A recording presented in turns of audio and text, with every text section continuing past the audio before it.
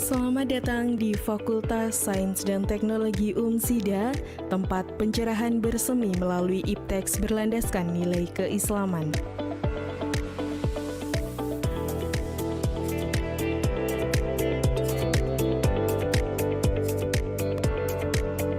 Fakultas Sains dan Teknologi UMSIDA berlokasi di Jalan Raya Gelam nomor 250 Candi Sidoarjo. Kampus ini dilengkapi dengan gedung modern, laboratorium terpadu, dan fasilitas pendukung kegiatan akademik maupun riset.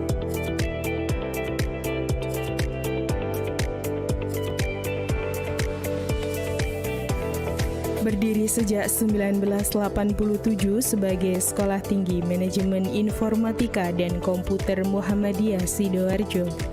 Pada tahun 2019 resmi menjadi Fakultas Sains dan Teknologi sebagai hasil penggabungan dari Fakultas Teknik dan Fakultas Pertanian.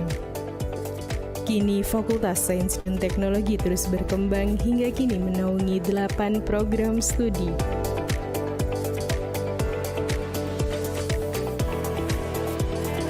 Fakultas Sains dan Teknologi UMSIDA memiliki 7 program sarjana, di antaranya Teknik Mesin, Informatika, Teknik Elektro, Teknik Industri, Teknik Sipil, Agroteknologi, dan Teknologi Pangan. Dan juga tersedia program pasca sarjana yaitu Magister Inovasi Sistem dan Teknologi.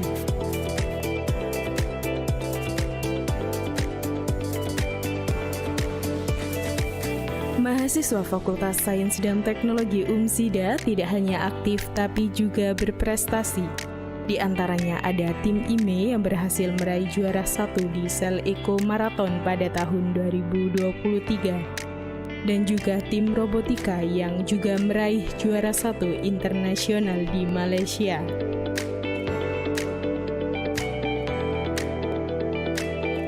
Para dosen Fakultas Sains dan Teknologi aktif berkontribusi dalam riset maupun pengabdian masyarakat, menghasilkan banyak publikasi ilmiah yang terbit di jurnal bereputasi baik nasional maupun internasional.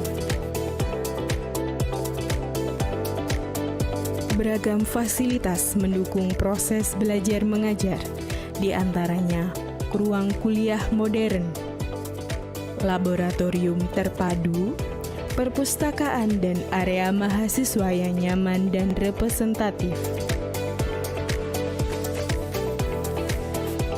Fakultas Sains dan Teknologi UMSIDA adalah pilihan yang tepat untuk mengembangkan minat di bidang teknik, sains, teknologi berbasis nilai Islam, dengan dosen unggulan, fasilitas lengkap, dan peluang berprestasi nasional hingga internasional.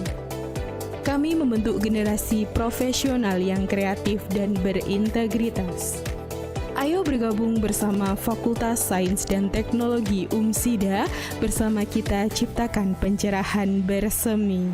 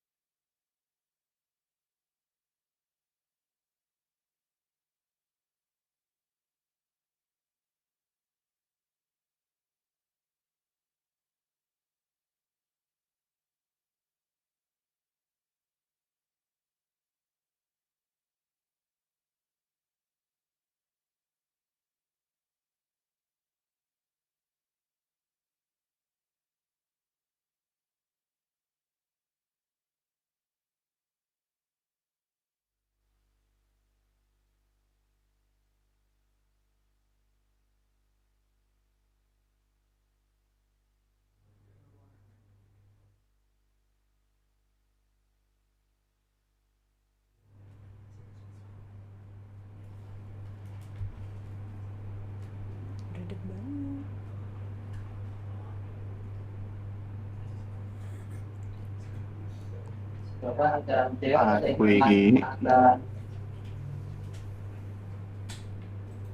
Attention please. Before we begin this event, allow me to inform you some rules that you need to follow. 1. Please change username with your name _ your institution. 2. Please change your background to the official background that we have shared. 3. Please keep your audio muted during this event, except if you want to ask the speaker a question during the Q&A session. I'll repeat once again. Attention please. Before we begin this event, allow me to inform you some rules that you need to follow. 1. Please change username with your name _ your institution. 2. Please change your background to the official background that we have shared. 3. Please keep your audio muted during this event, except if you want to ask the speaker a question during the Q&A session. Assalamualaikum warahmatullahi wabarakatuh. Welcome everyone to the International Conference Series on Science, Engineering and Technology 2026. It's our 5th international conference.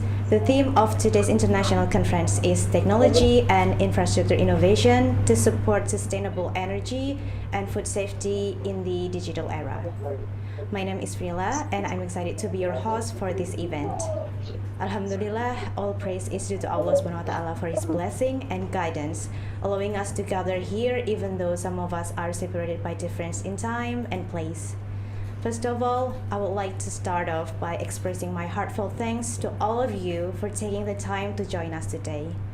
Your participation is greatly appreciated and we are so glad that you could be here with us today. We understand that your time is valuable and we are grateful that you have chosen to spend it with us. We promise to make it worth your while by providing valuable insights and sharing informative knowledge throughout this international conference. Ladies and gentlemen, let's move on to the first session, singing of the National Anthem Indonesia Raya, then continue with the Muhammadiyah March.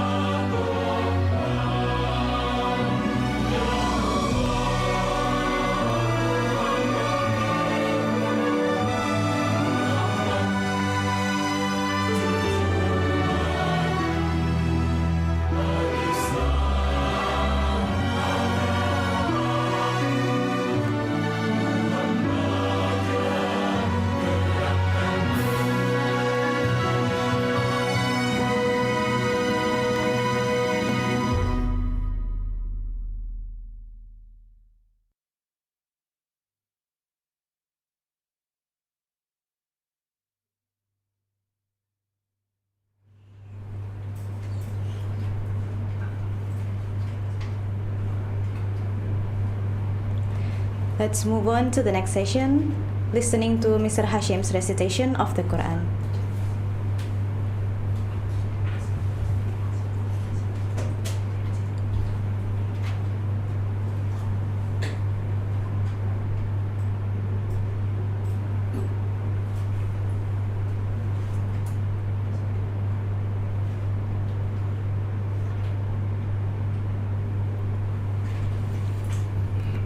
Assalamualaikum warahmatullahi wabarakatuh.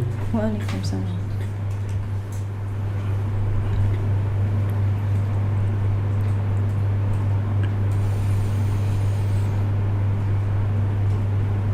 A'udzu billahi minasy syaithanir rajim.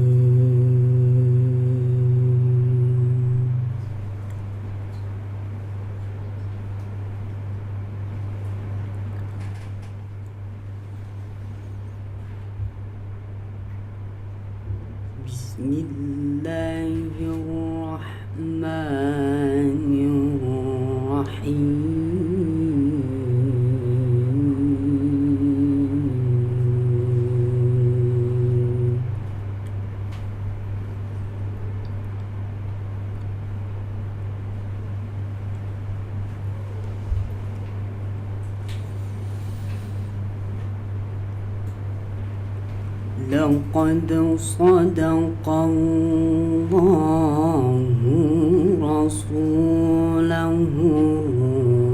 الرؤيا بالحق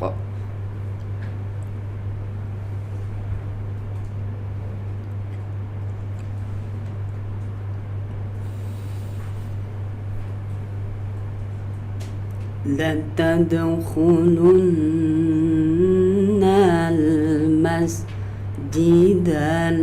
الحرام إن شاء الله آمنين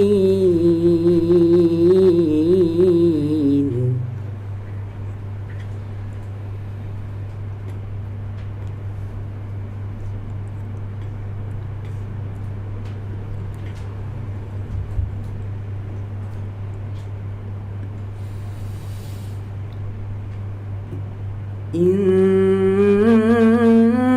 شاء الله آمنين محلقين رؤوسكم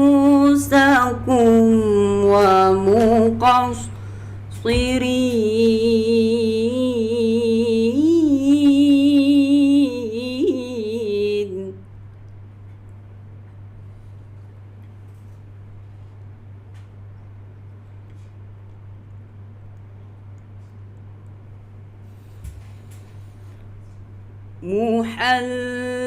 محلقين رؤوسكم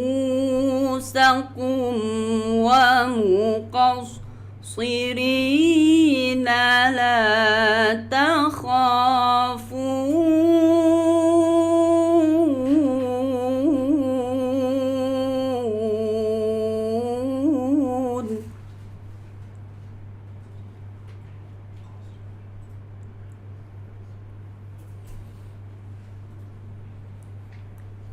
فعلم ما لم تعلموا فجعل من دون ذلك فتحا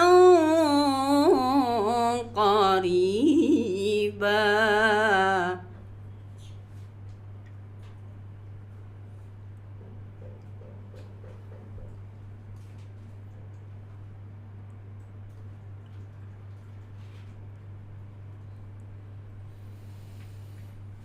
هو الذي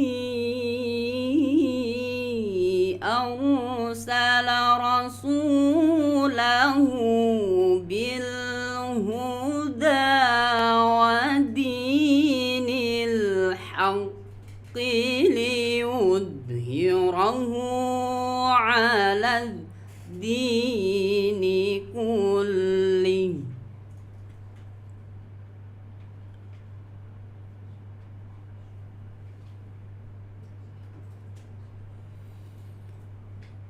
وكفى بالله شهيدا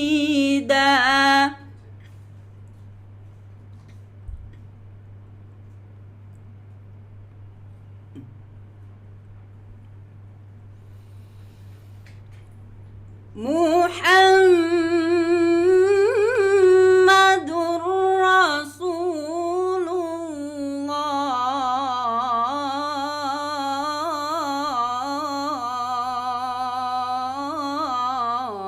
الله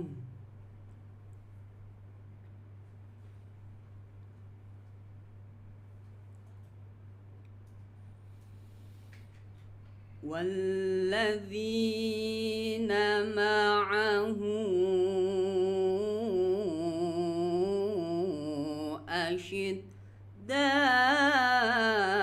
أشداء على الكفار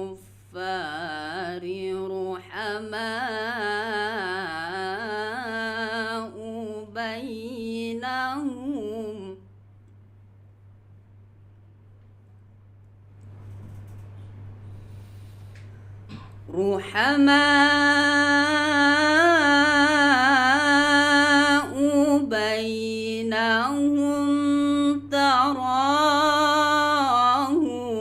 ركعا سجدا يبتغون فضلا من الله ورضوانا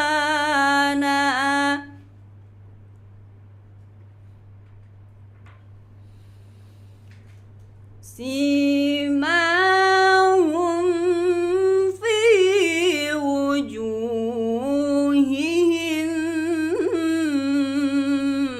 من أثر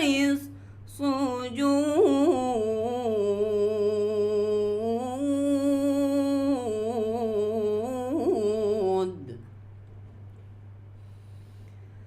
ذلك مثلهم في التوراة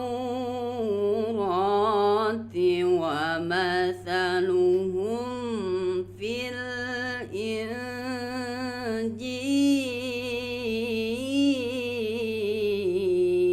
الإنجيل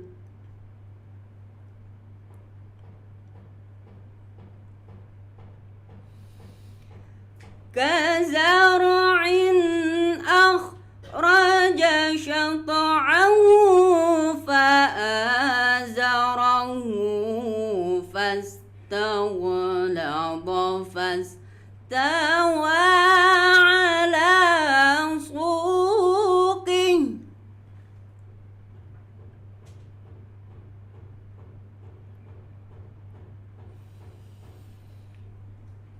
فاستوى على سوقه يعجب الزراع ليغيظ بهم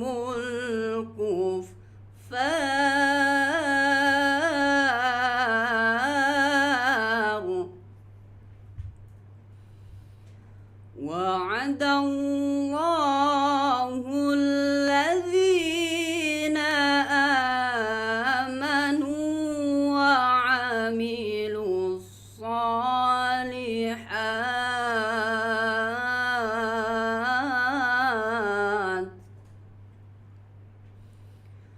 وعملوا الصالحات منهم مغفرة وأجرا عظيما صدق الله العظيم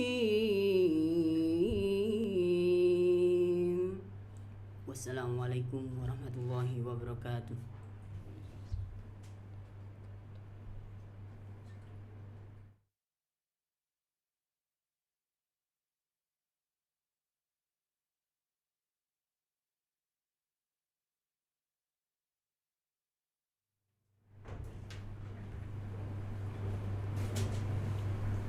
Amin ya rabbal alamin. Thank you, Mr. Hashim. Before we begin to the main session, I'd like to greet some distinguished guests of today's international conference. First of all, let me introduce to you with great honor the chairman of the committee of the international conference, Dr. Arasi Fahrudin SCMT. Next, let me introduce to you with great honor the rector of Universitas Muhammadiyah Sidoarjo, Dr. Hidayatullah MSI. And last but not least, let me introduce to you with great honor the Dean of the Science and Technology Faculty, Insinyur Iswanto STMMT. Next, we have some distinguished speakers. Let me introduce to you our first speaker from California Polytechnic State University, Professor Taufik PhD. Next to our second speaker, he's from Kumamoto University Information Center, Japan, Professor Yasuo Musashi. And then our third speaker, he's from Technical University of Munich, TUM Asia, Singapore, Dr. Ing Ali Bawono. And then our fourth speaker, he's from University Teknologi Malaysia, Professor Dr. Fahrul Zaman bin Huyop. And lastly, our fifth speaker, she is from Universitas Muhammadiyah Sidoarjo, Professor Dr. Hana Caturwahyuni.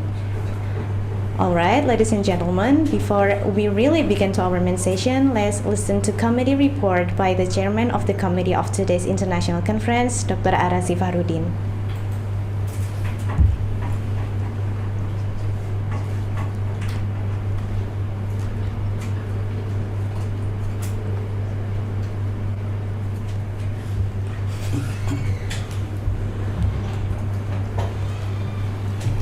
Assalamualaikum warahmatullahi wabarakatuh. Bismillahirrahmanirrahim. Honorable Rector Universitas Muhammadiyah Sidoarjo and distinguished member of the University Executive Board, the Dean of the Faculty of Sains and Teknologi Universitas Muhammadiyah Sidoarjo, our distinguished keynote speaker from Indonesia, Malaysia, Japan, Singapore, and United States of America, esteemed reviewer, member of organizing committee, presenter, and all respected participants. Ladies and gentlemen, first and foremost, let us express our deepest gratitude to Allah Subhanahu wa Ta'ala for His endless blessing, mercy, and guidance, which have enabled us to gather today in good health and high spirit at the 5th International Conference Series on Science and Technology 2026. On behalf of the organizing committee, I would like to extend a warm welcome and my sincere appreciation to all participants for joining this year international conference. This year conference is held under the theme Technology and Infrastructure Innovation to support sustainable energy and food security in digital era. This theme reflects our shared commitment to addressing increasingly complex global challenges, particularly in advancing sustainable energy and food security through technological innovation, infrastructure development, and digital transformation. We hope that this conference will serve as a valuable platform for researchers, academic, professional, and practitioners to exchange research findings, share experience, strengthen international collaboration, and generate innovative solutions that contribute to society and industry. It is our great honor to welcome our distinguished keynote speakers who are internationally recognized experts in their respective field. Prof. Hana Caturwahyuni from Universitas Muhammadiyah Sidoarjo, Prof. Dr. Fahrul Zaman bin Huyop from University Teknologi Malaysia, Prof. Yasuo Musashi from Kumamoto University, Japan, Dr. Engineering Ali Bawono from Technical University of Munich, Asia, Singapore, and Prof. Taufik, PhD from California Polytechnic State University, United States of America. We sincerely express our deepest appreciation to all of our keynote speakers for generously sharing their expertise, knowledge, and valuable insight with us. Our heartfelt gratitude also goes to all authors who have submitted their abstract and research paper. Each submission has undergone a rigorous peer review and evaluation process in accordance with international academic standards. The accepted papers are being prepared for publication in Scopus Indexes Conference proceeding, subject to the publisher policy and indexing requirement. Finally, On behalf of the organizing committee, I would like to apologize for any shortcoming or inconvenience that may arise during conference. Your constructive comment and suggestion will serve as valuable input for us to continuously improve the quality of IC set in the years to come. We sincerely hope that the fifth International Conference Series and on Science and Technology will be conducted successfully, provide meaningful benefit to all participants, and foster sustainable international research collaboration that create positive impact for the global community. Thank you for your attention and participation. Assalamualaikum warahmatullahi wabarakatuh.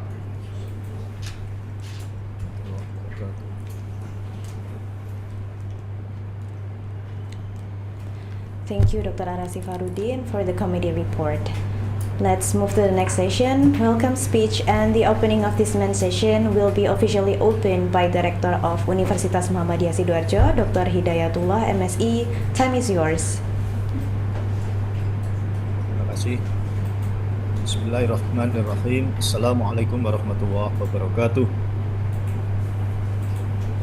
Alhamdulillah wa syukrulillah, la khawla wa la quwwata illa billah, wa ba'du. Yang kami hormati para pembicara pada seminar internasional ini. Yang pertama, Profesor Taufik PhD from University Polytechnic Negeri California, Profesor Yasuo I'm Musasi. sorry for Dr. Hidayatullah. Oh, oke. Suara saya mendengar? Oke, sudah Pak. Enggak ya? Oke. Baik, saya ulang ya.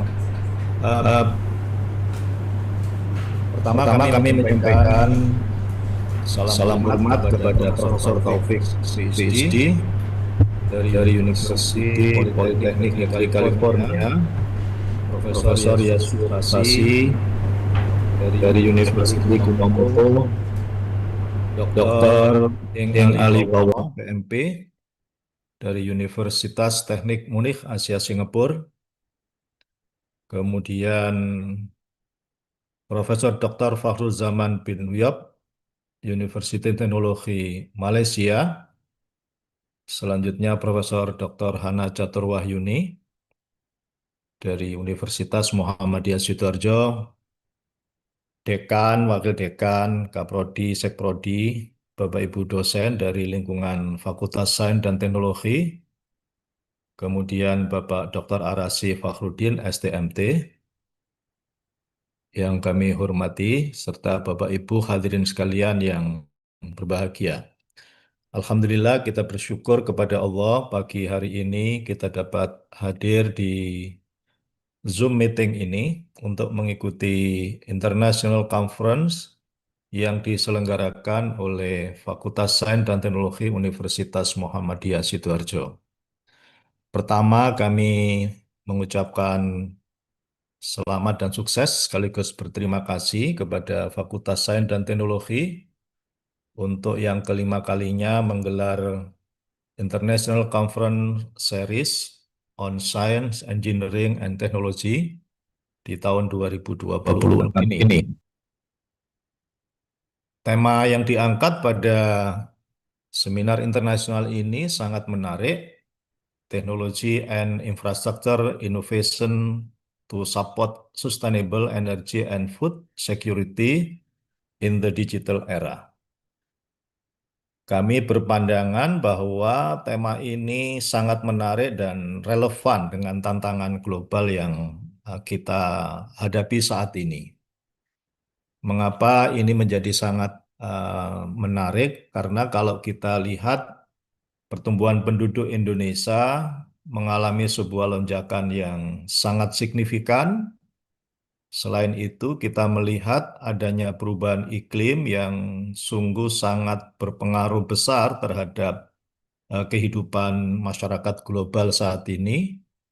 Dan lebih dari itu, dengan pertumbuhan penduduk yang sangat besar, perubahan iklim, kita juga melihat banyak keterbatasan sumber daya yang ada ini, sehingga muncul berbagai masalah yang harus dicarikan solusinya. Transformasi digital yang kita hadapi, kita rasakan, dan juga kita ikuti bersama telah menunjukkan perkembangan yang sangat pesat, yang mau tidak mau kemudian menuntut hadirnya inovasi teknologi dan infrastruktur yang tentu harapannya bisa menjamin ketersediaan energi dan ketahanan pangan secara berkelanjutan. Penduduk yang sangat besar membutuhkan energi yang sangat besar pula dan juga ketahanan pangan yang harus terjamin di masing-masing negara. Di sisi yang lain kita melihat perkembangan digitalisasi, artificial intelligence, Internet of Things, big data, dan teknologi hijau yang sekarang ini banyak dibicarakan di berbagai perguruan tinggi dan lembaga-lembaga internasional telah yang sangat besar bagi kita semua untuk meningkatkan efisiensi dalam produksi, distribusi, sekaligus pengelolaan sumber daya yang kita miliki di berbagai belahan dunia ini secara lebih efektif, efisien, lebih cerdas dan sekaligus ramah lingkungan. Karena itulah maka setiap perguruan tinggi, tak terkecuali UMSIDA, Universitas Muhammadiyah Sidoarjo, itu memiliki peran yang sangat strategis di dalam menghasilkan berbagai riset, inovasi, dan sekaligus penguatan sumber daya manusia yang dihasilkan masing-masing perguruan tinggi itu, yang harapannya eh, mereka itu mempunyai kemampuan untuk menjawab berbagai persoalan, berbagai tantangan yang sedang mengemuka di muka bumi ini. UMSIDA melalui Fakultas Sains dan Teknologi itu juga mempunyai kesadaran yang tinggi dan kemudian mengambil peran strategis itu di dalam menyelenggarakan berbagai riset dan inovasinya, tentu juga bekerja sama dengan fakultas dan prodi-prodi lain yang ada di lingkungan UMSIDA ini, tak terkecuali juga kolaborasi para peneliti antar perguruan tinggi itu. Maka dalam konteks inilah kita memandang perlunya kolaborasi yang secara terus-menerus dibangun, dikuatkan, yang melibatkan banyak akademisi dari berbagai perguruan tinggi, sekaligus juga perlu membangun kolaborasi dengan pemerintah, dengan dunia usaha, dunia industri, dan juga masyarakat luas, karena itu semua menjadi kunci yang sangat penting di dalam ikhtiar kita mewujudkan ekosistem pembangunan yang berkelanjutan. Tentu dalam forum yang sangat terhormat ini kami mempunyai harapan yang sangat besar kepada kita semuanya. Mudah-mudahan forum ini tidak hanya menjadi ajang berbagi pengetahuan dan hasil penelitian dari masing-masing dosen dan mahasiswa, tetapi sekaligus forum ini menjadi sarana yang sangat strategis di dalam melahirkan gagasan-gagasan baru yang sangat inovatif. Sekaligus forum ini menjadi sarana untuk membangun jejaring internasional dan lebih dari itu, mudah-mudahan juga bisa memberikan berbagai alternatif solusi atau penyelesaian atas masalah-masalah yang sedang dihadapi oleh masyarakat kita, oleh bangsa kita, bahkan oleh dunia yang saat ini telah mengalami banyak masalah yang memerlukan peran serta dari para akademisi dan berbagai pihak yang punya kepentingan terhadapnya. Terakhir, atas nama pimpinan UMSIDA, kami menyampaikan terima kasih yang sebesar-besarnya kepada panitia yang menyelenggarakan International Conference ini. Kemudian, terima kasih yang sebesar-besarnya juga kami sampaikan kepada para narasumber yang luar biasa dari berbagai negara tadi, serta peserta International Conference ini yang mengikuti dengan sepenuh hati. Semuanya kami nilai memberikan kontribusi yang sangat positif dalam kegiatan ini.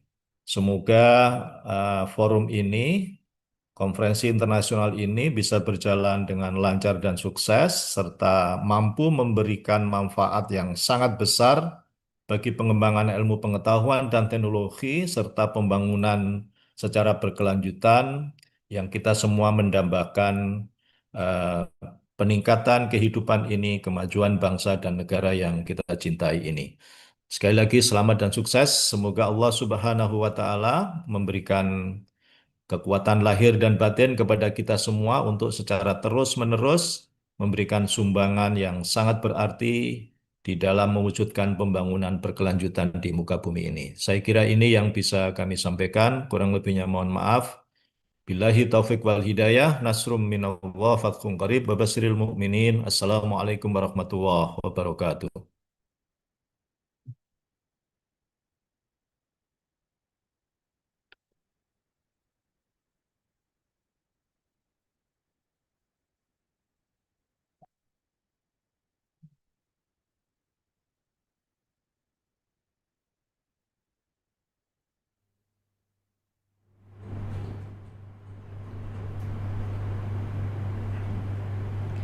Thank you so much, Dr. Hidayatullah MSE. Alright, ladies and gentlemen, the main session will be led by our moderator, Mrs. Nurul Lutfi Azizah SSC MSE. But before this event is taken over by our moderator, let's listen to the closing prayer for this session by Dr. Iza Ansori, STMT.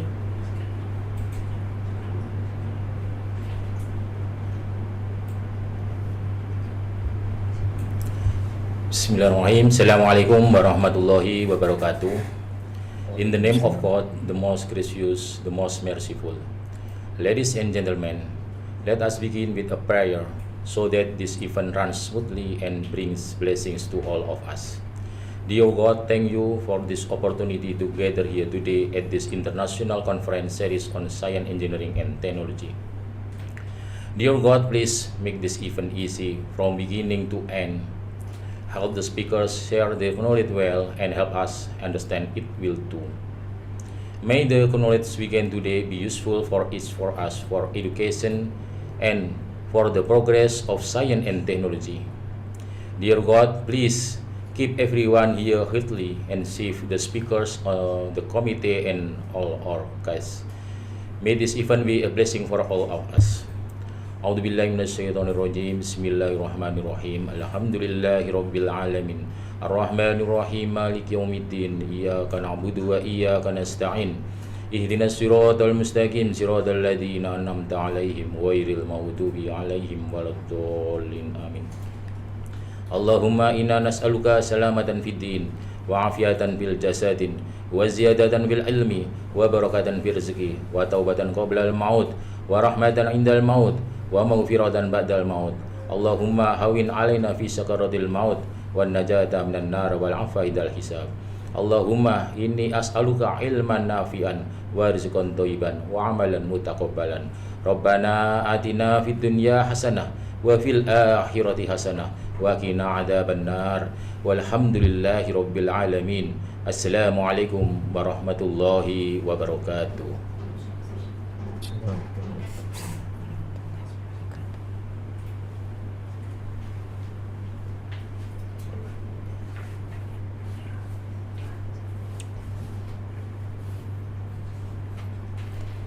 Amin, ya Rabbal Alamin. Thank you, Dr. Iza Ansari STMT. Ladies and gentlemen, we're getting closer to the main session. I hope all of you will enjoy and benefit from the presentation from our distinguished speakers and will enrich our knowledge. I would also like to thank all of our committee who have prepared this international conference well. I hope this event will end up being a success for all of us. Before I wrap up my session and move on to the next one, let's take a picture together. Please show your best smile to the camera.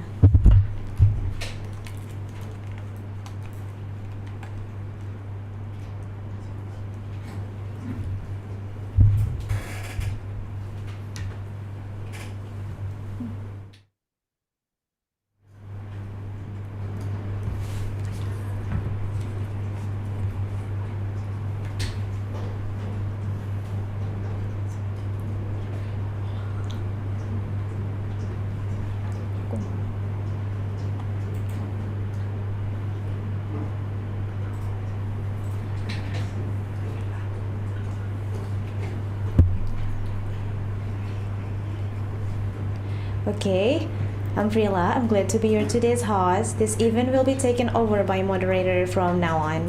Wassalamualaikum warahmatullahi wabarakatuh.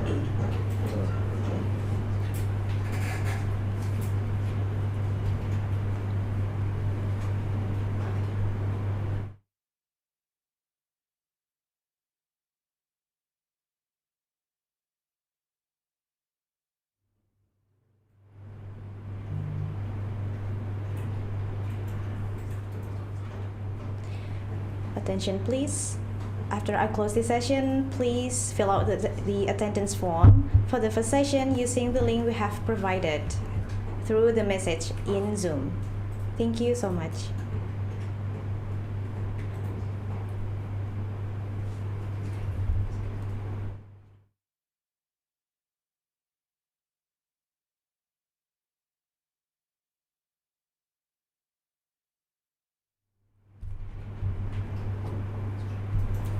Okay, thank you, Miss Frila, for the time.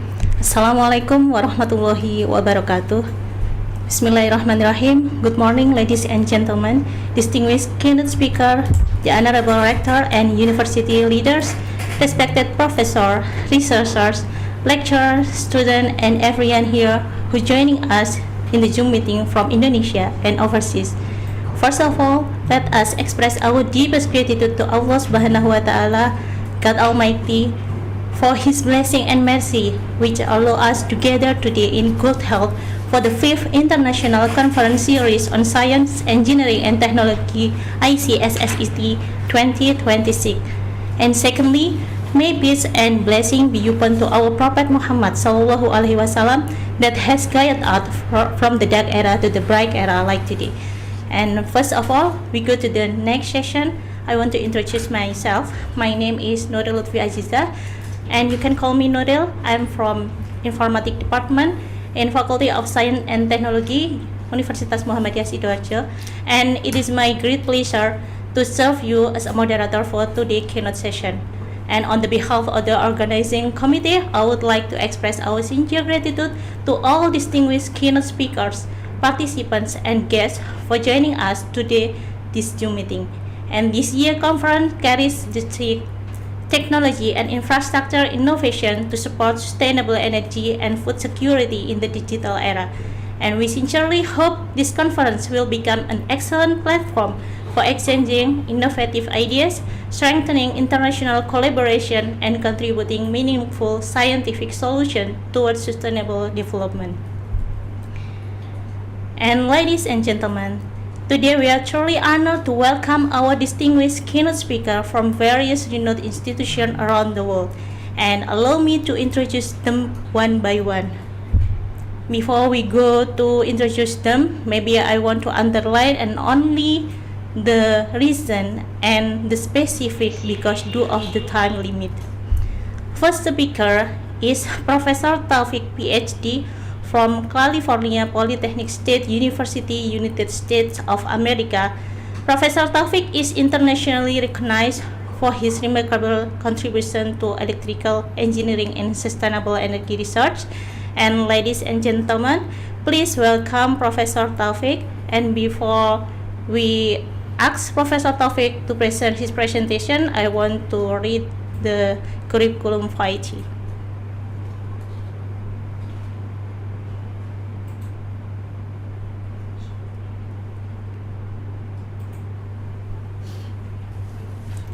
His name is Professor Taufik, PhD. Detail of education: he is a Doctor of Engineering, Electrical Engineering with Power Electronic emphasis, Cleveland State University. And he is also a Master of Science, Electrical Engineering and Computer Science, University of Illinois at Chicago. And he is also has studied Bachelor of Science, Electrical Engineering with minor in Computer Science, Northern Arizona University. And about academic experience, he is a professor of electrical engineering in Cal Poly State University, California, USA. And in 2025, he is a director of Electric Power Institute.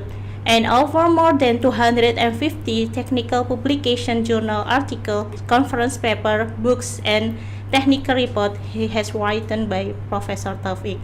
And hello, Professor Taufik is in Zoom meeting. Yes, I'm here. Can you hear me? Can you hear me? I will say hello to him. Hello, Professor Taufik.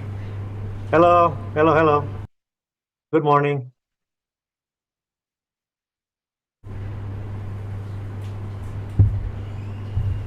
Welcome to ICSSET 5 2026. And the time for presentation about 25 until 30 minutes. And you can present now. Time is yours.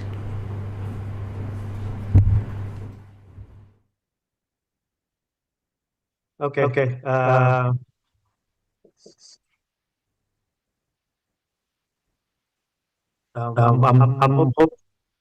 well, I'm hearing my own echo.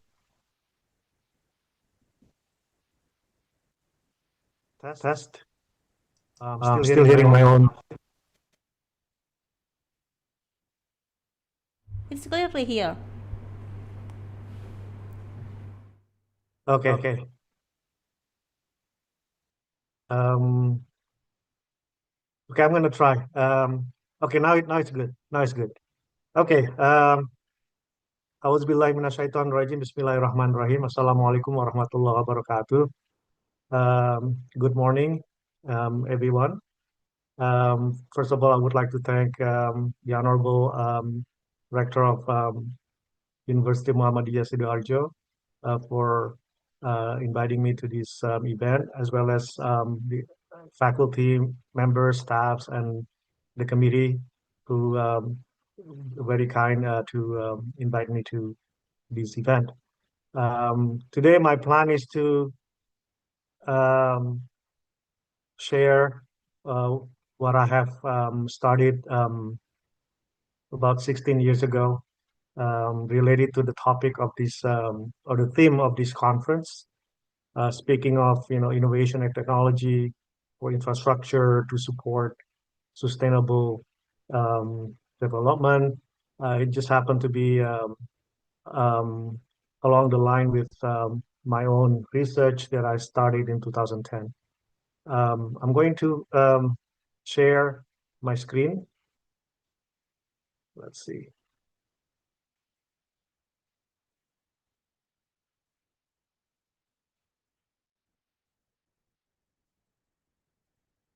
Okay. Thank you also to Ms. Nuril Aziza for the very nice introduction. Really appreciate the brief introduction to my background. Okay, hopefully you can all see my PowerPoint. Can somebody confirm? Yes?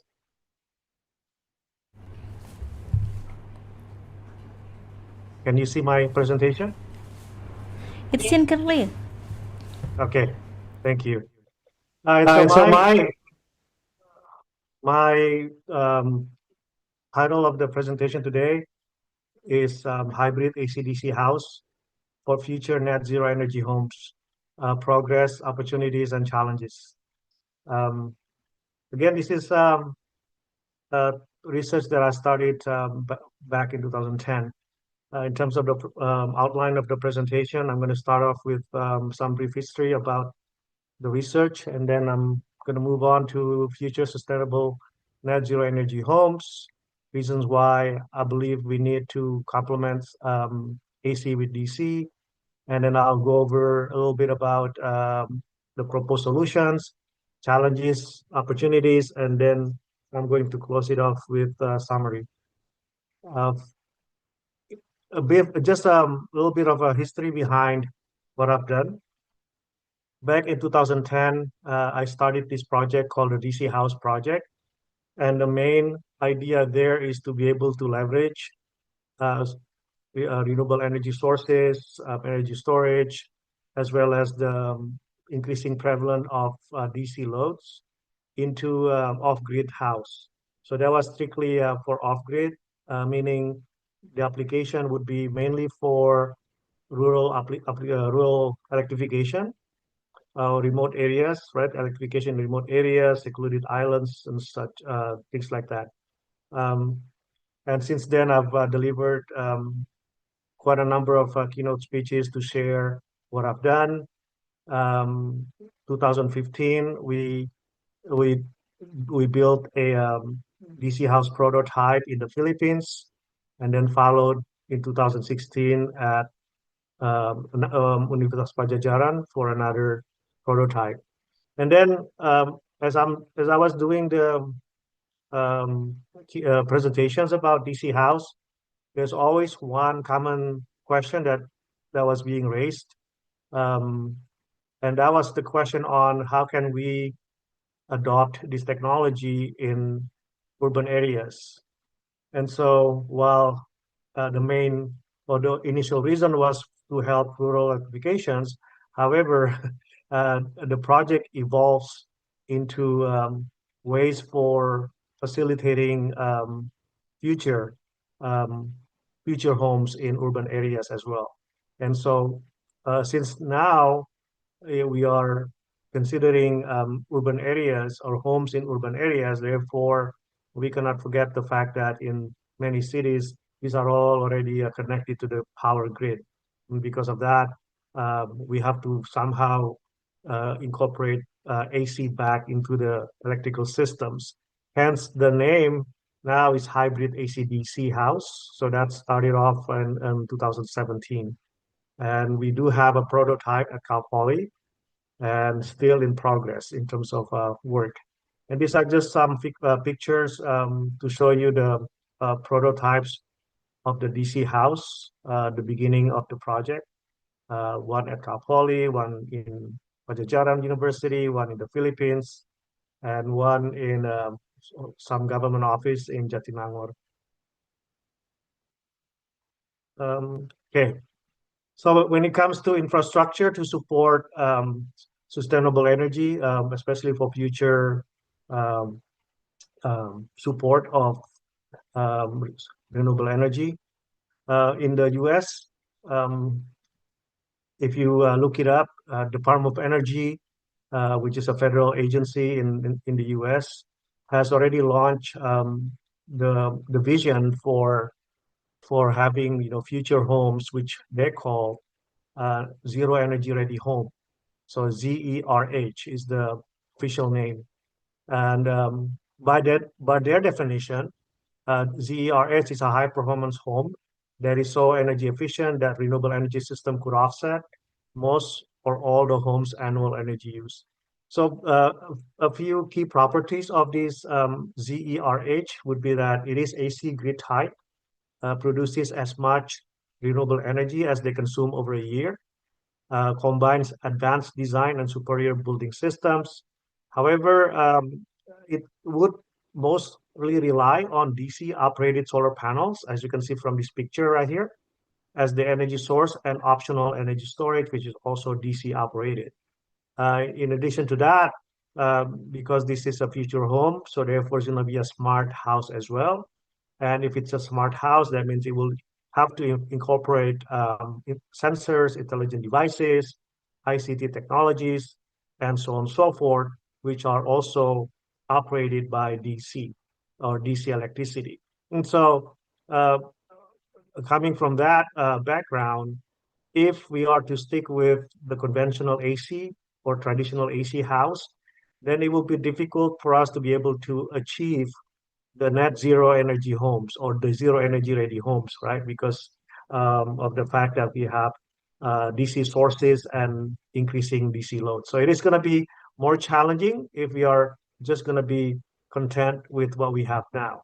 So we're going to have to uh, step up, in terms of the electrical system that we need to improve in the house.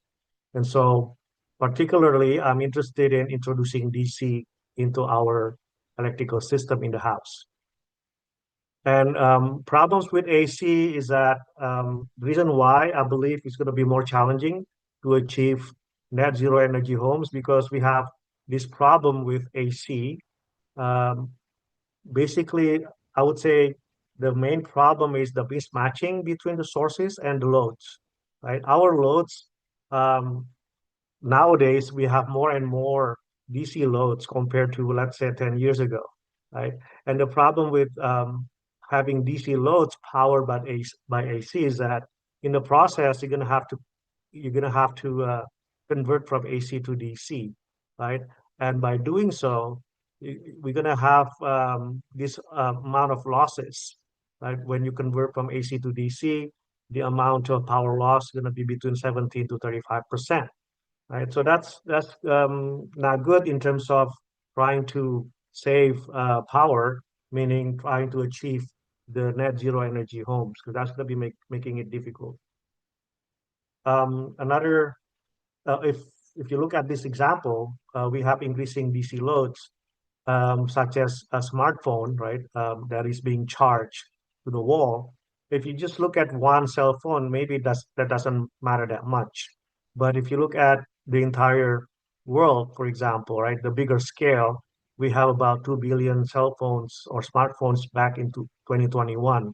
Um, I'm convinced that by now, 5 6 later, we have even more than 2 billion cell phones, right, or smartphones. And if you just do a very quick calculation of power, right? So let's say it's being charged by USB, which is 5 volts, and let's say that on the conservative side, it's going to draw 1 amp, and you're going to charge it for 1 hour. If you multiply these numbers by the 2 billion smartphones that we have in the world, then that's going to give us a very large energy, right? 10 gigawatt hours of energy. So now we're talking about a lot of zeros, not just a small single phone, right? And so imagine this big energy, if it's being processed through AC, then you can just get do the math, right? 17 times 35%, 17 to 35% loss times power loss or power being used by the smartphone is going to give you a big humongous power loss. Same thing with LED lights. I'm not going to go to discuss that one, but nowadays our lightings are made of DC, right? LED lights are all DC. So when you have LED light bulb, then within each light bulb, you're going to have to convert from AC to DC. So that's more loss going on in your house. And another reason why I believe we should complement AC with DC is because of the advance in technologies, facilitating the increased proliferation of residential DC loads. A good example would be USB-C, right?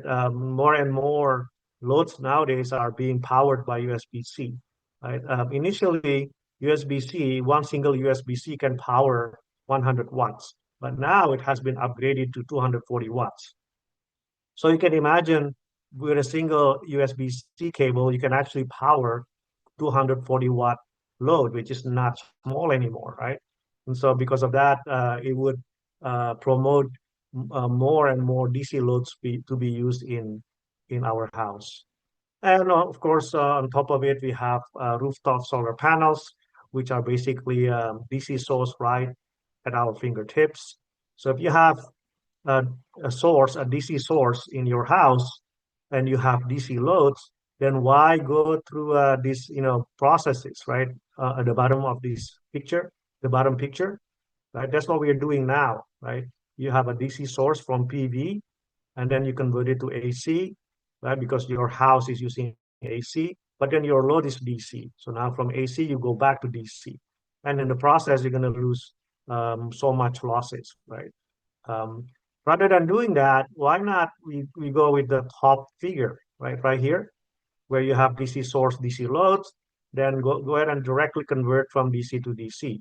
By doing so, you have less power loss. When you have less power loss, that means you have then you help, right, in terms of achieving the net zero energy homes. Same thing with energy storage, which is also DC, right? Nowadays, this is becoming more common. So what is the proposed solution? As I mentioned earlier, since this is going to be connected to the grid, So it'll be good to be able to combine, right? Combine the two electrical systems. So one coming from the AC grid or PLN in our country, right? And then the other one's coming from the rooftop solar panels or the energy storage. So you have a dedicated line from AC source or the grid to AC loads. And then you also have a dedicated line from the DC source to the DC loads. And in between the two, you're going to hybrid the two systems, right? For example, from AC, it goes to DC, or it may go to DC loads, or if you have DC, it can also power AC, right? So just in case, for example, during nighttime, when there is no solar energy anymore, so therefore the grid will be powered from the grid will power the DC loads, right? And then if let's say we have enough sunlight during the daytime, then we can disconnect the grid and then power the AC load straight from the solar panels. So these are the properties of our hybrid AC-DC house. We have dedicated AC line, dedicated DC line, crisscrossing between the two, and battery is optional. And just quickly, in order to employ this kind of technology or hybrid technology, you need to have a DC combiner. And there are many ways to do this, but one of the solutions that we propose is called MISO, stands for multiple input, single output. This is a patent that I had back a few years ago. Here's a picture of the prototype of a hybrid AC-DC house. This is just showing you the electrical system. It's not really a house, but close enough, right? But what we are trying to achieve here is to showcase the ability to hybrid AC and DC into a single house structure. All right, so then what kind of challenges do we have now that we talked about the proposed solution? First of all, I would like to emphasize that challenges present opportunities for new technological developments, which further bringing in innovations, right? So I love challenges because challenges means at the end opportunities to innovate. And so these are the a list of some of the challenges that I've encountered when doing this research. The first one is the limited DC sources and maximizing the use of renewable energy source. This is even becoming more important in areas where AC grid is not reliable. And then another challenge is adopting other renewable energy sources besides solar panels. For example, the wind, hydro, whatever it is, temperature difference, you name it. And then another challenge will be the DC bus and DC loads are not yet standardized, unlike AC, right? AC is all standardized, but that's not the case for DC. DC is also more difficult to protect from faults because in AC you have the zero crossing, right? Which is a good point where we can separate the contacts in the circuit breakers. But in DC, current is always high. And then there are strict regulations regarding DC because of the ability to backfeed power to the grid. And finally, a way to unify or not unify, but coordinate all of these DC components as well as AC components into a single house, creating what we call the EMS, Energy Management System. This is just some ideas for maybe new ways to reuse renewable energy. I won't go through this in details, but you can see on the left side, you have this humongous wind turbine, which looks ugly. And so in the US, we have this term called NIMBY. NIMBY stands for not in my backyard. So even though having a wind energy is good, but then who wants to have this big, ugly and noisy wind turbine in their backyard, right? So it's an eyesore, right? They call it here. So rather than doing that, why not have technology that would hide the wind and the wind generator? For example, here you can see the slits, right? The openings on the rooftop, right there. And inside the slits, right there, there's actually wind generator, like smaller wind generators that you can put in parallel or series, whatever it is. And then wind blows into the roof, and it would turn the wind turbine, the wind generator, right? So that way it's more aesthetic than having the big ugly wind turbine. Okay? So I'm sure students will have more creative ideas on how to quote unquote hide the wind generator so that it would not be an eyesore anymore. I'm gonna skip this one. This is just more ideas due to the time limit. This is what I meant by unifying energy management system. You have different components, critical components in the hybrid AC/DC house. You have the grid, you have the solar panel, you have the battery, you have inverters, all kinds, right? You have the AC loads, DC loads.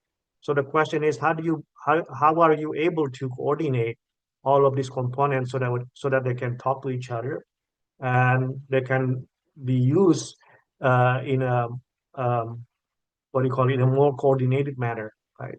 So that's one challenge that I have not done because my background is not really on what do you call it, software side. I'm more on the hardware side. So maybe if you're interested, you could try to develop the EMS system for the hybrid AC/DC house.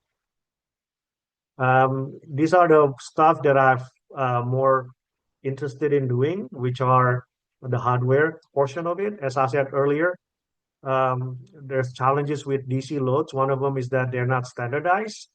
So if the input is only one voltage, let's say 48 volts, the load could be any voltage, right? It could be 5 volt, 12 volts, 24 volts. So if that's the case, then are we going to use multiple wall plugs? I don't think so, right? That's going to be confusing to use. So therefore, we got this idea of developing what we call smart wall plug, where we have a one DC bus voltage, and outputs any voltage that the load would require. So if the load requires 5 volts, then the wall plug will try to find it. So that way we have just one single wall plug. We call it smart wall plug. And nowadays we have the technology that can actually do that called USB-C PD. So if you're interested in developing a smart wall plug for DC, you can go ahead and look up USB-C PD. Another thing is the protection, right? As I said earlier, DC is harder to protect because of the higher current, right? Continuous current. And so in order to interrupt DC energy, we use what we call solid state DC breaker. And this is one of the examples of one of my students' projects where he developed the solid state DC breakers. And for those of you who are interested, go ahead and look up digital electricity. This is the latest and greatest technology for DC. If you're interested, go ahead and search for these keywords, okay? Digital electricity. So this is a new way of operating DC in future homes, right? So again, it's called digital electricity. And in terms of opportunities, we can use hybrid AC/DC for many applications, including network of hybrid AC/DC house, which will be useful for rural electrification rather than using centralized system. We can use distributed system using hybrid AC/DC house to improve reliability.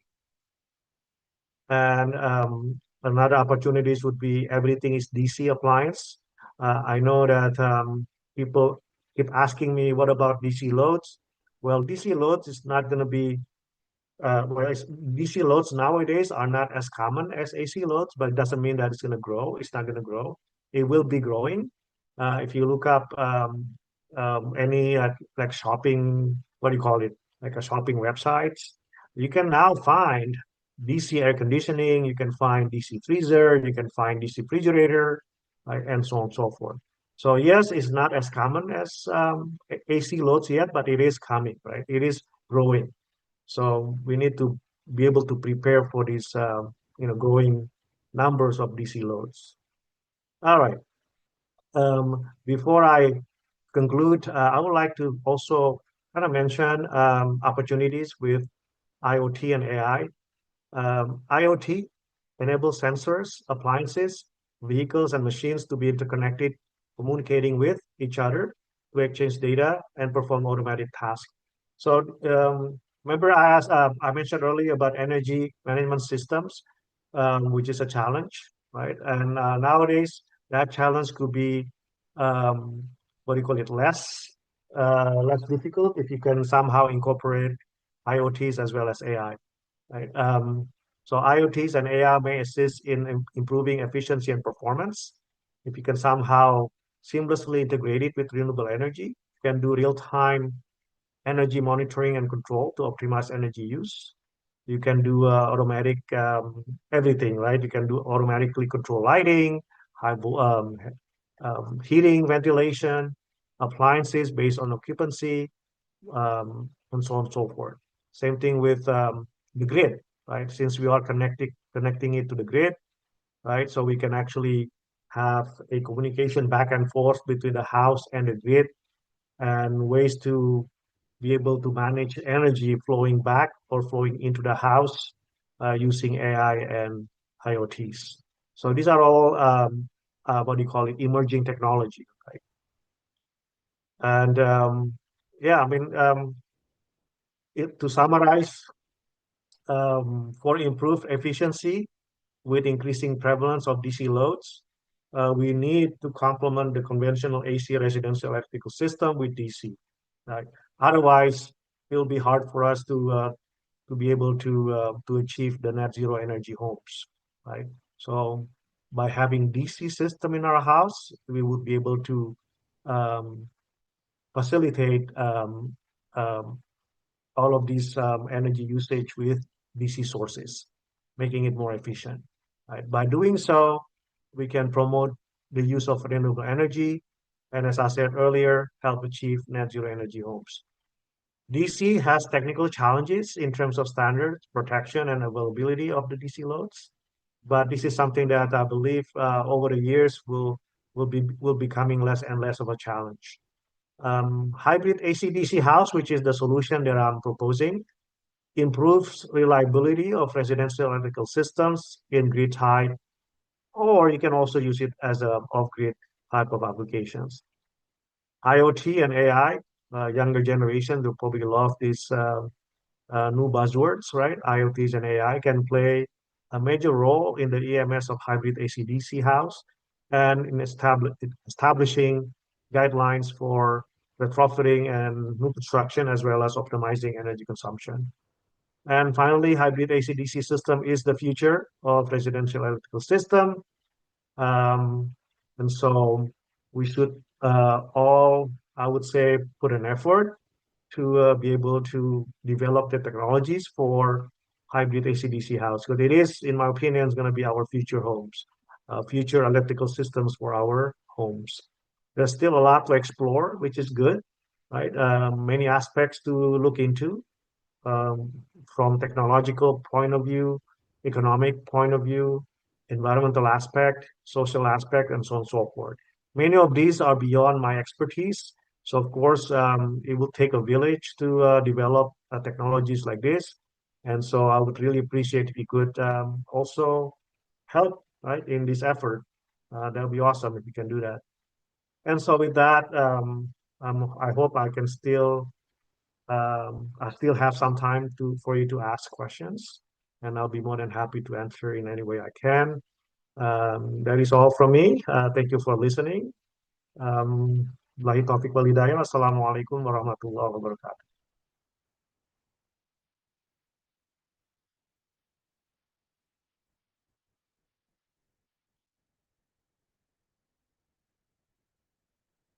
Are there any questions?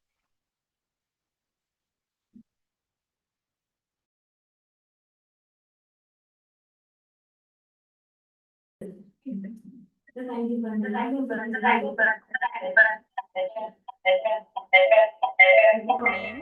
your institution, and your country.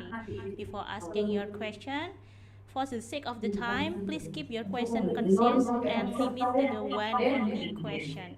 And we will begin with the first question. Anyone want to raise a hand?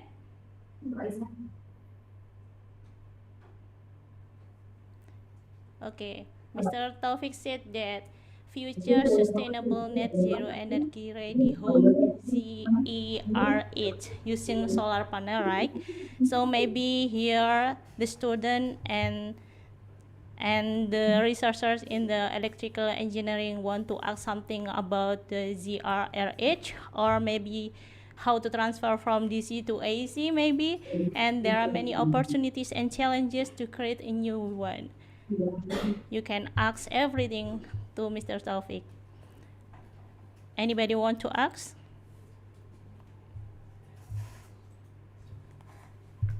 Mungkin saya aku Mr. Taufik, maybe this project not only for electrical engineering, right? But also we can combine all of the major, all of the department, maybe electrical engineering combined with machine engineering or informatic department maybe. Okay. Please introduce yourself first and your institution.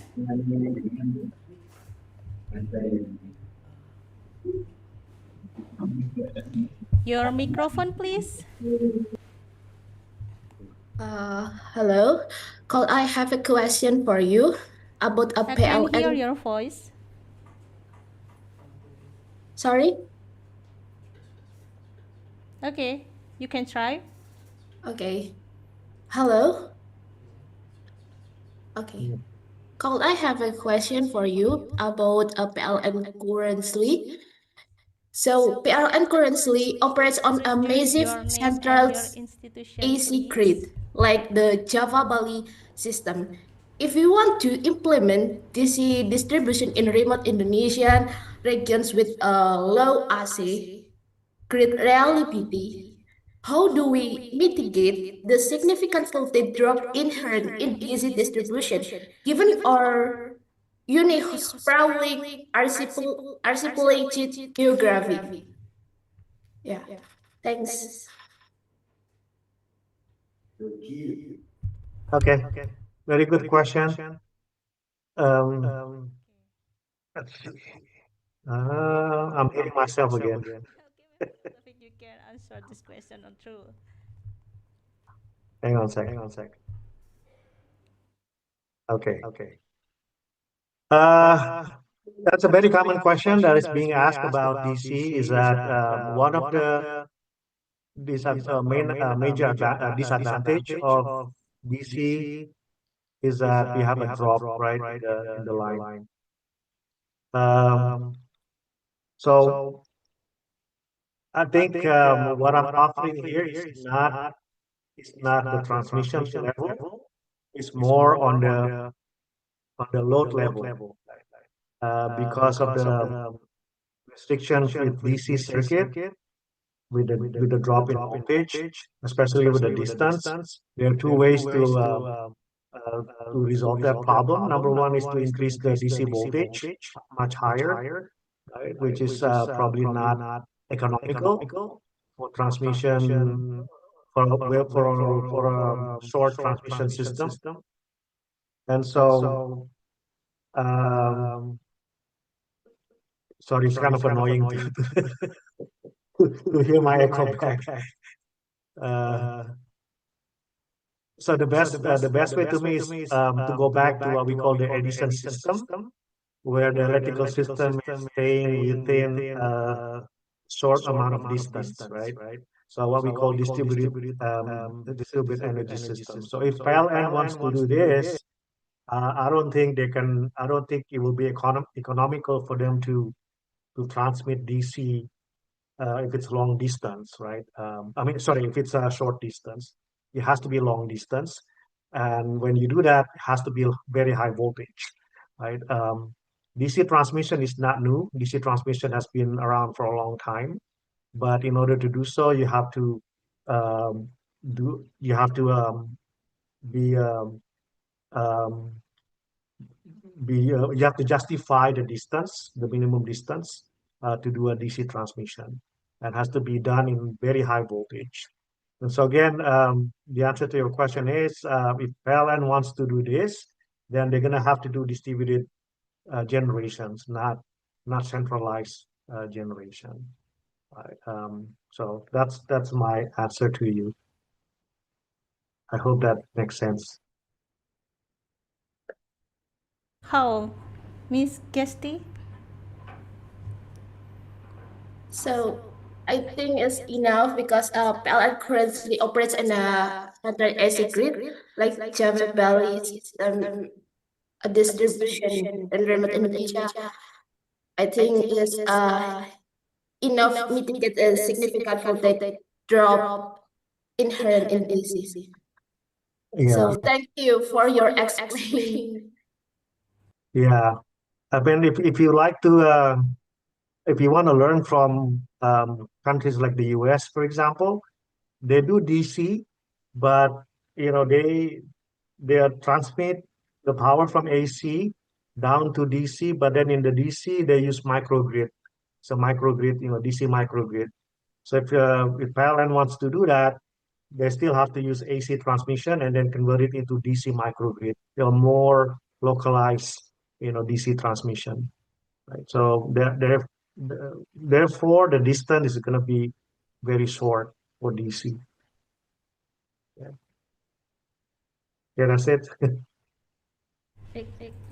Okay, maybe we will begin to the second question. The second question is from Zoom chat, and the question is, how does integrating rooftop solar panels with a EMS contribute to sustainability? How does integrating rooftop solar panels with a EMS contribute to sustainability? Yeah, I mean, it's not, I would say this is one of those things that you have to think about in a bigger picture, right? By using EMS, energy management system, you're able to um, uh, you're able to what's the word I'm looking for? Wisely, right? You're able to wisely um, coordinate energy flow. There you go, right? With energy management system, we're able to, for example, stop energy coming from the grid. If the house is already self-sustaining, then why do you want to get energy from the grid, right?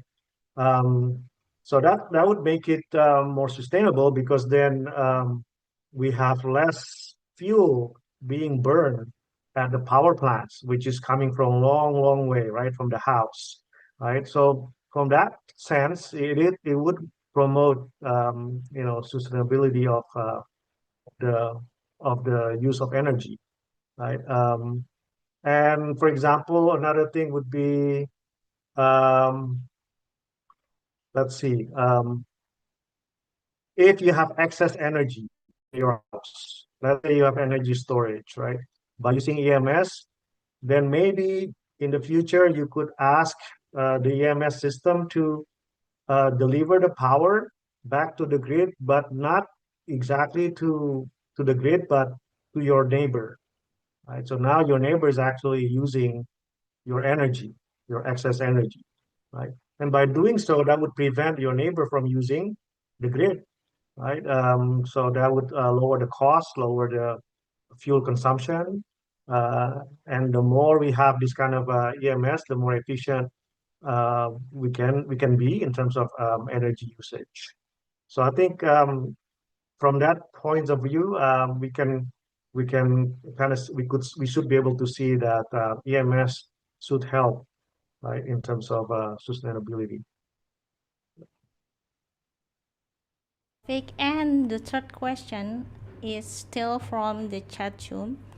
The question is,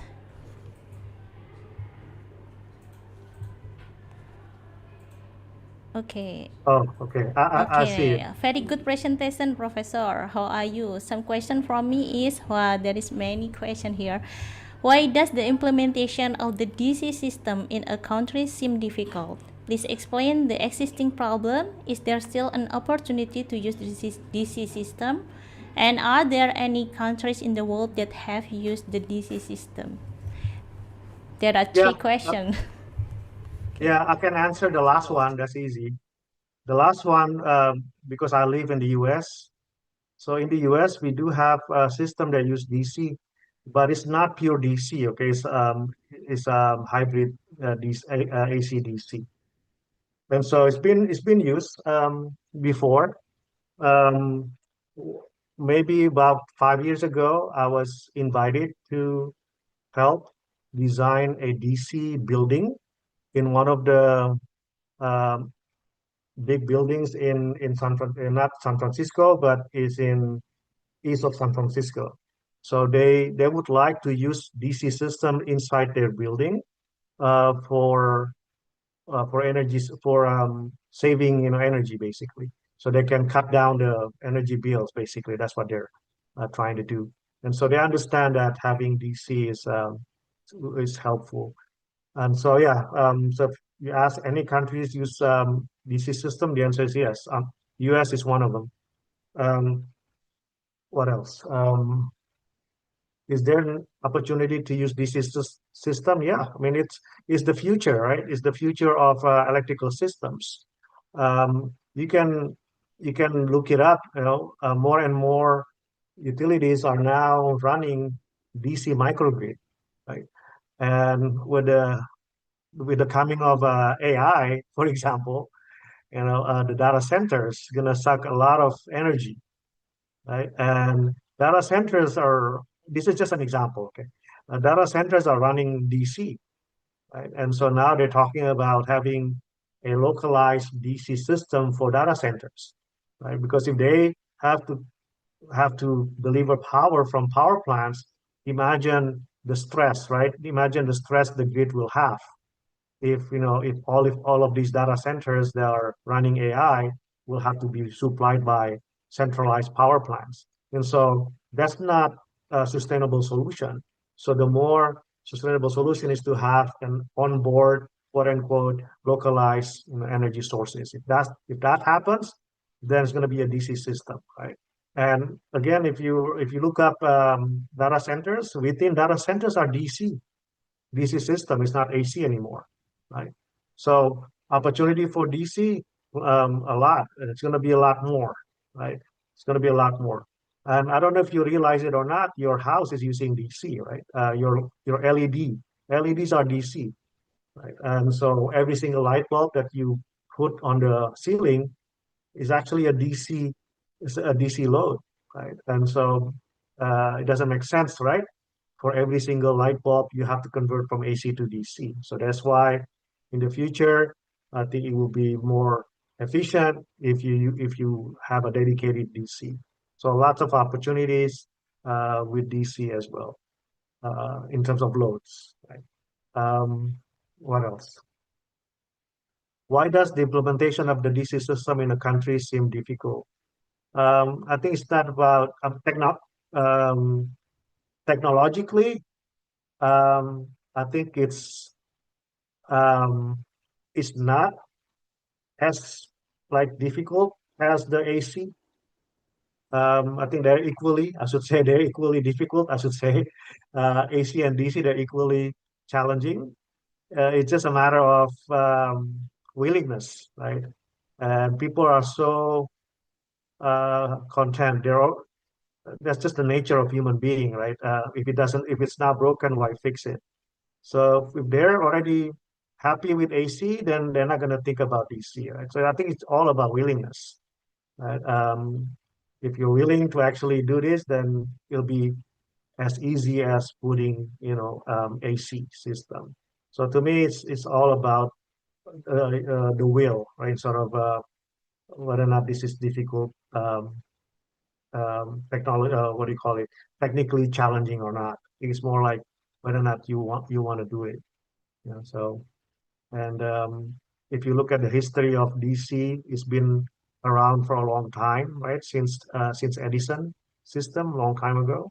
And then if you look up, solar house, we've actually had some solar house program back in early 1970s in Indonesia. Somehow it got stopped, right? So I think it's not about technically challenging, but it's all about whether or not we want to do this, right? And unfortunately, it is hard to find, people who really want to do this. That's been my challenge, actually. It's not really on the technical side, but on the on finding people who share, the same passion and interests, right? To be able to implement this. So that's to me the main challenge. Hopefully that answers. Topic for the good presentation and answer, and Mr. Jamaluddin from Electrical Engineering. Mr. Taufik has answered your question well, and maybe it's a final. You can explain to the audience here about the chance for collaborating with any other department. Maybe in any department you can explain as well as you know.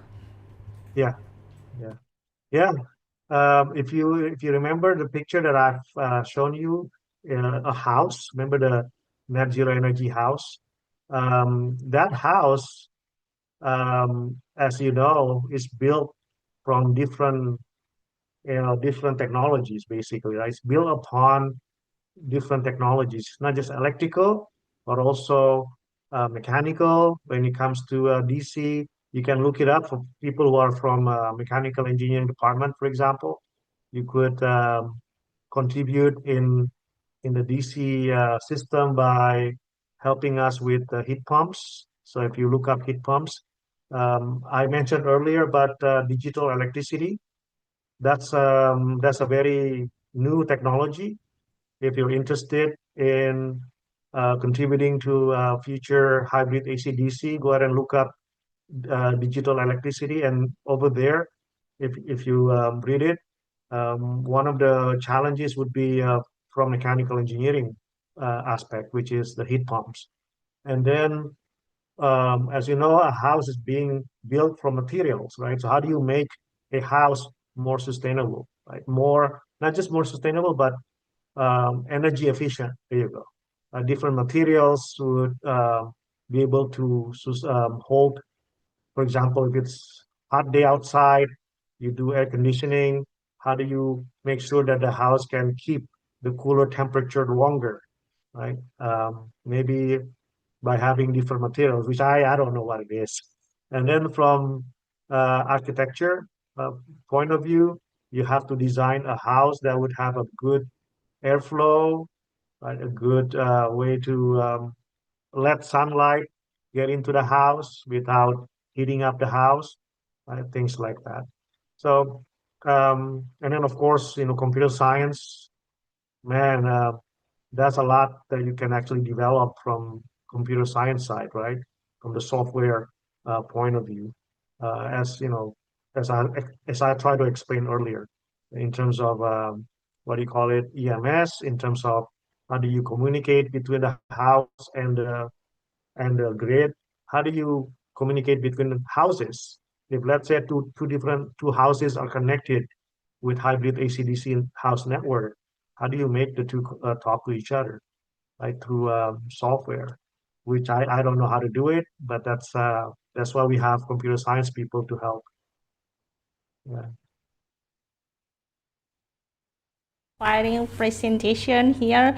Maybe still many line of question, but the time is limited, so we can answer it with the next ICC app in the ICC app ICCS ET6 2027 maybe, and we can go to the next presentation. Thank you very much for your presentation, Mr. Taufik.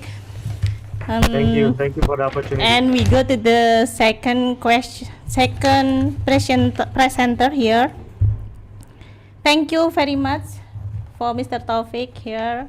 Has become the presentation very well today, and now we begin to the second keynote speaker, and our second keynote speaker is Professor Yasuo Musashi from Kumamoto University Information Center, Japan. Professor Musashi has extensive expertise in information technology and advanced computing, and we are delighted to learn from his experience today.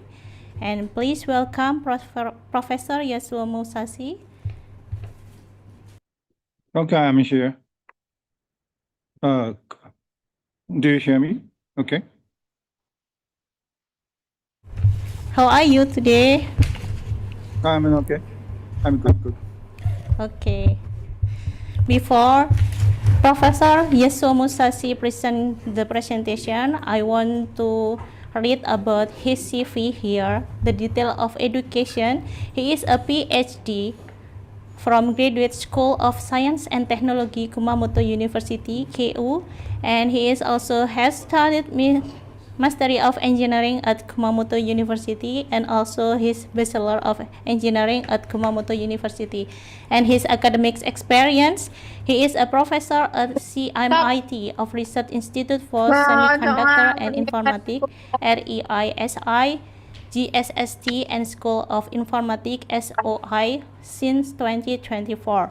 And he's also a professor, research on Education Institute for Semiconductor and Informatics, Kumamoto University, 2023 until present. And his current research interests include data science, computer network and information security, and developing security incident detection and prevention system. It is about Mr. Kumamoto. Because of time limit, I only highlight the recent and significant achievement from his impressive academic profile rather than regarding their complete curriculum vitae. And time is yours, Mr. Yasuo, and the time is about 25 until 30 minutes for presentation. Welcome, Okay. Mr. Yasuo Musashi, time is yours. Okay. I try to set up the presentation PowerPoint. Middleweight. And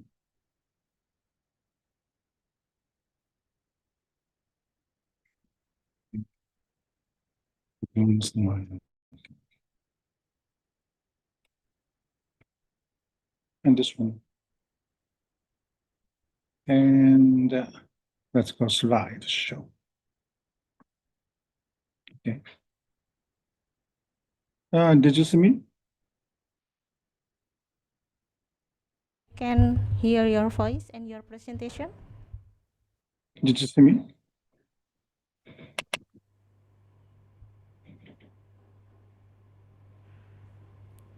Okay, you can start your presentation. Oh, okay, thanks. No, excuse me. I am a cybersecurity scientist and working at Kumamoto University. Many institute I was belonging it. So many. Next year's maybe next year, so 2 years later, I also belong to another institute. I don't know exactly name of that. But mainly I am working at the Center for Management and Information Technologies, CMIT in Kumamoto University. And my title is How DNS Cybersecurity Study Can Contribute to the Support of Sustainability, Energy, and Food Security in the Digital Era. And I got this invitation from this chairman, this conference chairman, and I read some support and system energy and food security in the digital era. These topics is for the first time topics for me. System energy and food security is for the first time everything. So I get started from April to today's July 1st. I run the study about food security and what is sustainable energy. But my presentation is like a beginner level. So please take into consideration about that.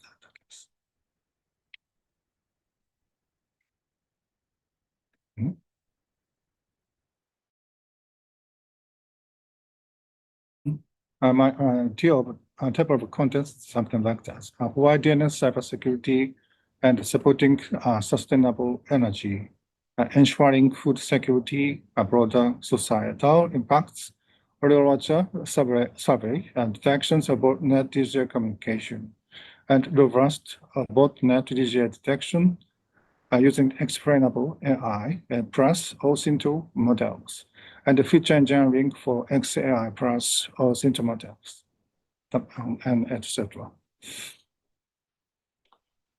How come DNS cybersecurity?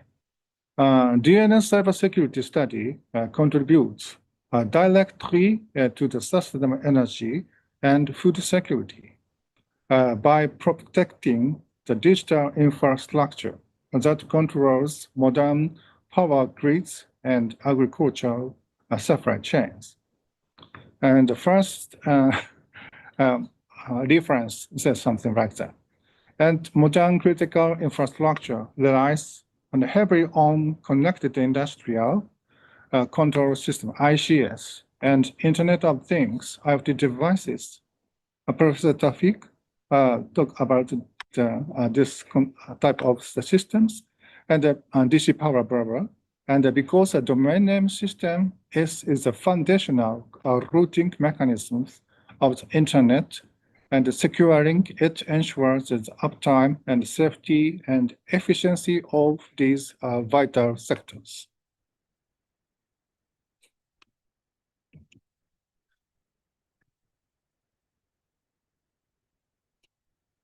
And supporting sustainable energy.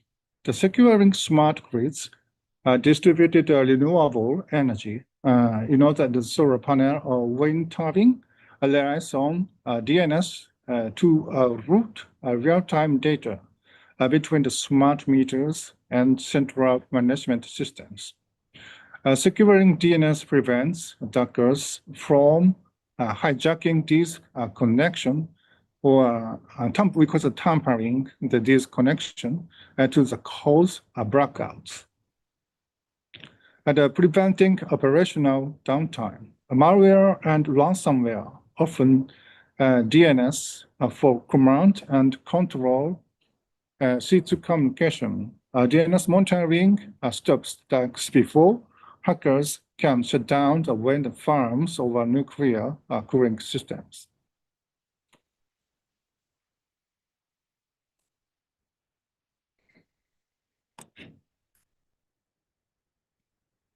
And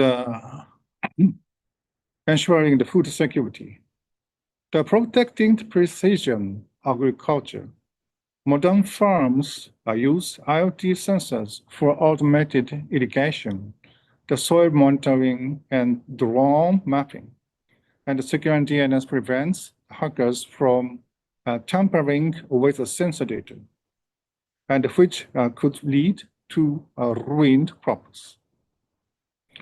Securing the food supply chain, logistics networks use DNS-dependent CRUD software to track efficiently for shipments. DNS uptime ensures that the food does not rot in transit due to routing disruptions. Defending agri-tech IP. Agricultural biotechnology firms store critical data on the drought-resistant crops. There might be possible that DNS security protocols like DNSSEC prevent data theft by DNS tunneling and cache poisoning. Broader societal impacts. Mitigating geopolitical risks. The food and energy are primary targets for the state-sponsored cyber warfare. A robust DNS security acts as a national defense mechanism for the essential resources. Reducing electronic waste and several attacks that the physical damage the grid and hardware or industrial farming equipment related to the premature equipment replacement and electronic waste. securing to the software projects the physical assets. Recently, NIST Special Publication 800, NIST SP 881, Division 3, Impact. How international frameworks are advancing DNS security. The new security framework, NIST SP 881 Division 3, was published officially at 19th this year, March. A name system, a domain name system, DNS deployment guide, the RSA Conference 2025, will describe key highlights of NIST 881 Revision 3. DNS as zero trust policy enforcement point. Alternative DNS integrity with DNSSEC. Recursive DNS confidentiality and privacy. And protective DNS as a network defense layer. And it is concluded as follows.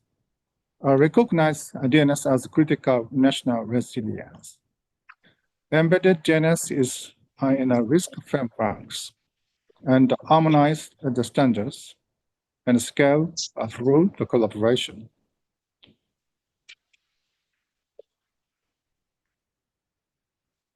So, fine. Summary of, I forgot to prepare the summary of that. This NIST 100 food security or something like that.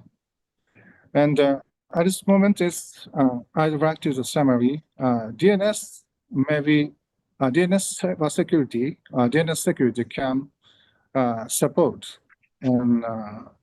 food security and sustainable energy because ICS systems and agriculture, agri-tech IP is based on the cloud and ICT infrastructures.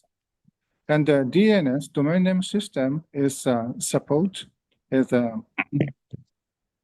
these ICT infrastructure, cloud system, web applications.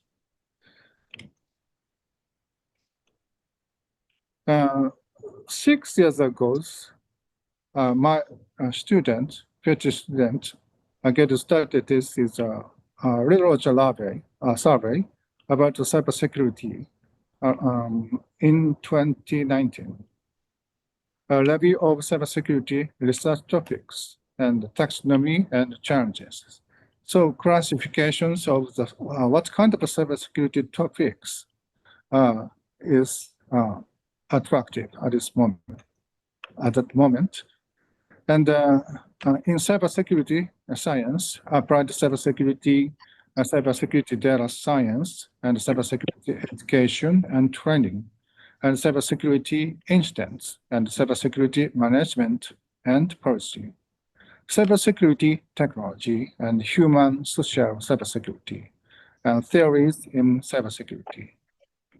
So many cybersecurity models or scientific models, approach model, we are concentrated at data mining or data science about that. The domain name, you know that it's a google.com, opensida.ac.id. They are we call it a domain name. And domain name is converted to IP address. A very simple database systems, distributed database systems. But this, why we need domain name systems? Because CPU, computer can understand is only digit numbers. So IP addresses consist of is the digit number A.B.C.D. and ABCD is 0 to from 0 to 255. So very simple database systems or communication domain name system is very simple database systems.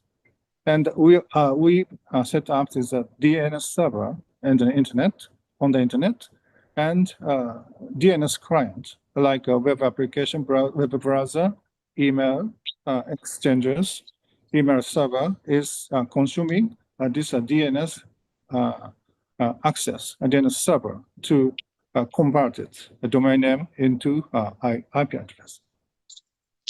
And DNS communication is and in cybersecurity is nowadays is very popular, and but very legacy, and this services get started from 1970, and we get started to maybe around is the 1994 or around is internet. DNS is get started in the public internet, and they get started to and host IP conversion systems, DNS domain name systems or something like that.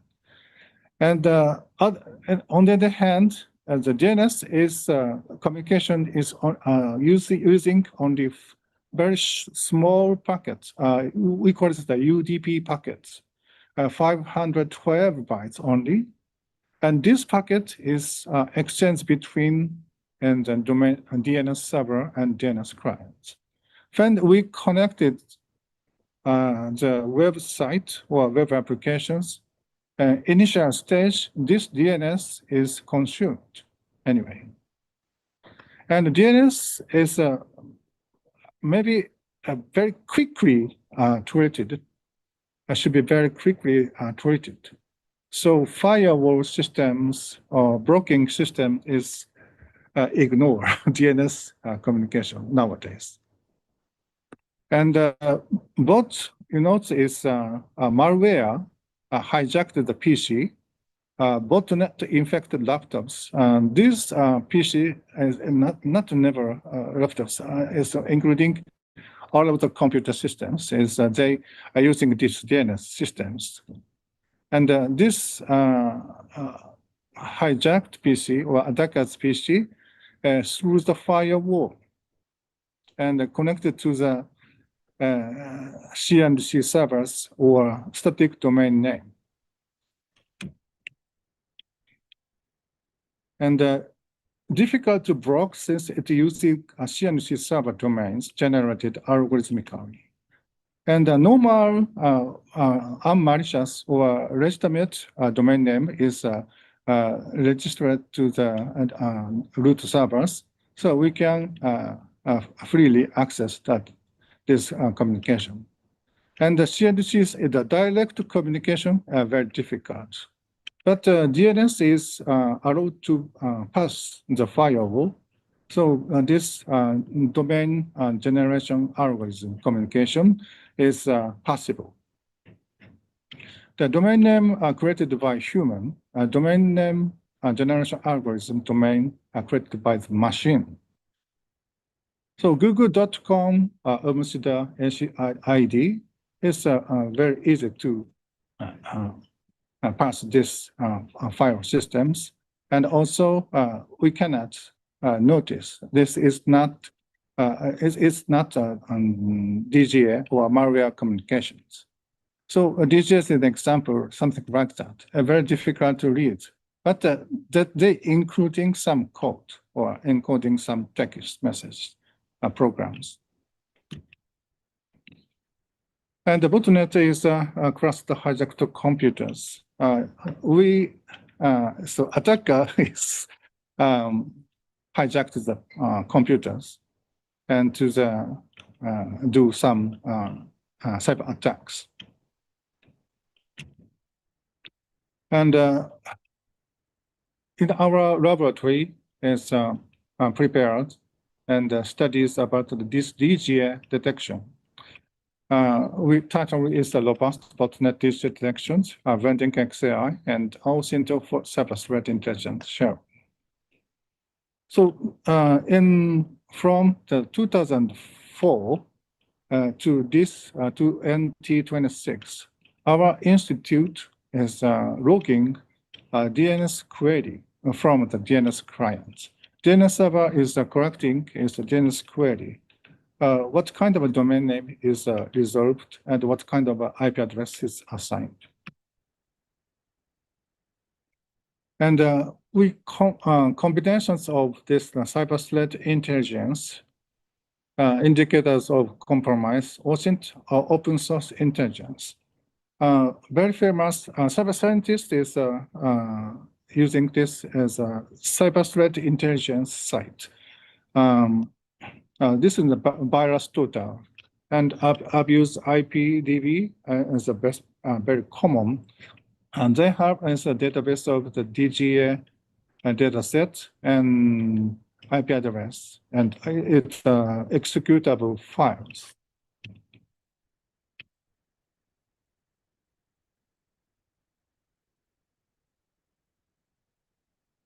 And abuse IPDB is an IP reputation site.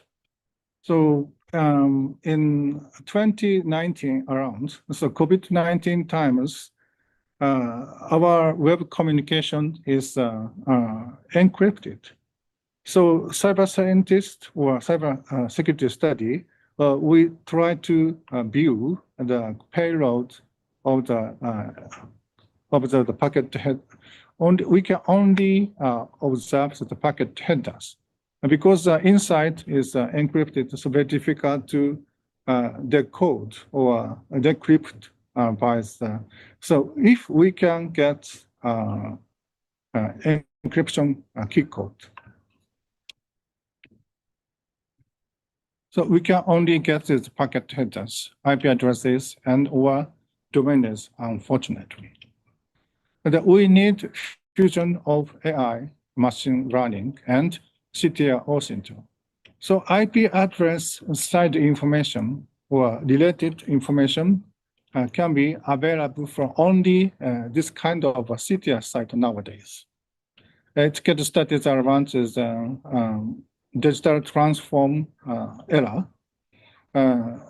Web application, web traffic is encrypted. It's very difficult to view inside.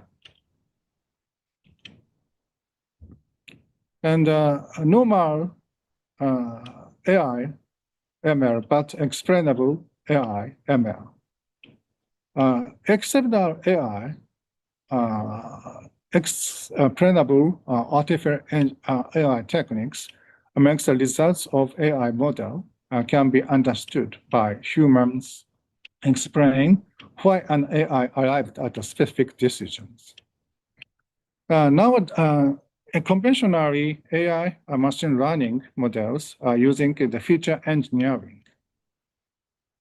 And otherwise, on the other hand, deep learning is developed around 2015 to 2017. Deep learning can, without preparing a feature engineering, it's directly eating running data, and they also are using some insight and black box, so we cannot see what is going on, but accuracy, some classification accuracy is very good. So external AI is automatically, so deep learning can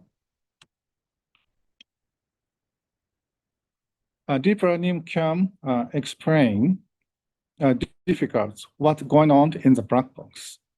And conventional feature engineering based AI can explain and what kind of a feature is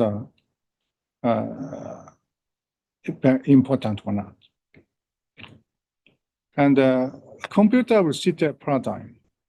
To the best of our knowledge, no research highlighting the importance of sharing AI ML models for CTI has been published. CTI is report-based. For example, this abuse IPTV is reported. So some hackers is reported. This IP address is very malicious. And this blah, blah, blah IP address was found in our database. This IP was reported 4,173 times. So we are confidence of abuse is 100%. So scoring 100%. As this way, we can correct the IP addresses, malicious IP address from the this CTR site. And also we detect some IP addresses reputations and to raise up the accuracy of them. So we can feed back to the CTI models to CTI again and to the reported automatically using the web API or something like that.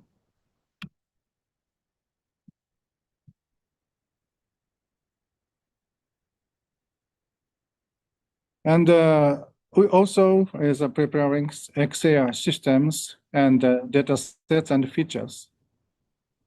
So features is entropy. So AI system or machine learning, we always is employed is feature-based engineering is entropy, relative, entropy, Alexa, this kind of the 7 features. And chi-square test results or correlation matrix analysis results. These results shows is how these features are correlated or not. And feature engineering accuracy, how they are changed using like this way. So feature, all the feature is contributed to the higher accuracy or is only the computations.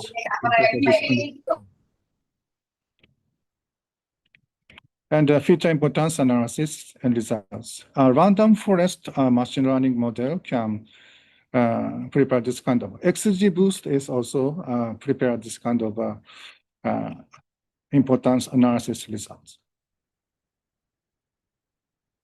And accuracy is 99 or 98 is a very good accuracy. And the fusion of XAI and OSINT are using this JSON models.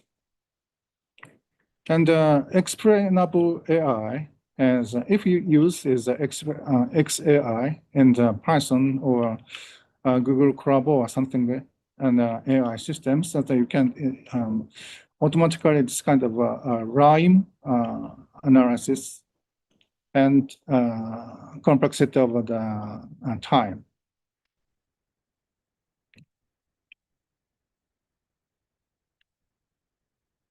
The time is okay. So we are doing this many machine learning model to logics regressions, random forest, naive Bayes, and extra tree and ensemble. Random forest is always a good result. And a feature to selection to the 4 features or 5 features or 6 features, 7 features. And also accuracy results in we are increase the accuracy or something like that. And to the calculated computers is what feature, which feature is most important on very high contributions or something. And a constant analysis. But these analysis methods are running models or feature sometimes is a bad accuracy. And this is something in the problem. Our data set and code are available in I2P data port. If you are interested about our study results, the free access design. And the DGA for operation, Kaggle DGA dataset, CSV, or DGA website.csv is available to the simple pattern matching. But this dataset is 80,000 DGA, and Registermet is 80. So 160,000 lines for this DGA dataset. Well, thank you very much for my presentations.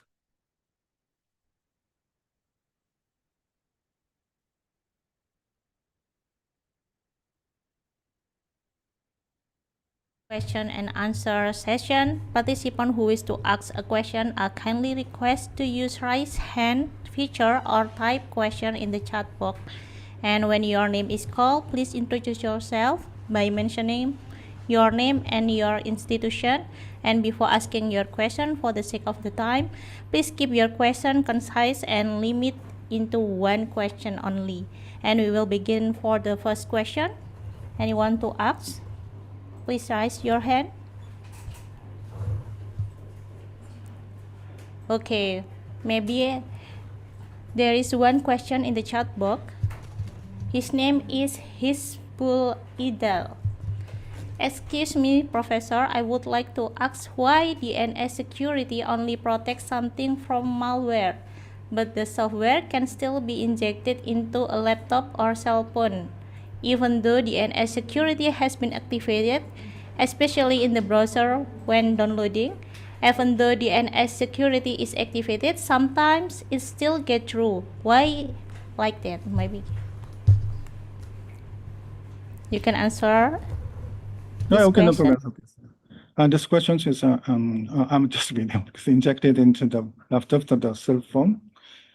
Software can still be injected into the laptop for the cell phone, even as the DNS security has been activated, especially in the browser when the downloading, even as the DNS security is activated, sometimes it still gets through the voice that. Okay, this question is a very good question. So because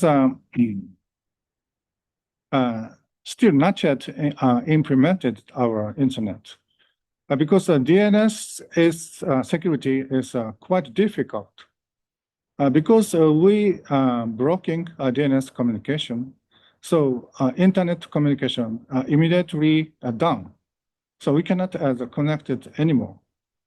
How broke or how detected malware from the security? At this moment, and in our study results show that they are maybe detected, and this communication or this behavior is maybe malware based. But yes, and which IP address can be available? We can detect this IP address. Maybe this IP address is a person, a PC and or smartphone, phone or something like that. So we can identify this as a devices maybe okay, but maybe infected or not. So we need if we detected how they are distributed by through DNS protocols. That is the big questions and the big problems. If you have implemented this receiving some our distributed packet or chain information from that, so we have to anyway prepare this kind of distributing information that your PC is infected, but how distributed using the DNS through the DNS protocols. So that is the big questions. Fortunately, this year, March, NIST special publication is updated, and NIST 813 Division 3 So our DNS related ICT enterprises company, maybe they shifted to following this NIST 800 13 release revision space. That's my answer that I can say.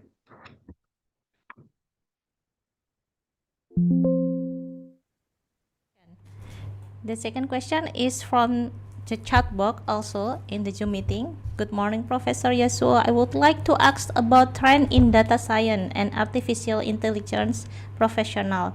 In your opinion, how will these two fields evolve and what will be required in the future? Thank you. Data science, ask about trends in data science and artificial intelligence professional. In your opinion, how will these two fields evolve, and what will be required in the future?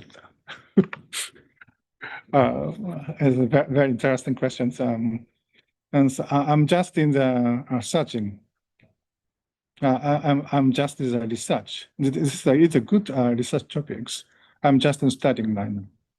That's my questions. That's my answer for that. If you have a solution for that, please let me know. Is that okay? May I ask question? Yes. Sasiwuri Sensei. Oh, Hirwan-san. Thank you.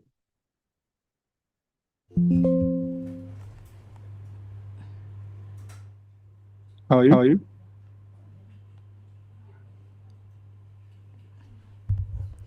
I can hear your voice. Hello, you can hear my voice now? Yes. Sasiwuri Sensei. Hi. Genki desu ka?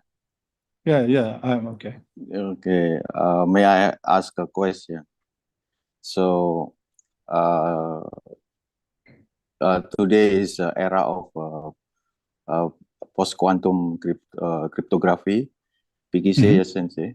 So, is DNS security mechanism is we need to upgrade it to adjust with the PKC topics, or because quantum computational has not been built yet. Is it also a good research topic about upgrading the DNS mechanism to PKC topics? So that's my question. Your question is on quantum computing is what kind of the contribute for the DNS security? Yes. You, Mr. Irwan. Very interesting questions, but quantum computer is still developing now. Oh, here's first. Oh, okay.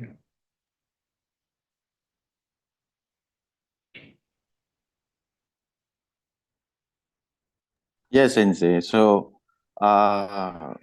DNS mechanism is a good topic to also now, but as we know that today's we talk about PKC, right? Because NIST already released the standard of post-quantum cryptography. You hear my voice? Yeah, I can hear you. No problems.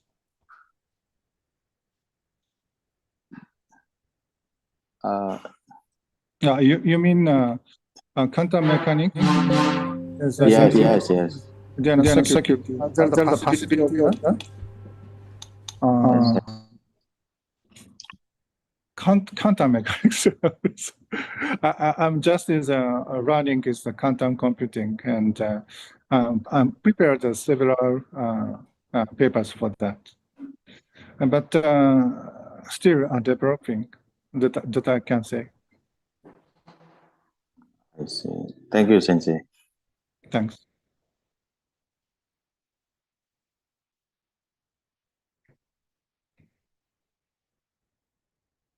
Yeah. Thank you, ma'am. I can't hear you. Hello, Hello. Yeah. Mr. Okay. Irwan. Yes. Hello, Mr. Irwan. How about the answer? Yes, Mr. Nuril. Sorry, I'm You not. satisfied about the answer?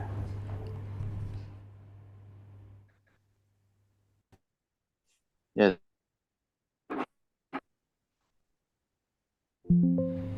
Okay, maybe this is the last question for you, Miss Professor Yasuo. How to improve data security or data encryption so that the important data in laptop cannot be treated or hijacked by unwanted people?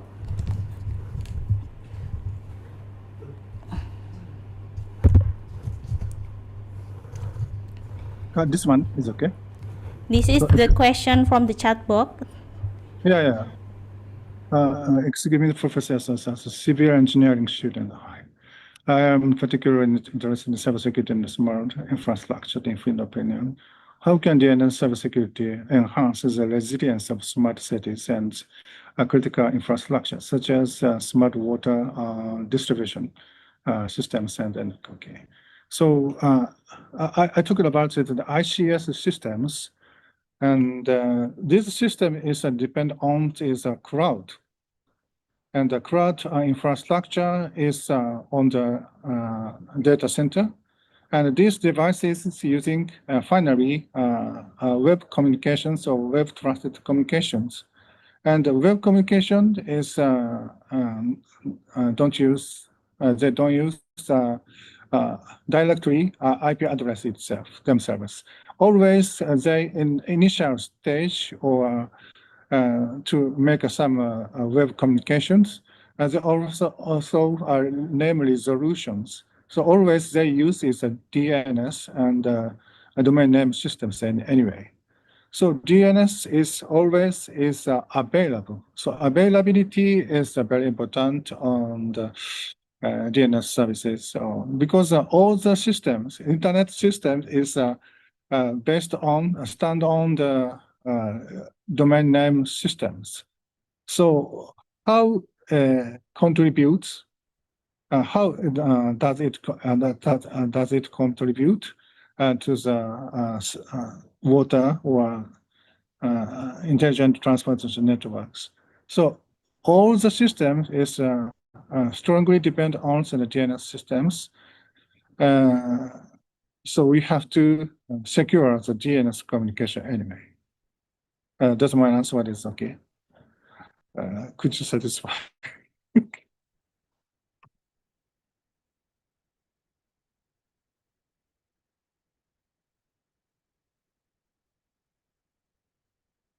No, I'm sorry, I can hear you. Here in informatics department, how to improve data security or data encryption so that the important data not be retrieved or hijacked by unwanted people. How to improve data security, Professor? The first initial stage of the question is this one. This one, excuse me, which one? Book, but in here. Which? I'm sorry, I can't hear the first. Hello, you can hear my voice? Yeah, that is okay.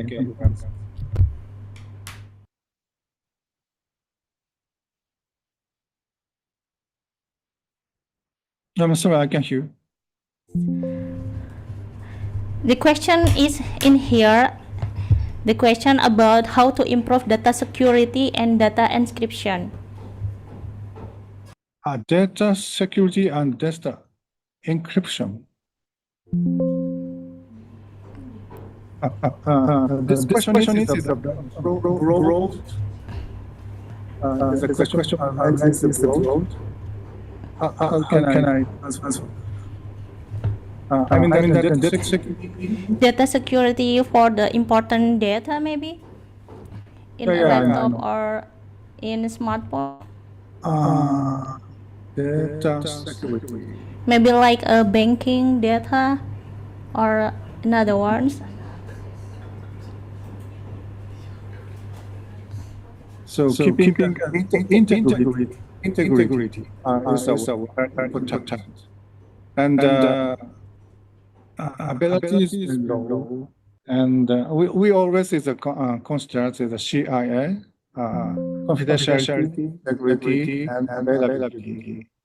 And the data security is need encryptions anyway. So encryption is one of the very important. But we doing data encryption and also quick access to this kind of data nowadays is a very important subject to solve.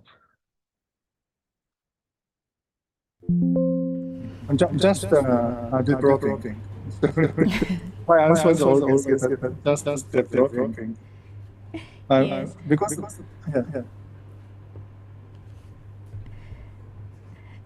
Okay, it's okay, Professor. Thank you very much for your answer. And thank you very much, Professor, for your insightful presentation. We wish you always success in the future. And we look forward you meeting you again in the future in the conference ICSSET 2027. We hope to meet you again in the next conference. And maybe if there are still any questions, the students or the audience here will call you in the next agenda like this. Thank you, Professor, for this meeting. And we go to the third presenter.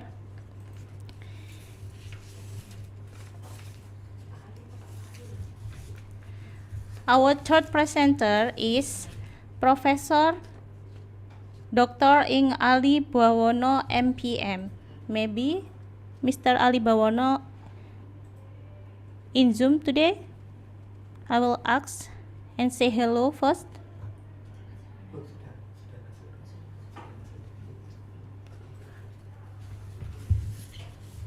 Hello? Mr. Ali Bawono? Yeah, hello. Okay, before I introducing our distinguished speaker, I would like to note and underline due to the time constraint, I will highlight only the most recent and significant achievement from his impressive academic profile rather than regarding their complete curriculum vitae. And before Mr. Ali present about his presentation, I will read about his curriculum vitae.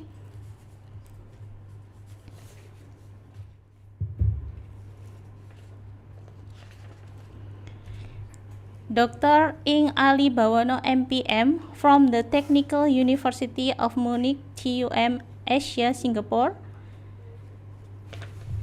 I will read about the detail of education.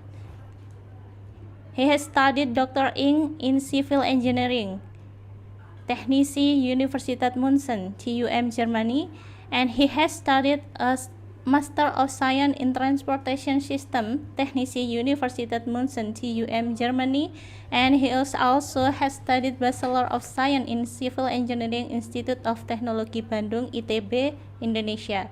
And about academic experience, from January 2023 until present, he is a senior researcher and lecturer in Faculty of Rail and Urban Transport and Logistics, MGMT, and he is also head of PAGI Initiative Lab, Performance and Agile Green Infrastructure, and he also have published international patent to technology disclosure and more than 10 paper review papers, and including in the top of 3 Q1 journals. Very good and amazing. And thank you, Mr. Ali Bawono. And about presentation 25 until 30 minutes, time is yours. Are you ready for presentation, Mr.? Yeah, sure. Okay, so before I start, should I speak in English or Indonesia? It's up to you. If you okay in English, you can presentation in English, or in Indonesia, it's okay. Okay, but most of the students are Indonesian or? Audience here is Indonesia, but there are some in from foreign. Okay, then in this case, let me just present in English, yeah. Then if anyone wants to ask or interrupt in Indonesia, please feel free so, yeah. Yes, it's better then. Okay, sure. Yes, thank you so much for University Muhammadiyah Sidoarjo for inviting me. It's a great pleasure. I would like to thank you for the rector, for the academies, and also the committees, and last but not least for all of the students participating on this international conference. Yeah, I really appreciate that University of Muhammadiyah Sidoarjo is really have a good positive event, yeah, of this kind of international conference, which I hope also giving some international impact. Yeah, and I hope that some of you later on, I don't know, maybe some of you can decide whether you want to pursue your career in Indonesia as well as in international. Yeah.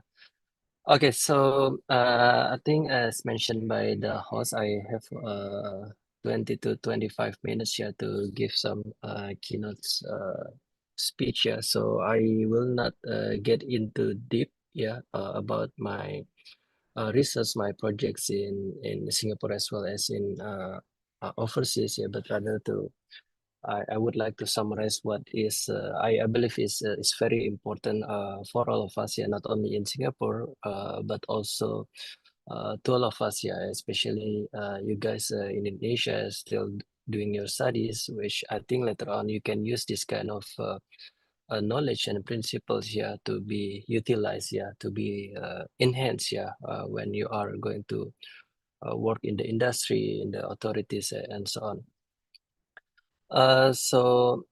Yeah, my topic is sustainable, resilient, and smart infrastructure, and I am trying to bridge a few different topics, yeah, between innovation, technologies, and global impact. But first of all, I have to apologize that my as you can see from my background, I'm not really focusing into energy, neither foods, yeah, but rather focusing on civil infrastructure. That's why my topic will be focusing on infrastructure. But I think if you see and if you listen later on my keynote speech or presentation, yeah, you will understand that the principle of the things is quite applicable to different sectors, different industries, and so on. Yeah. Okay, so this is the topic, and yeah, just to I just want I think you already have some background of me, but just want to give you some highlights about TUM. Yeah, so TUM is university headquartered in Munich, in Germany. Yeah, so we are one of the best. Yeah, well, in fact, we are the best in Germany in terms of engineering university. Yeah, and we are also one of the best in Europe, basically. Yeah. And TUM, we have several campuses actually. So five of them we are located in several cities in Germany, but the six campuses is actually located in Singapore, which I am based here actually. And then in Singapore, we have two entities basically, which is TUM Asia, which is focusing on the education, and then we have a research arm, which is TUM Create. We are focusing on research and development. And yeah, a bit of background, I think the host is already explained. So as you can see from my background, I'm trained in civil engineering. And yeah, I'm still active doing some publications, books, and some patents and so on. And also currently I'm heading initiative called PAGI, which is performance and agile green infrastructure, where our team focusing on road, highway infrastructure, rail infrastructure, but also land transport systems. Yeah. So yeah, maybe one of you interested to study in TUM Asia in Singapore or TUM in Germany, please later on you can approach me, send me some emails. Yeah, then maybe we can have some discussions. Okay, so let's go back to the topic. Yeah. Well, I would encourage everyone to enjoy the discussion. So you can interrupt me anytime. If you are curious with some of the figure with the charts or with some statements in this chart, you can interrupt me anytime. Or otherwise, you can also ask me after my presentation. So this is the agenda, the outlines that I would like to share with all of us. The first one, I would like to remind all of us, including myself, that we have a big challenge here. We have very huge challenges, not only in Indonesia, but in general, global. So after this, I would like to share some of the sustainable practices. It's about the sustainability, how actually we as an engineer, we as a student, we as a agent of change can play a big role in terms of sustainability, which is covering all of the three aspects, from the economic, society, as well as the environment. And then last but not least, I will share some of the technological advancements here, which if you are following some global news, that you might know that Singapore is actually one of the global hub, in terms of technological advancements. So if you are curious about foods, if you are curious about transport infrastructure, energy, finance, you might find the base of the role model is actually located in Singapore. So that's why if you are curious, I would like to encourage you to come to Singapore, just to see from different perspective. Then and then last but not least is a call to action, not to you, but actually to all of us. Okay, so this is our challenges. So there are many, of course, there are many challenges here, but in terms of infrastructure and so on, I think this is the three main challenges that we are facing now, especially your generation. So the first one is climate change. And unfortunately, we have a low resiliency level. In many different sectors. And then the second one is urbanizations and population growth, which you might think urbanization is good, and of course it's good in terms of economic. Of course, all of us wants to move from let's say to rural place or remote place to urban place because we want to uh, achieve something better in our life, so to say, in terms of economic, in terms of lifestyle, in terms of different aspect, like for example society and so on. But this kind of urbanization is actually also giving us some negative impacts basically. And last but not least is resource scarcity.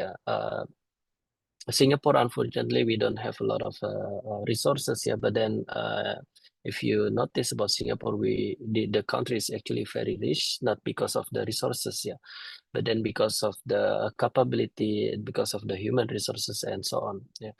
And unfortunately, well, myself is actually Indonesian, so unfortunately I'm also sad that. Until now, we can see that in fact Indonesia is very rich in terms of resources, but somehow we don't really utilize this optimally. So that's why later on you will see from some charts and so on that we are actually having a big challenge here.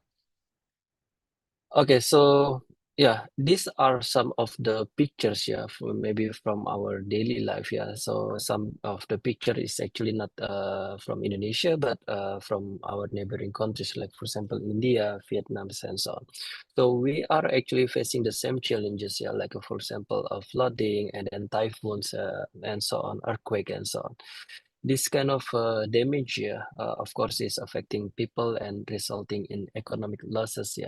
And of course, later on, you will see that this kind of damages is actually also coming from the climate change and so on.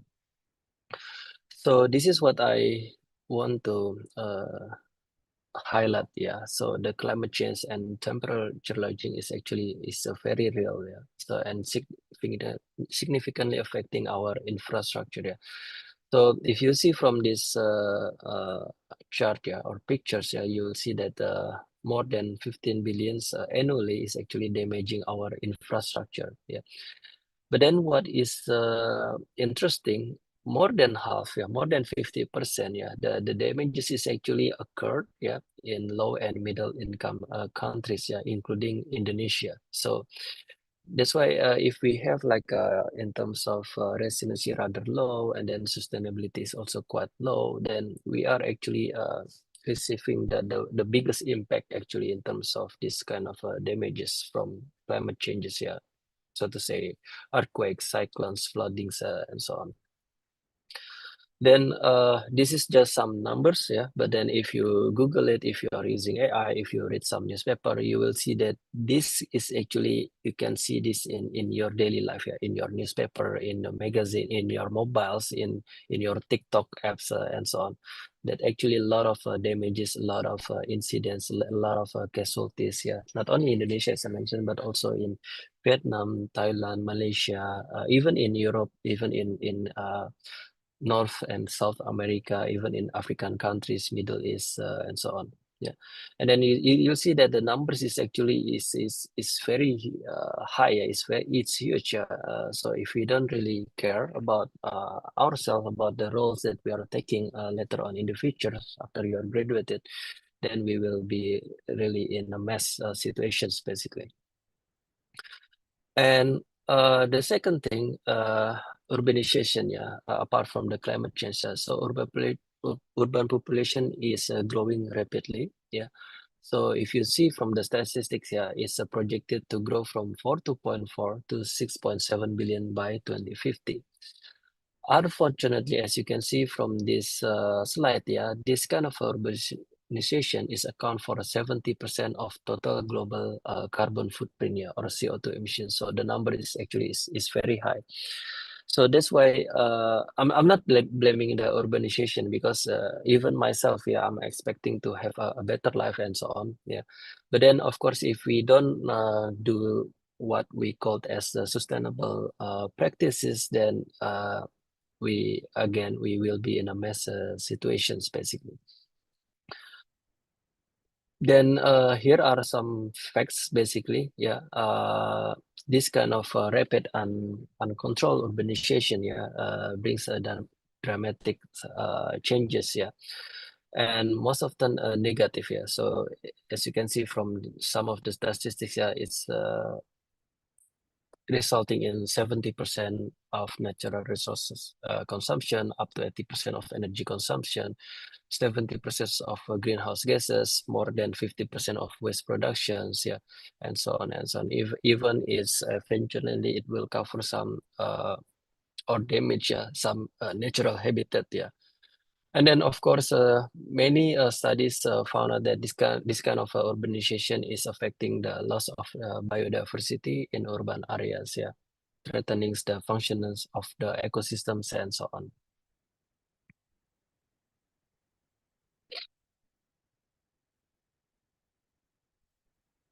But then, what is interesting?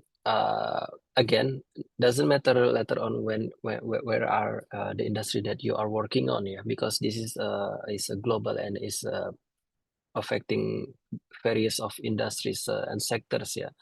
So if you see from the left chart, yeah, on the y-axis is about the material footprint, yeah, it's about the GDP, yeah, and then on the x-axis is about the population, yeah. So you will see that the trends, yeah. First of all, the population is increasing, yeah. Of course, this is normal. This makes sense, yeah. And then what is interesting here is the material footprint is increasing, yeah, which is makes sense. More people, then we need more resources, yeah, for your let's say for your clothes, for your houses, for your public transport, for your phones, for your laptop, everything, yeah, that you use for your daily life, for your work, for your studies, for your societal activities and so on. Basically, we need this kind of material. That's why you see the material footprint is increasing significantly. Then, of course, if we have this kind of resources being utilized, yeah, we are expecting that the economy, yeah, in general will also increasing, yeah, which you also see in the yellow line. But then, what is frightening, yeah, for me and for a lot of people, yeah, unfortunately, the economic is not increasing linearly. So you will see that the material footprint is increasing in the gray line, but the GDP is increasing at the beginning is quite the same. In fact, is more than the material footprint itself. Yeah, it means the economic we extract resources and then you generate more economics values. Yeah, but then after some time, so you will see that the gap between the material footprint and the economic is rather bigger and becoming even bigger. Yeah. So this is actually a clue for us that we are not utilizing our resources optimally. Yeah. We waste a lot of things. We waste a lot of resources. We do many things that not inefficient. Yeah. So that's why the economy now is actually is becoming bigger.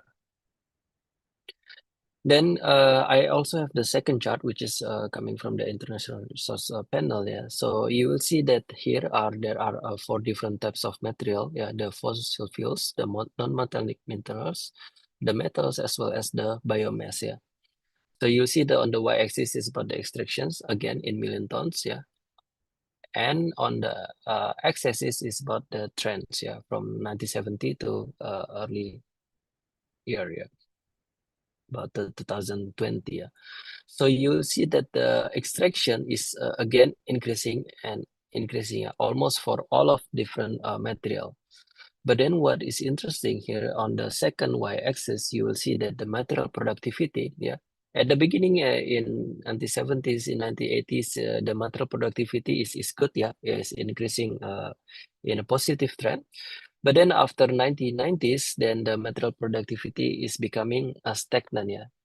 So you can imagine, we extract more material, we extract much more material than before, but then the productivity is remaining the same. So it means if you see from the statistics, we start to notice, hey, there is something wrong here. Why we are extracting more material, but then the productivity is stagnant. And then you see from the previous chart, the economy also increasing, but not from is not based on what we are expected. Yeah.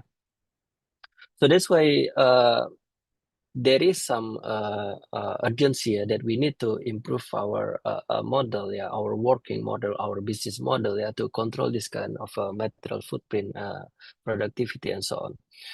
So that's why I want to link up, with this kind of economy models, if you see or if you read about literatures, these days, nowadays we try to transform our conservative model, which is we call as a linear economy.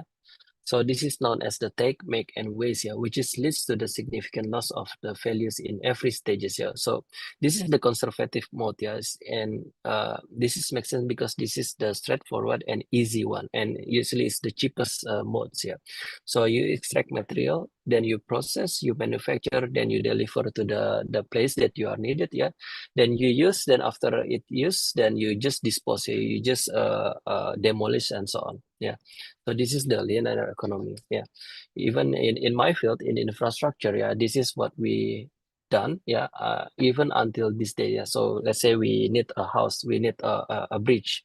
We design for 100 years, we design for 50 years, but then after it's reaching 50, 100 years, then we are expecting the infrastructure to be deteriorated, and then we have to reconstruct the new one.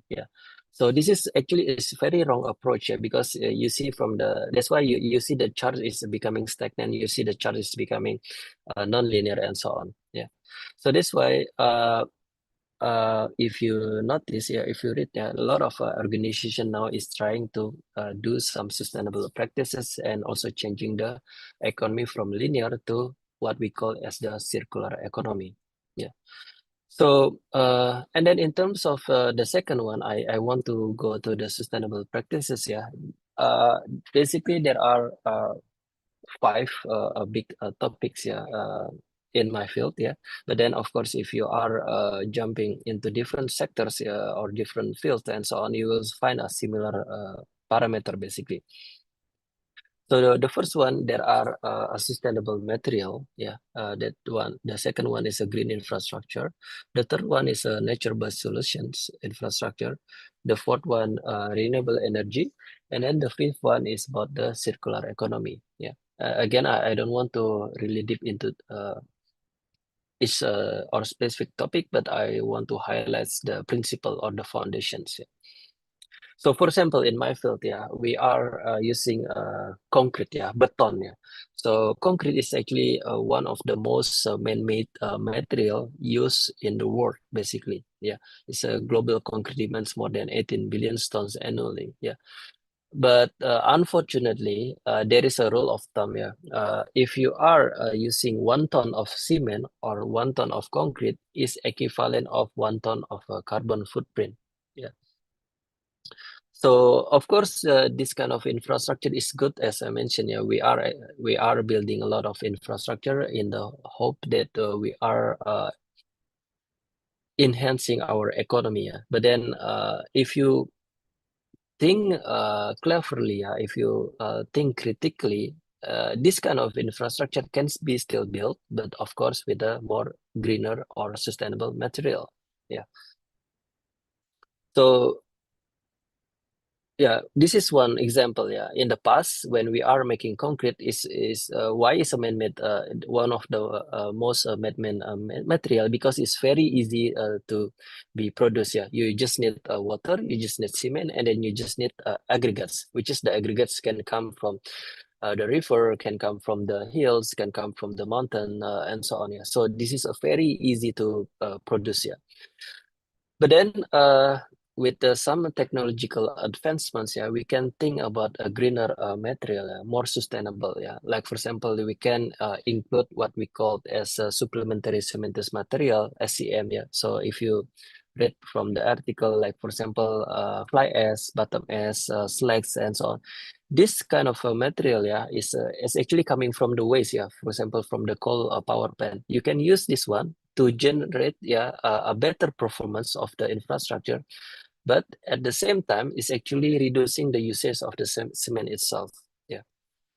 So this is one example.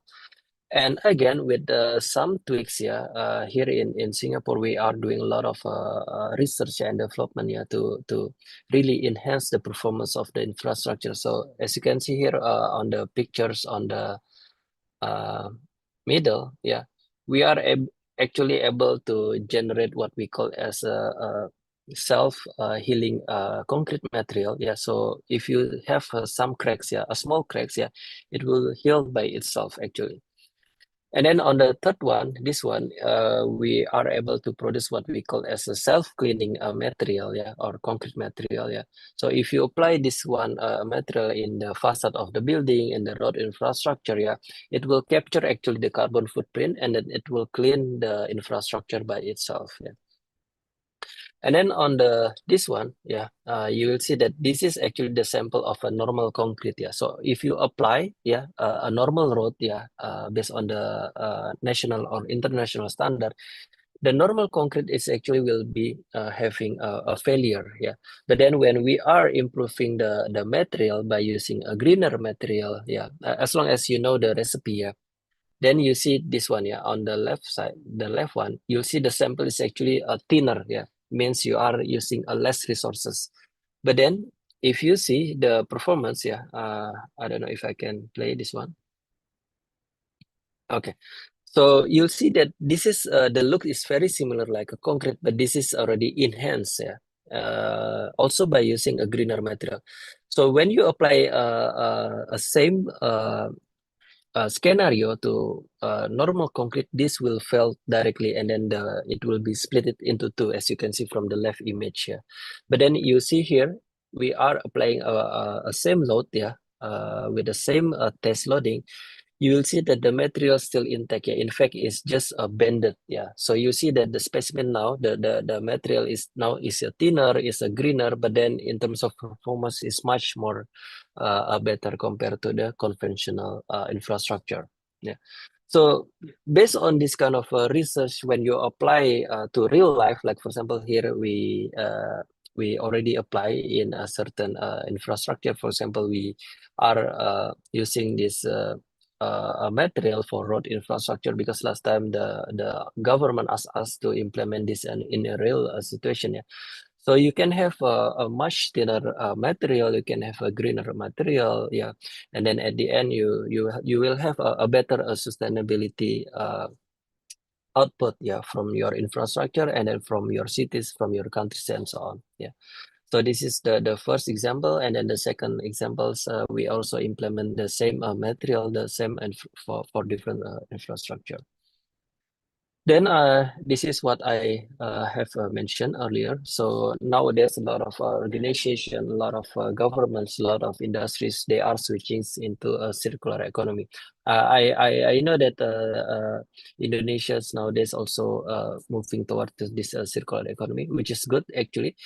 So as you can see from the previous chart, yeah, is linear, yeah. But then in the circular economy, we are trying to do a lot of things in terms of sustainability. Like for example, we can reuse, we can refurbish, we can recycle, we can slowing down the process, we can do improvement in terms of longevity, you can do sharing modes and so on. Yeah. Then of course, in theory is it looks very easy, but then in practical, I know it's very difficult because most of the time, if we are introducing a circular economy, the impact will be on the cost, yeah, on the economic, yeah, which is you will receive maybe a higher cost, yeah, at beginning, but of course, in the long term, it will you might expect some positive effect basically.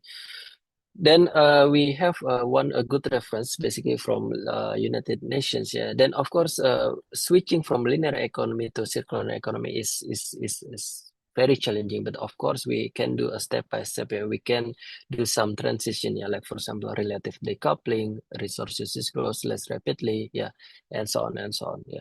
So by at least having this in mind, yeah, we can expect that the resource productivity increasing, we are using less resources. But then, of course, at the same times, we can expect actually our economic will be also growing. Yeah, so this is just some example of what you can do in terms of slowing the flows in the first stage and also narrowing flows. Yeah. Then, of course, to shift toward material, like for example, innovative design, as I mentioned, we are doing this a lot in Singapore. We can optimize space, we can have a modular design, we can reduce and waste, yeah, we can prioritize renovation instead of demolition and so on. Then, yeah, I encourage you to, again, read some circular economy, but try to read those appliances in different cities or different countries. Yeah. Then, of course, when we are talking about sustainable city, now it's actually about ecosystem. Yeah, it's about the infrastructure, it's about the mobility, it's about energy, it's about connectivities and users. Yeah. So you cannot really just monopolize one sector and then focusing. But nowadays we have to think in terms of interdisciplinary systems. Yeah. Then this is also one of our research. Yeah, we are trying it actually to integrate some renewables, yeah, with the infrastructure. We are merging some technology, like for example, noise barrier. Yeah, if you come to Singapore, you will see that a lot of railway tracks is actually covered by the noise barrier, yeah, because the people wants to have a comfort life. Yeah, they don't want to receive some noise. Yeah. So this kind of a noise barrier, if you think critically, you can actually merge with the solar panels or photovoltaic panels, yeah, resulting in a positive impact both for the comfortability, for the livability of the people, but at the same time you can generate renewable energy. Then what is also critical nowadays is we have to think much deeper, yeah, about how we can actually utilizing our nature, preserving our natures. Yeah.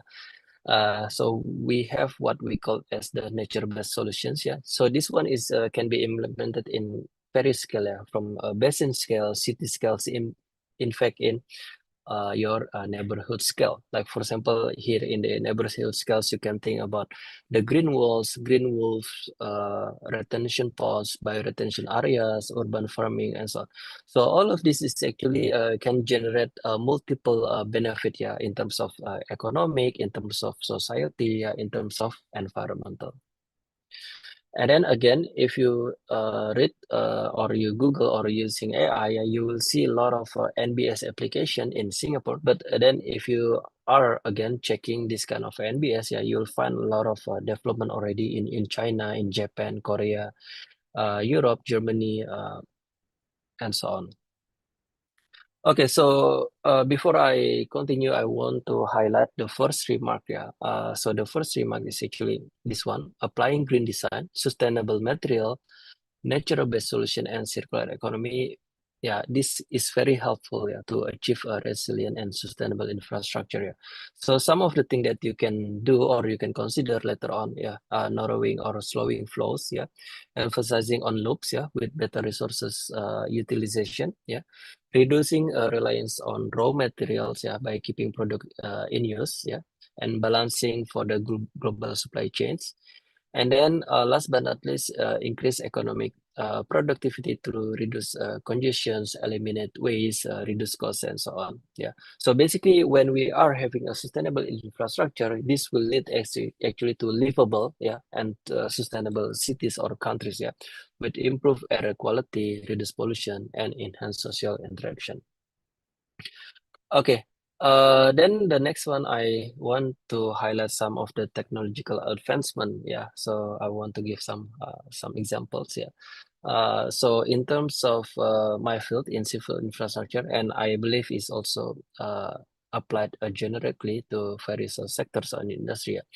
So there are IoT, AI, what we call as a smart infrastructure. We have also building information modeling, digital twins, data-driven decision making, and so on. Nowadays, we also have agentic AI and so on, yeah, to help us to do some decision, even some actions, yeah.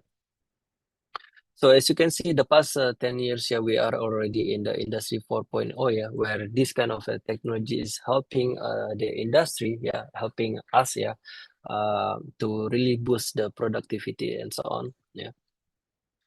Then if you again do some research or study a bit deeper, yeah, nowadays a lot of industries already implementing what we call as the BIM, yeah, building information modeling, yeah, to really enhance the process, yeah, from the planning to design into action, yeah, which is construction or manufacturing.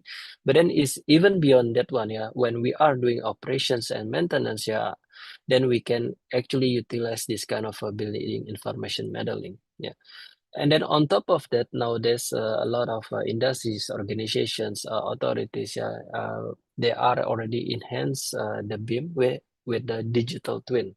Yeah, and then this kind of digital twin you will see also in different sector, yeah, from manufacture, aviation, civil infrastructure, energy, and so on. Basically, we are trying to understand from our project, from our program, from our infrastructure, hey, what's going on with the current performance?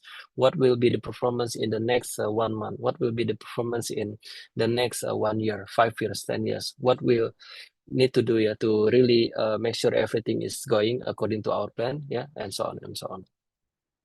So this is just I don't know if some of you haven't heard about BIM. Basically, this is a BIM. Yeah, basically we are introducing a different kind of parameter to our planning, our design, our construction. Yeah, not only from the cost, but rather additional parameter like, for example, schedule, cost, energy, sustainability, safety, and so on. And then even beyond that one, again, digital twin is already implemented in many different sector. Yeah. So this is the illustration of what you can do with the digital twin. Yeah. Basically to predict the performance of your stuff. Basically. Yeah. So here are some differentiation between the static information and the dynamic information. So as you can see from the dynamic information, yeah, we are integrating what we have mentioned earlier, which is the BIM. But then now we are embedding some IoT sensors. Then you can have what we call as the building automation systems. Yeah. So in my field, this is one example. Yeah. So in the past, we are using this kind of approach. Yeah. So when there is a demand for infrastructure, we design it with our model. Then we, after the design is done, after it's approved, then we construct it. But then when we are implementing a digital twin, as I mentioned, yeah, you can embed some sensors, yeah, and then you get some live data, and then you use this kind of live data, yeah, to really enhance your model, and then to again monitor your performance of the infrastructure. Then beyond that one, after the construction is done, then of course you can do further things. Like for example, you can do action plan, like when we can do the preventive maintenance, when we can do the rehabilitation, what we can do to prevent the reconstruction, and so on. What is the budget for the next 5 years? What is the budget for the next 10 years, and so on. So here are some examples. Yeah, even for a simple pavement, yeah, we can do such a thing. Yeah. So here the illustration of some sensors, yeah, implemented in the pavements, yeah, in the road. Yeah, as you can see, there are plenty of sensors, but two main category. The first one is a sensors related to the strengths, yeah, to capture the traffic loading, yeah, and then the second one is regarding the temperature, yeah. So you when we are embedding this kind of sensor in a pavement, this kind of a sensor will capture in every second, yeah, what is the effect of the traffic, what is the effect of the temperature during the rainy situations, during the hot seasons, and so on. Yeah. Then you can integrate this kind of sensors, yeah, to data logger, and then you can also integrate with the, like for example, your own system, like a PV system. Then this kind of data will be generated in every second, and then it will be sent to your office or your campus, university, and so on. Then from the office, you can again, first of all, monitor your infrastructure. Then second one, do some necessary action. Then when we are doing anything, yeah, even a small stuff, even a baby steps, yeah, in terms of technology, in terms of innovation, in terms of circular economy, you are actually already contributes to the sustainable development goals, yeah, or SDG. So as you can see here from SDG 6, 7, 8, 9, 11, 12, 13, 15 is closely related to our field basically. So yeah, before I close the session, which is time is almost finished. Yeah, the second remark is applying IoT AI enhanced technology could lead in a smart civil infrastructure. Yeah, but then beyond that one, the outcome will be durability and sustainability. Yeah.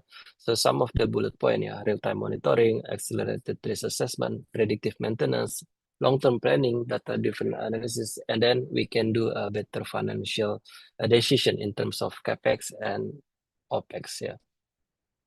So yeah, last but not least, call for action. Yeah. So this kind of a technological advancement, sustainable practice, but then again, even beyond that one, if we are seeing the challenges, yeah, that your generation is facing, this is actually our opportunities, yeah, future opportunities and our roles. And if you see, the challenge is actually not locally, yeah, not nationally, but it's actually globally. So when you are understanding some methods, when you are achieving some achievements in terms of skills, in terms of knowledge, yeah, you can play a role, yeah, not only in a specific city, like for example Sidoarjo, but then even beyond that one, yeah, you can play a role in international level. Yeah, you can go to Singapore, you can go to Europe, you can go to many different countries as you like, yeah, to solve same problems, which is our society problems. Yeah, like for example here, net zero infrastructure, AI, machine learning, sustainable materials, digitalization, circular economy, and so on. So yeah, here are some key actions. Yeah, first of all, to adopt sustainable practices. Yeah, maybe when you are doing your thesis later on, or you're doing your internship, yeah, or magang, yeah, try to adopt sustainable practices. Yeah. Then the second one, always try to understand the principle. Yeah, I know nowadays we are actually use a lot of AI without thinking. Yeah, so this is actually very dangerous. Yeah. So when you are using AI, it's better to understand the principle. Yeah, why AI giving me this input? Yeah, you have to be critical. Yeah, what are the other methods? Is there any other better or useful methods other than the for example, results given by AI. So you have to be critical and you always have to be conscious. Yeah. Yeah, I think that's all basically. So my this is the last slide. Yeah, so altogether investing in sustainable, resilient, and smart infrastructure or any kind of sector is actually sound, profitable, and is very urgent. Thank you.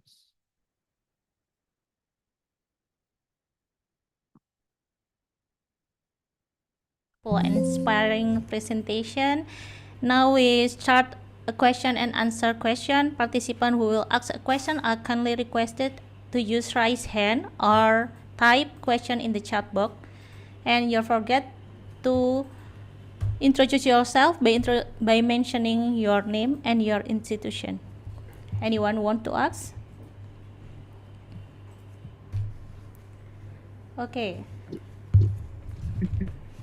Maybe you can introduce yourself first. Selamat pagi semuanya sebelumnya. Mohon izin saya berbicara dengan bahasa Indonesia ya, Pak Mister.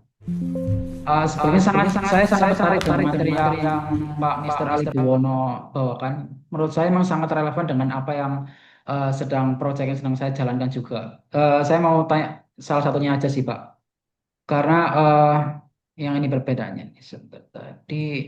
Tadi sempat menyinggung yang masalah building information modeling dan ada pendekatan lain yang digital twin ya Pak.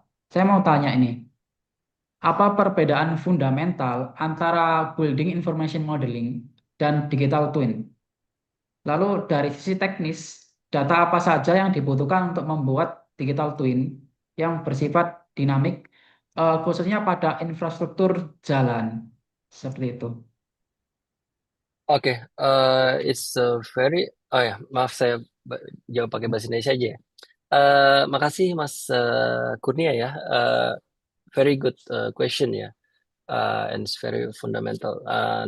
Jadi bedanya antara BIM dengan digital twin. Oke, mungkin kalau kita balik ke masa lampau ya. Jadi kalau zaman dulu engineer tuh misalnya desain sesuatu ya, apapun itu, mau desain bangunan, mau desain I don't know everything like a product like a mouse, baju gitu ya, desain baju gitu ya. Kita biasa bikin pakai 2 dimensi ya, digambar gitu kan, ya digambar. Nah setelah itu ada teknologi gitu kan, pakai software kita bikin pakai 3D gitu kan. Jadi sekitar 40-50 tahun lalu jadi ada 3D gitu. Jadi ketika kita desain sesuatu kita udah mulai bisa lihat nih, yang tadi kita cuma punya 2 dimensi, mungkin tampak depan atau tampak samping gitu kan, atau tampak atas. Jadi sekarang kita punya pakai software bisa lihat 3D-nya, oh bisa diputer-puter nih kan produknya. Jadi misalnya nih apa ya, handphone saya nih yang tadinya cuma bisa lihat tampak depan, tampak samping gitu kan. Ini jadi kita bisa punya 3D nih, bisa di software bisa diputer-puter kan gitu ya. Nah, BIM itu apa? BIM itu 3D tapi ditambah informasi gitu. Jadi misalnya gini, ini kita ada screen sekarang. Screen-nya dibuat dari material apa sih? LED kah, OLED kah? Terus misalnya casingnya dari material apa sih? Apa sih? Apakah plastik? Terus plastiknya apakah jenis polietilen atau polivinil atau apapun? Ini semua informasi ada di sini. Materialnya apa? Cost-nya berapa? Terus kapan ini dibuatnya gitu material ini? Terus cara assemble-nya gimana? Ya, butuh berapa lama ini handphone sampai jadi produksinya ya, setahun, 6 bulan, whatever ya. So itu yang dimaksud BIM ya. Jadi nggak hanya 3D tapi informasi sebenarnya ya, informasi. Jadi ibaratnya kalau mau dibilang simpelnya sebenarnya BIM itu 3D ditambah informasi gitu ya. Nah, digital twin itu apa? Digital twin itu sebenarnya pengembangan dari BIM tadi. Digital twin itu sebenarnya self-explanatory ya. Jadi dia twin, jadi kembaran gitu dari suatu produk, project atau program, tapi berbentuk digital. Ya, jadi misalnya kita udah punya handphone nih, tapi saya juga punya kembarannya di program saya gitu. Itu namanya digital twin. Nah, manfaatnya apa? Jadi berbeda dengan BIM yang tadi. Kalau BIM yang tadi kita cuma bisa lihat doang, kita cuma bisa baca doang ya. Nah, digital twin ini bermanfaat kenapa? Karena di sini kita bisa mainin. Misalnya kita mau merubah parameternya. Oh, ini saya punya handphone nih, saya mau kecilin sedikit. Kalau misalnya saya kecilin, efeknya apa sih?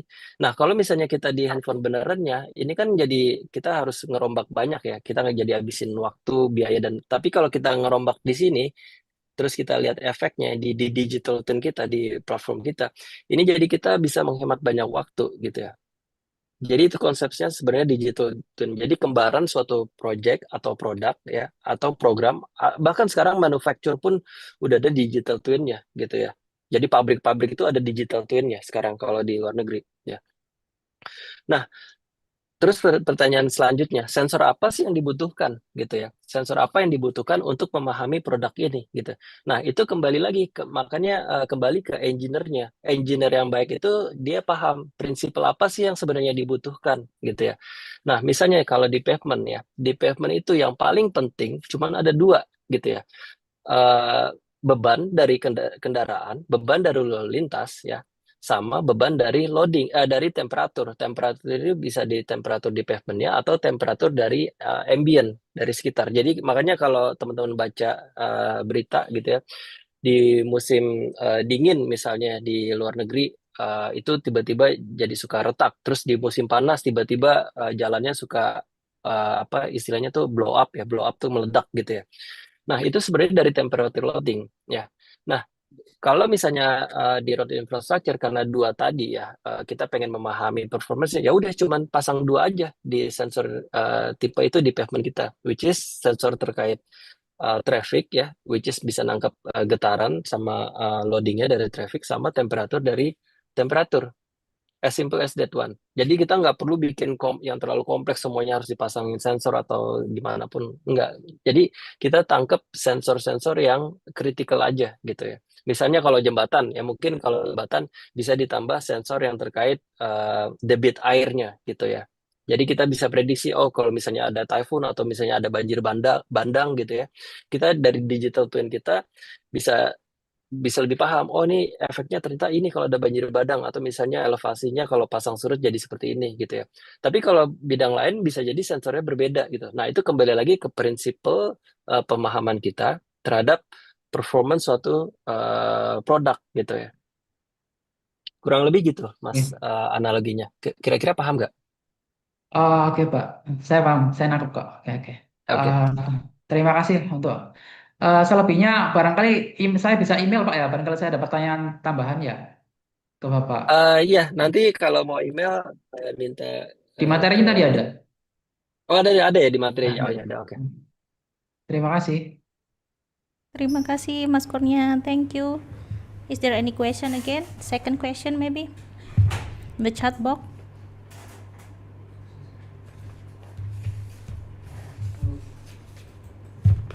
Hello. Okay. Halo. Okay. Hello, Mister. I wanna ask about the noise barrier in railway. Because in Indonesia, I think there is no noise barrier, so the passenger still felt the vibration of the train. So I wanna ask, does the noise barrier railway in Singapore can reduce the passenger felt? And in my field, I am in electrical engineering.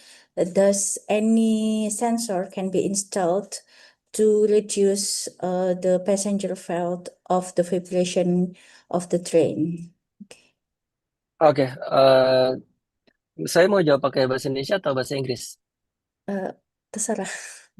Oke, ya mix aja ya, tapi saya coba pakai bahasa Indonesia biar lebih gampang dipahaminya. Ya, Oke, jadi sebenarnya ada dua approach, Kak. Ya, jadi kalau kita berbicara railway infrastructure itu sebenarnya ada berbagai metode. Ya, itu passenger ada dua kan usernya ya. Ketika kita bicara masalah infrastruktur, pertama adalah si user keretanya, ya. Kedua sama orang-orang di sekitarnya, gitu ya. Nah, kalau di Singapura kebetulan kalau kakak pernah kesini atau baca, jadi di sini tuh kita berpikirnya udah masalah comfort ya, udah masalah live. Jadi orang-orang di sini tuh kenapa banyak orang berebut pengen ke Singapura karena mereka pengen dapat lifestyle yang nyaman ya untuk hidup sehari-hari gitu ya. Nah, masalah getaran tadi, jadi ada dua nih dampaknya. Kalau getaran yang terlalu besar, ya, itu bisa dirasakan oleh user di dalam kereta sama user di luar kereta, which is berisik gitu ya. Jadi kalau kakak misalnya tinggal di dekat jalan kereta, itu pasti berisik dan kerasa getarannya. Nah, itu ada beberapa metode yang digunakan di Singapura. Yang pertama adalah si railway-nya. Railway-nya itu ada sistem dampingnya. Jadi di rel keretanya nih ada di damping gitu ya, di klem kan. Nah, cuman di klemnya itu ada dampingnya, vibrasinya jadi dia ditekan gitu ya. Nah, ketika dia di damping itu kan vibrasinya jadi makin kecil ya. Nah, vibrasi ini sebenarnya yang kita rasakan baik dalam hal aksi gitu maupun dalam hal noise. Jadi noise itu bising ya, suara itu sebenarnya dari hasil vibrasi. Semakin vibrasi amplitudenya makin tinggi, itu noise-nya makin makin kencang. Makanya sebenarnya metodenya adalah kita damping atau kita tektokin gitu. Kita balikin atau kita absorb vibrasinya. Nah, jadi tadi metodenya udah banyak banget di Singapura. Jadi kita pakai clamping yang ada dampingnya. Terus di rel keretanya juga kita udah pakai damping yang bisa ngeredus vibrasinya gitu. Jadi di keretanya lebih nyaman ya. Bahkan kalau di Jerman itu lebih nyaman lagi kalau kakak naik kereta di sana. Nah, tapi di user sekitarnya juga kan kita harus proteksi ya. Kita nggak mau orang-orang, apalagi kalau misalnya di Singapura kan negaranya kecil ya. Jadi di samping rel kereta tuh either dia gedung-gedung perkantoran atau rumah gitu. Nah, kalau kebayang ya kalau misalnya kereta jalan jam 11 malam, jam 12 malam, terus kakak tinggal di samping situ, itu kan pasti berisik ya. Nah, ini direduksi. Nah, caranya gimana? Yang tadi itu rel keretanya di damping, keretanya juga ada damper sistemnya. Nah, terus juga dia diproteksi sama noise barrier. Nah, si noise barrier ini sebenarnya untuk melindungi supaya orang-orang yang kerja di samping rel kereta, orang yang tinggal ini dia tetap bisa tidur nyaman, bisa tetap tinggal nyaman. Jadi di sini udah ada peraturannya maksimum itu walaupun udah malam itu sekitar 67 desibel atau 65 desibel. Jadi nggak boleh terlalu tinggi. Nah, sayangnya kalau di Indonesia kan kita masih belum ke arah sana ya. Kita masih masih concern masalah konservatif. Kayak misalnya di Indonesia, aku juga kebetulan beberapa kali bantu pemerintah Indonesia. Kita masih concern masalah konservatif. Kayak misalnya jalan kita masih fokus ke jalan lubang, masalah retak gitu ya. Jadi belum sampai ke what we call as the functional performance gitu ya. Jadi kalau di sini kita udah mulai berpikir structural performance sama functional performance, which is functional performance itu lebih ke arah safety, lebih ke arah comfort gitu ya, lebih ke arah sustainability and so on. Ya, oke. Jadi menurut Pak Ali, ini secara infrastruktur di Indonesia masih belum bisa diterapkan, ya? Bukan belum bisa, Belum. bisa banget karena teknik dan metodenya it's not a rocket science ya. We can do it ya. It's just the commitment ya. The motivation is different. Jadi challenge-nya adalah apa, Pak? Jadi Challenge-nya. challenge-nya salah satunya sebenarnya di sini, di mindsetnya. Baik dari pemerintahnya sendiri ya. Not necessary from the government ya. We as a society, we as a academician, we as a industry, we can play a role ya. Jadi kalau kakak lihat ke negara berkembang ya, dan tapi aku mau kasih contoh. Jadi kalau misalnya kakak apapun industrinya, coba lihat rankingnya, misalnya road infrastructure index ya, atau logistik index ya, atau internet index, atau apa ya aviation index ya. Itu tuh seringkali indeks-indeks global referensinya adalah Singapura, dia nomor satu. Ya. Nah, kenapa dia bisa nomor satu? Di sini kalau aku kan juga ngajar ya untuk mahasiswa-mahasiswa Indonesia juga kadang ya. Kalau aku ngelihat tuh orang Indonesia tuh sebenarnya pinter-pinter ya. Eh, bisa dibilang mungkin beberapa di atas orang luar negeri gitu ya. Cuman yang aku rasa tuh di Singapura kenapa bisa mereka semaju ini? Pertama mindsetnya, kedua teamworknya. Jadi di sini kelihatan, jadi industri sama government sama academician gitu ya, itu mereka benar-benar kayak oh hey ini loh hasil gua. Coba lo cek dong bisa dipakai nggak gitu ya. Terus ini loh hasil gua. Jadi mereka tuh udah kolaborasi gitu ya. Bagus kolaborasinya. Walaupun nggak perfect ya. I'm not saying it's perfect, but it's much better ya. Karena dulu aku juga sempat kerja di Indonesia di industri dan juga di kementerian. Jadi aku tahu banget gitu ya, di Indonesia PR-nya tuh sebenarnya masih di situ. Sinerginya masih kurang. Nah, tapi balik lagi sebenarnya nanti kakak mau kerja di industri, mau mau di authority, it doesn't matter ya. As long tadi yang aku bilang baby step, small step, as long as you put your mindset into sustainability in terms of improvement, enhancements, you can do a lot of things actually.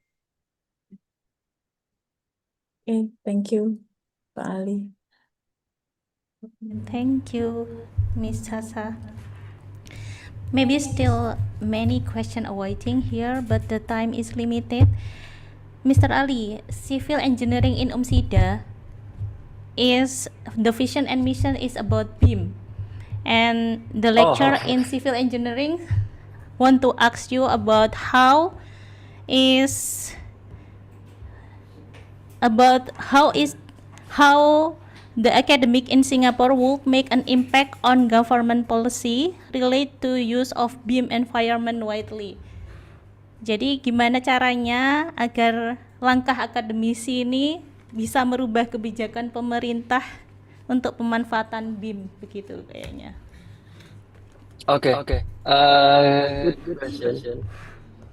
Aku mungkin sharing sedikit tapi secara personal ya. Oke. Mungkin mohon maaf juga kalau misalnya ada menyinggung. Jadi kalau di Singapura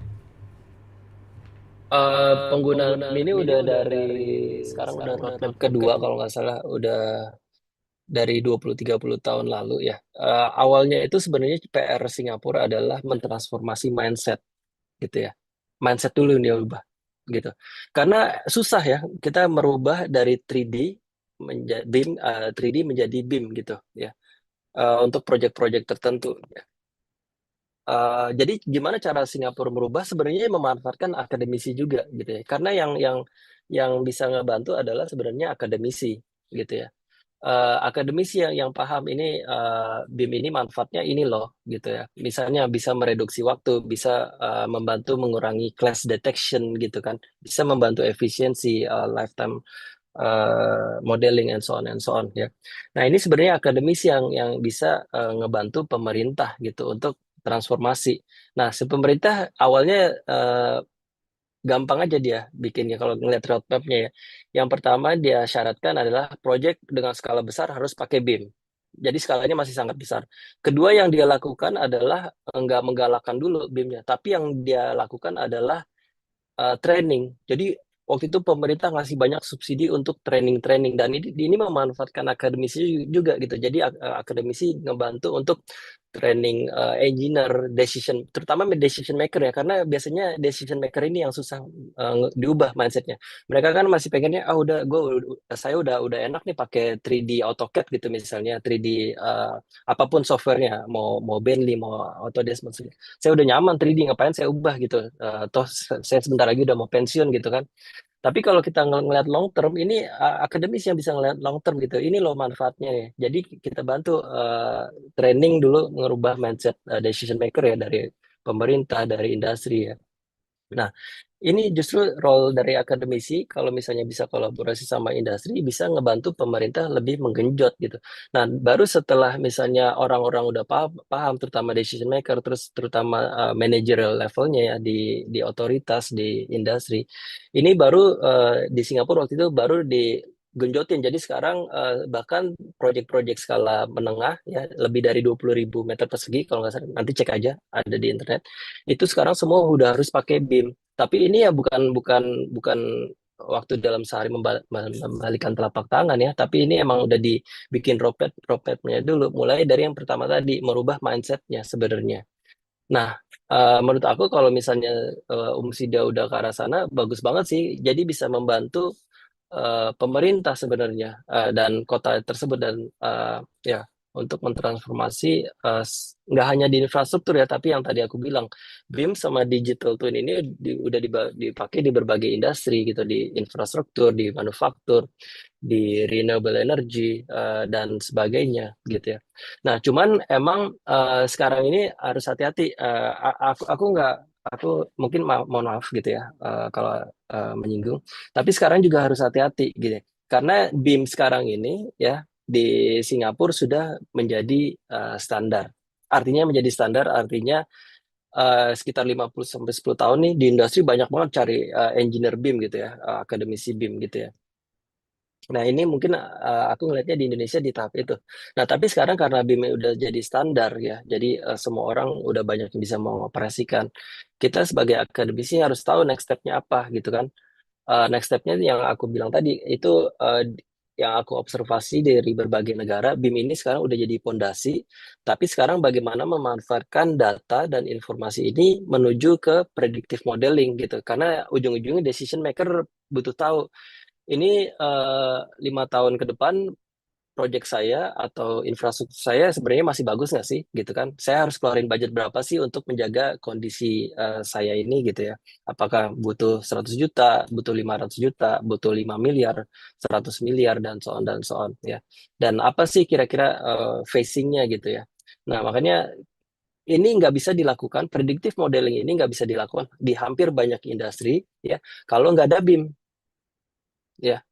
Jadi makanya BIM ini udah jadi di sini udah jadi pondasi, cuman jangan terlalu ketika kita sudah menguasai itu, aku nyaraninnya jangan terlalu eh, asik-asik di comfort zone situ, karena BIM ini yang tadi aku bilang sekarang udah jadi fondasi, tapi next step-nya sebenarnya apa sih gitu.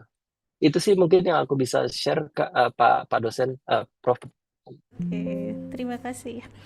Tapi apakah mungkin nanti Indonesia bisa ke arah sana ya, Mister? Untuk shortcut kayak biaya-biaya dan lain-lainnya.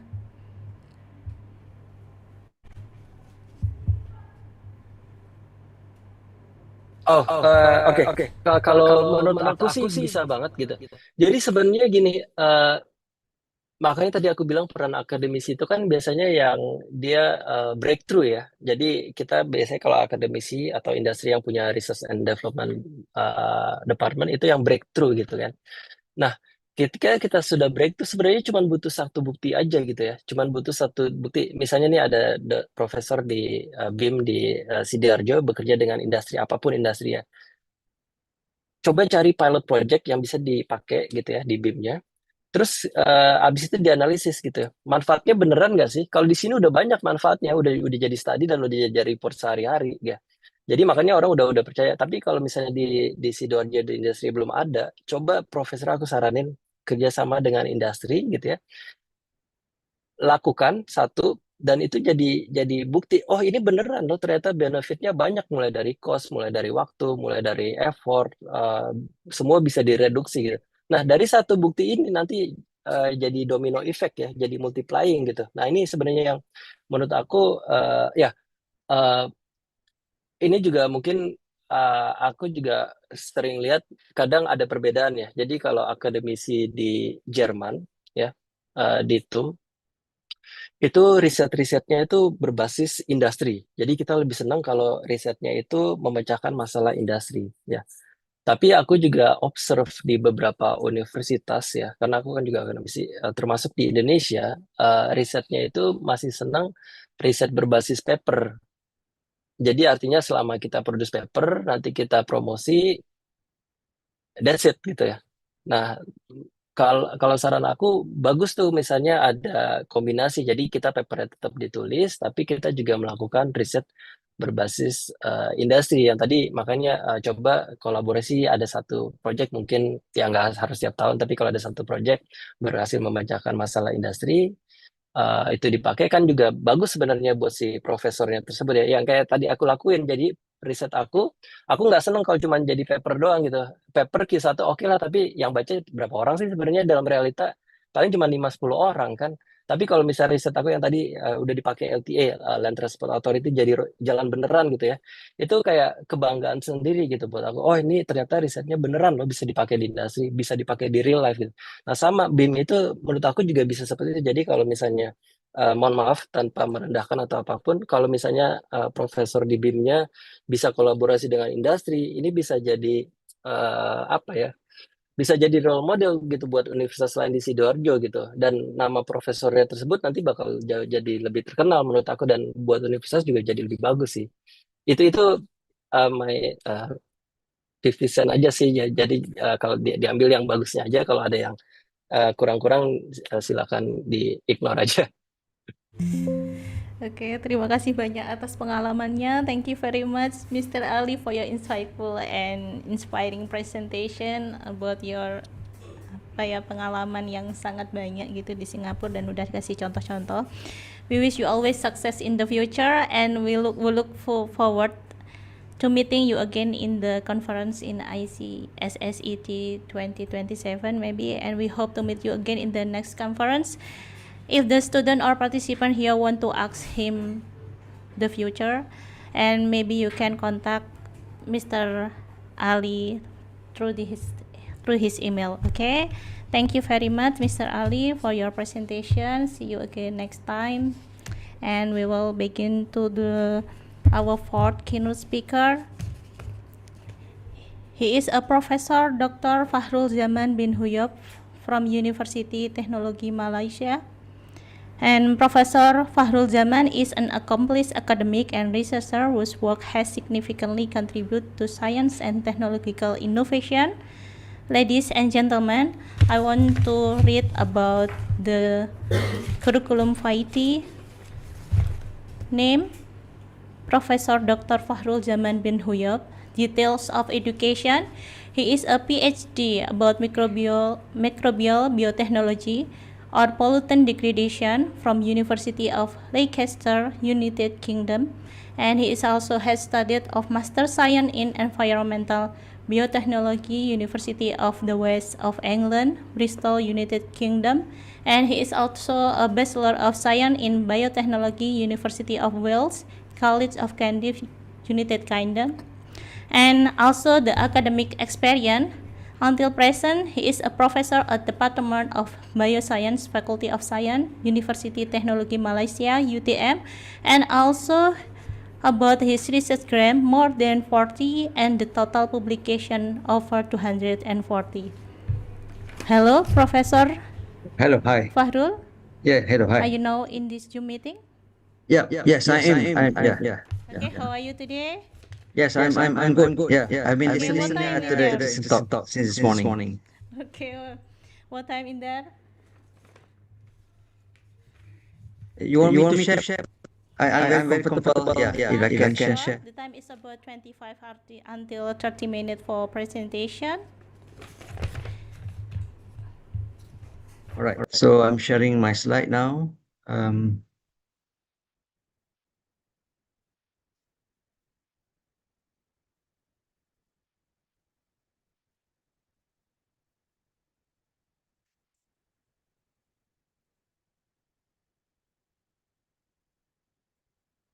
Okay, Bismillahirrahmanirrahim. Assalamualaikum warahmatullah. And then I would like to say thank you very much for this invitation, especially to the organizing committee who is able to connect myself from UTM to present my work at Muhammadiyah University Sidoarjo campus. So I'm very impressed to the setup of the conference since this morning with the opening ceremony, and then we have various talk in various in the specific field of engineering, and now from engineering studies we go to something like a very general perspective of biological sciences that I wanted to deliver my keynote address. So the focus is something like on Southeast Asian honey, from authenticity to traffic. So we wanted to see how honey industries developed from the previous up to now, because it is a very high money making industries, as you can see at the moment. So what is the nature problem is that most of the honey is frequently adulterated food. So it is very nice to eat with your breakfast, but sometimes due to high demand, it is very small amount. We can make it genuine. So these people tend to make it adulterated to make it more production, and they can earn more money through all these unscrupulous activities. So that's where the challenge comes in, to see what are the techniques that we can, at least we can identify this honey is authentic or maybe it has been adulterated. So because the committee gave me a very specific title, but I cannot go into a very specific areas, so that as you can see that IoT is something like always we associate with IoT at the moment. Sometimes Internet things is a simply network of smart device that we always connect to the internet, so that this device can collect and share real-time data without human involvement.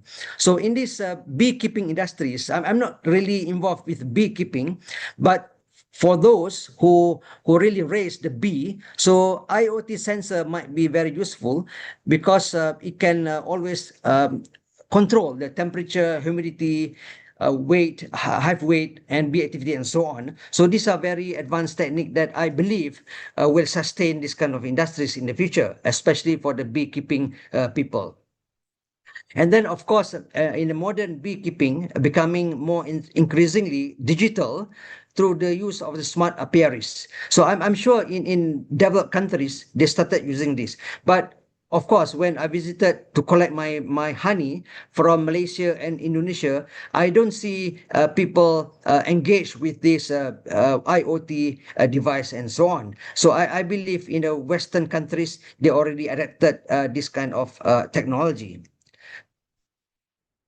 So bees are responsible for pollinating about 35% of the world's food crop. So today, I believe AI and IoT-based smart farming can actually optimize the hive placement and improve pollination efficiency, leading to higher crop productivity, a greater biodiversity, and enhance the global food security. So this is what we are aiming in the future.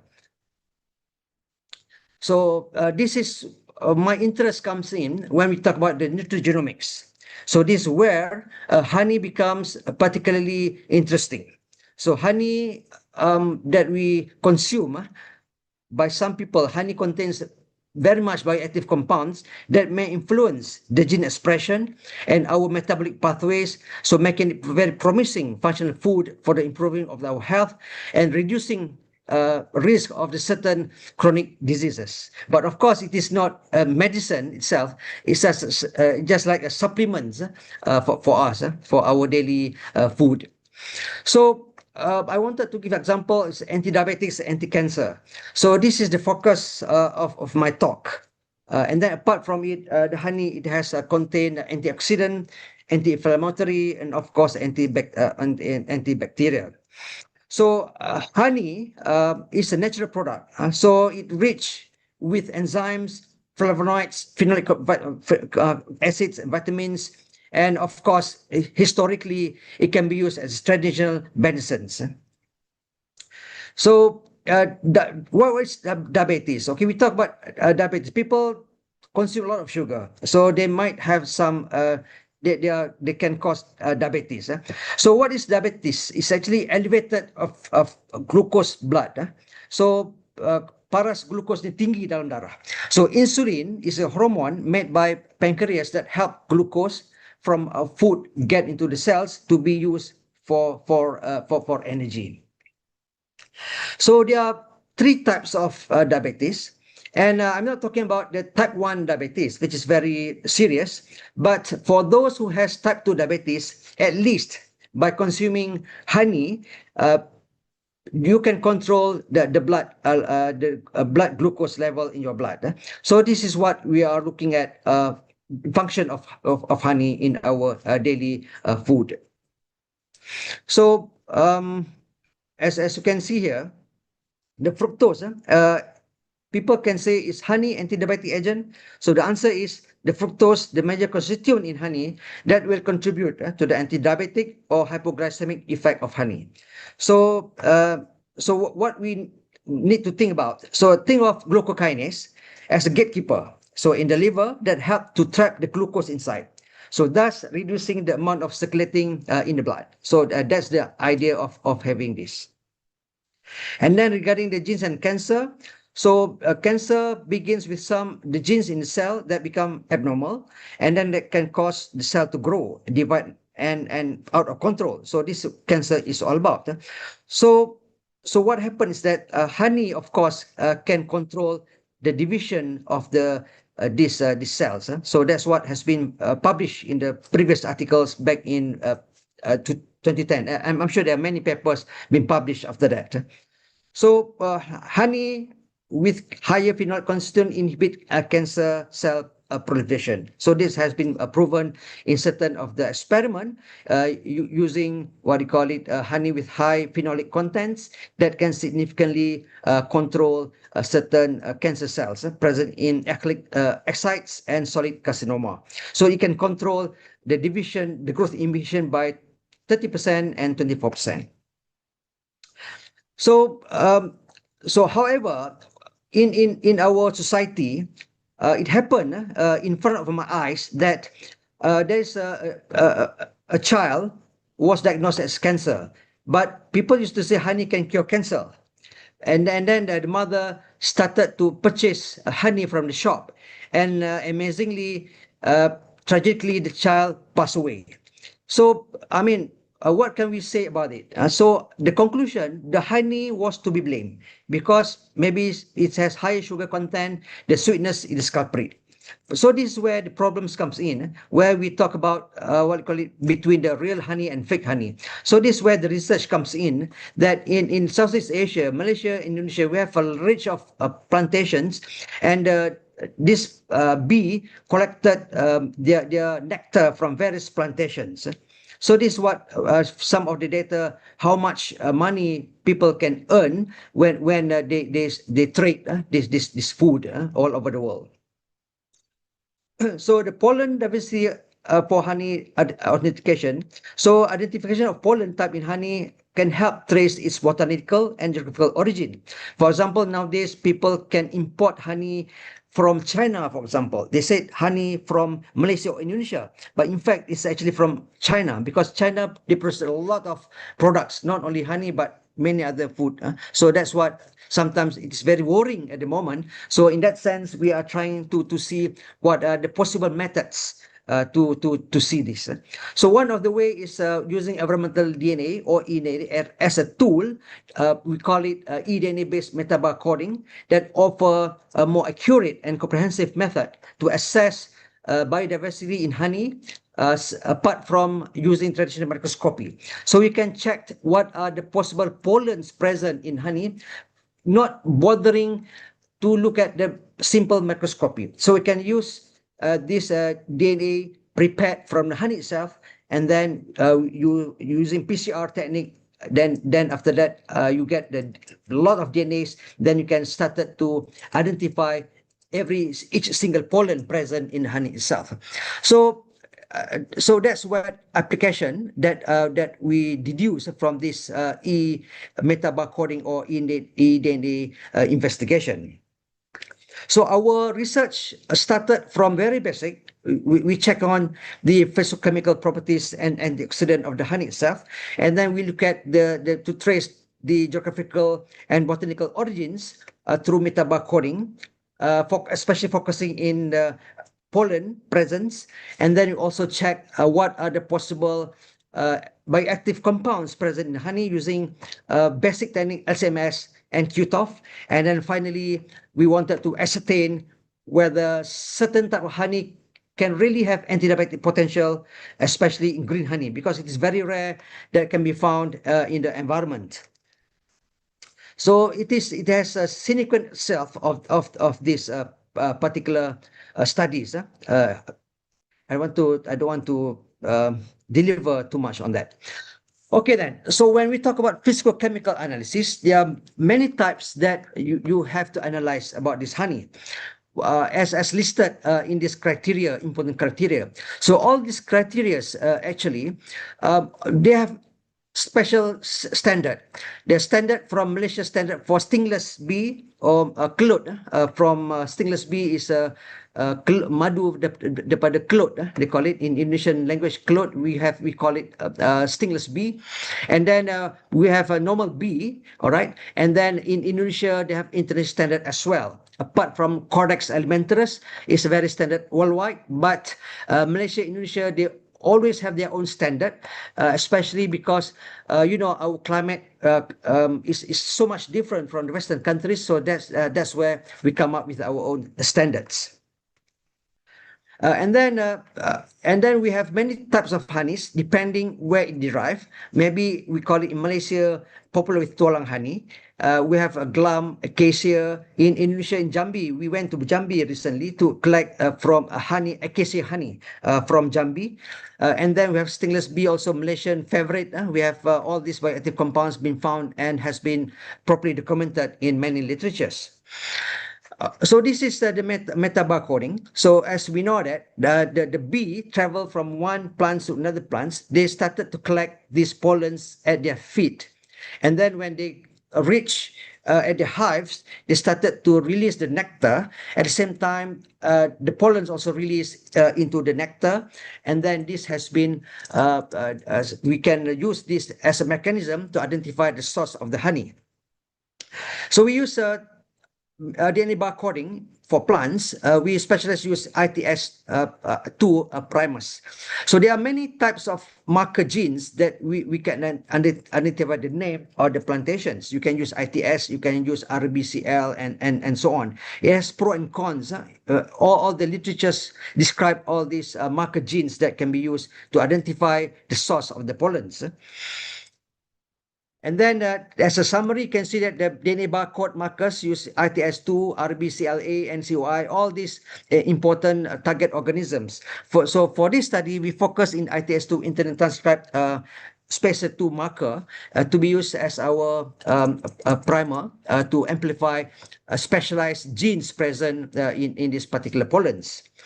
And then, of course, Malaysia, Indonesia, we have very distinct plants. I just take very limited areas. We selected Bali, and of course, we selected Terengganu as one of the area of studies. Of course, it's very limited data, but at least can show some differentiation of these plantations present. So these are all these region that we selected throughout the studies from Bali, and then Karangsam, and then we have Lombok, Sabah, and Terengganu as well. So we have very limited time that time, and financial as well. So therefore, the most important, we look at the physicochemical analysis in terms of the honey sample, physicochemical, moisture, pH, ash, electric conductivity, HMF, and so on, and up to the total phenolic, flavonoid, and so on. And then second experiment, we carried out this eDNA analysis. We took honey from various areas, and then we do DNA extraction. It is very challenging actually to get DNA from the honey because it has a lot of sugars, all right? So we need to do amplicon sequencing, and finally we get this ITS sequence from the plantation that we obtain. And then we proceed through honey sample SAMS cutoff analysis to check what are the possible compounds present. And finally, we selected green honey as our model to check how this honey really can control the sugar glucose in the blood using a model. We call it a fish model. And then this is the primer that we use, and so on. I skipped that one. The data showing that the summary of it is showing that the physicochemical properties and bioactive compounds of the tropical honeys from Indonesia and Malaysia, and we then compared it with the standard Codex Alimentarius. So the overall studies suggested that it followed the Codex requirements, so indicating the freshness and minimal heat damage of the honey itself because we collect fresh from the farm.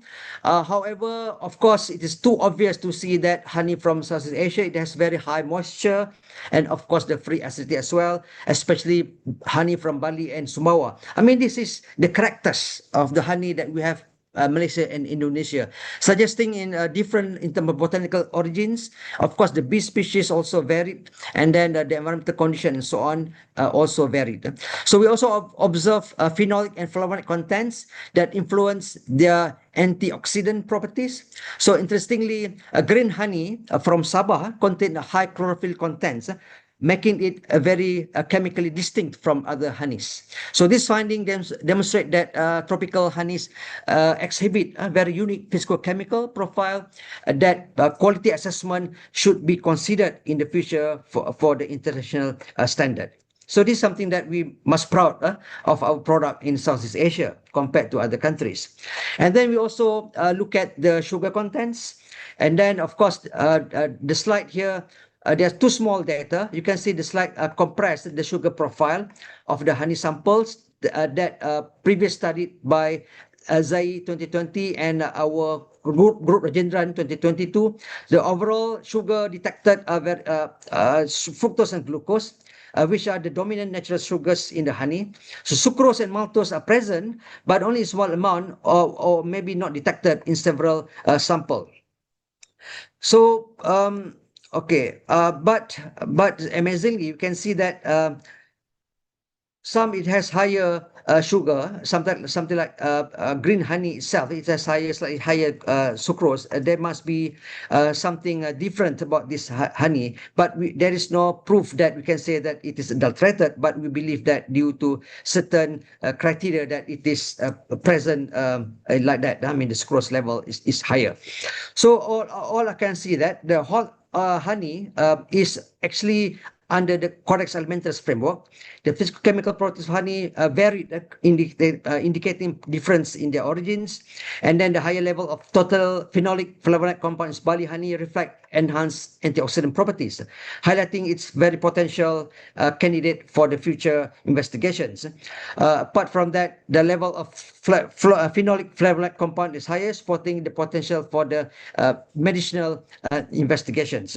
So that's we finish physicochemical, then we go through this how to say that the honey comes from our own place, especially Malaysia and Indonesia. So that's why we come up with a good model.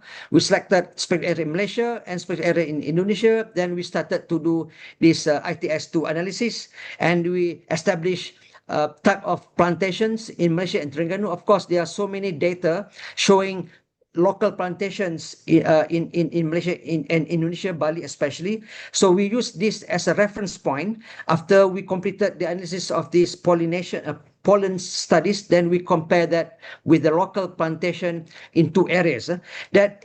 What interesting studies. I mean, we can see that Malaysia honey, Indonesia honey, we have a specialized plantation in these two areas. Only Sigium, pokok jambu, is the one common between the two areas. But you can see that we have very specialized plantation present in Malaysia and Indonesia. Of course, we can expand these studies looking at what are plantation present in China. If you say that this honey from Indonesia, but actually from China, when you do this analysis, of course, we can identify the plantation in China is totally different because of the climatic and geographical areas that we can always differentiate between them. So this is one criteria that we believe that can be used to ascertain the source of the honey based on the geographical areas. So then we have the pollen analysis for honey samples, native, whether East Coast region, Terengganu, and pollen analysis, of course, in Indonesia, you have Cerana and Itama, are native to Karangasem in Bali, Indonesia. So therefore, ITS analysis revealed that these distinct floral sources in honey from the two areas can differentiate honey types based on the pollen diversity. So this is good. We are very confident that this technique can be used. So that's where we wanted to extend the studies using various honeys from Pakistan and the Middle East, of course, to see how this system works well. And then, of course, we proceed through the LCMS, cutoff analysis of honey. So we look at the honey is something different from what we found so far. It has very green color. They say Bangi Island is one of the islands, beach island in Sabah, where they obtain this kind of honey types. When we look at these results, showing because there's so many big data that we obtain when we run LCMS, then we can see that there are various compounds present in green honey and tualang honey. So we use tualang honey as a control, and then of course some of the metabolites between the two, the overlaps, such as you have hydrochloric acid and then 3 beta galactopyranol and ethyl glucopyranoxides. These are something that we believe that they are overlaps from the two studies. Let me skip. So what we found in green honey, it has a special like chlorophyll. It has very high chlorophyll contents compared to tualang honey. So according to the literature, this chlorophyll has a lot of benefits as antioxidants, reduce inflammations, help build great blood cells and so on. So that's what has been documented in the literature itself. And then for the conclusion that LCMS able to identify chemical compounds in tualang and green honey. Whereas the green honey, it has a special profile, it has high chlorophyll contents, as listed, ferritin A, B, phytol, and phytanic acid. So this is very interesting to use this green honey to proceed with the next level to check whether it has the antidiabetic activities. So of course we have to deduce the hypothesis. For example, for those not in this particular biomedical areas, we have carbohydrates. It's a sugar. All right, and then we have an enzyme, alpha glucosidase, in our intestine. So this alpha glucosidase can actually react with the carbohydrates and convert that into the glucose. And then the glucose level, of course, raise high in our blood system. So if you are diabetics, there's no control of this blood glucose at all. Whereas when we consume green honey, so the green honey can actually inhibit alpha glucosidase. So that means you can control this glucose level in your blood, so such as to slower glucose release and then the lower the post meal or glucose spike in your blood. So this is what the hypothesis we can always deduce from these studies. So let us consider the zebrafish model. So we look at two conditions, whether the body weight and number two is blood glucose amount. Of course, we have to make this fish become diabetics. You have to inject to do something about it. So use asticide chemicals, a compound used in zebrafish experiment to induce the diabetes model. So having these diabetic models, then we feed the zebrafish with the sugar. Then we can see the difference between pre-induction and post-induction. In terms of the body weight level, you can see that pre-induction, of course, similar. And then after the post-induction, you can see that it is slightly higher for the diabetic fish in terms of their body weight. Whereas we check also in terms of blood glucose level between in the pre-induction, you can see same level. And then for those after post-induction, you can see the different in diabetics fish. You can see that the blood glucose is higher compared to the one non-diabetics fish. So that suggests that there's no control of the blood glucose level in the fish at all. After we make it, after we make it, it is become diabetics. So next experiment.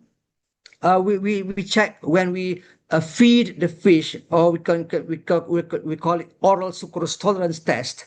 So we check on the level of this what you call it sugar contents or glucose in the fish itself.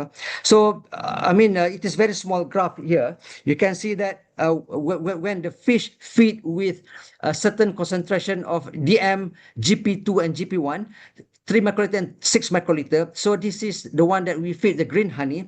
You can see that it can still lower the blood glucose level in the blood after we make it become diabetics.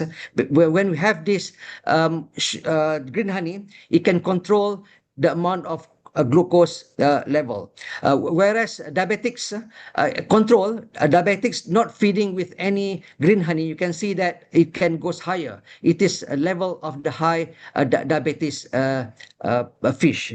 And then of course you can have the normal fish and so on with acabos it's control. You can see that the level comes back to the normal, so that will suggest that the function of the green honey at least can control this the amount of glucose level in the fish itself. So this is a very interesting facts that one of the mechanism we investigated was alpha glucosidase inhibition. So the alpha glucosidase is an enzyme in our small intestine that can really convert the complex carbohydrate into the glucose.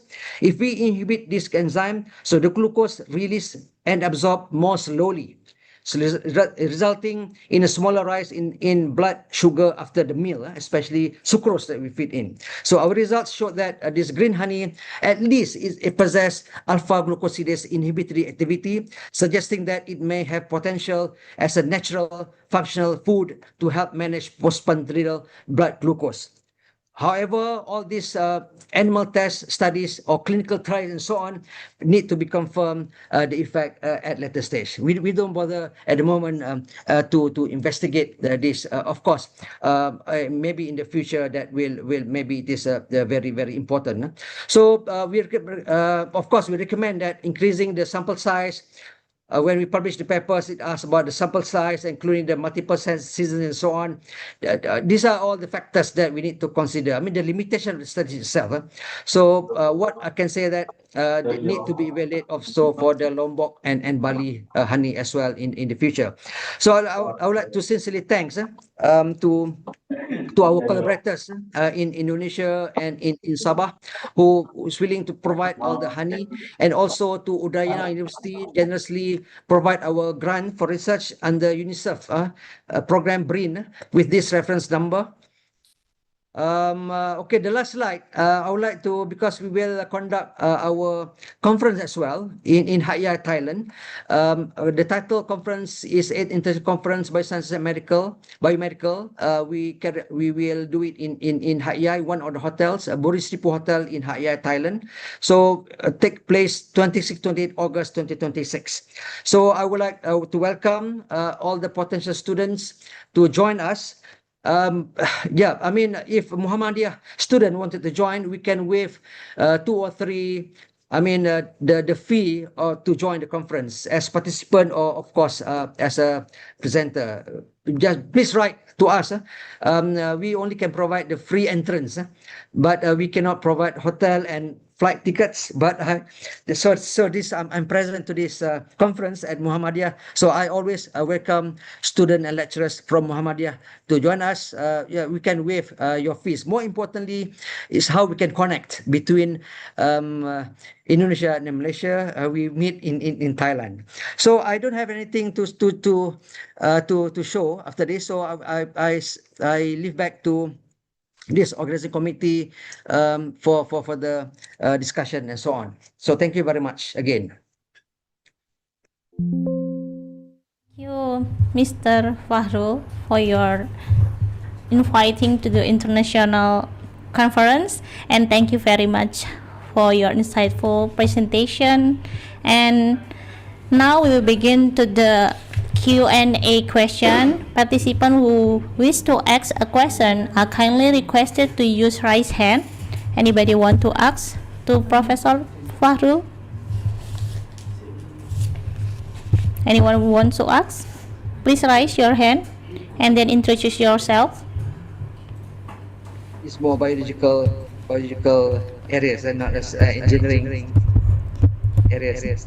So you are comprehensive university, Muhammadiyah. So I'm sure some of you doing life sciences rather than pure engineering.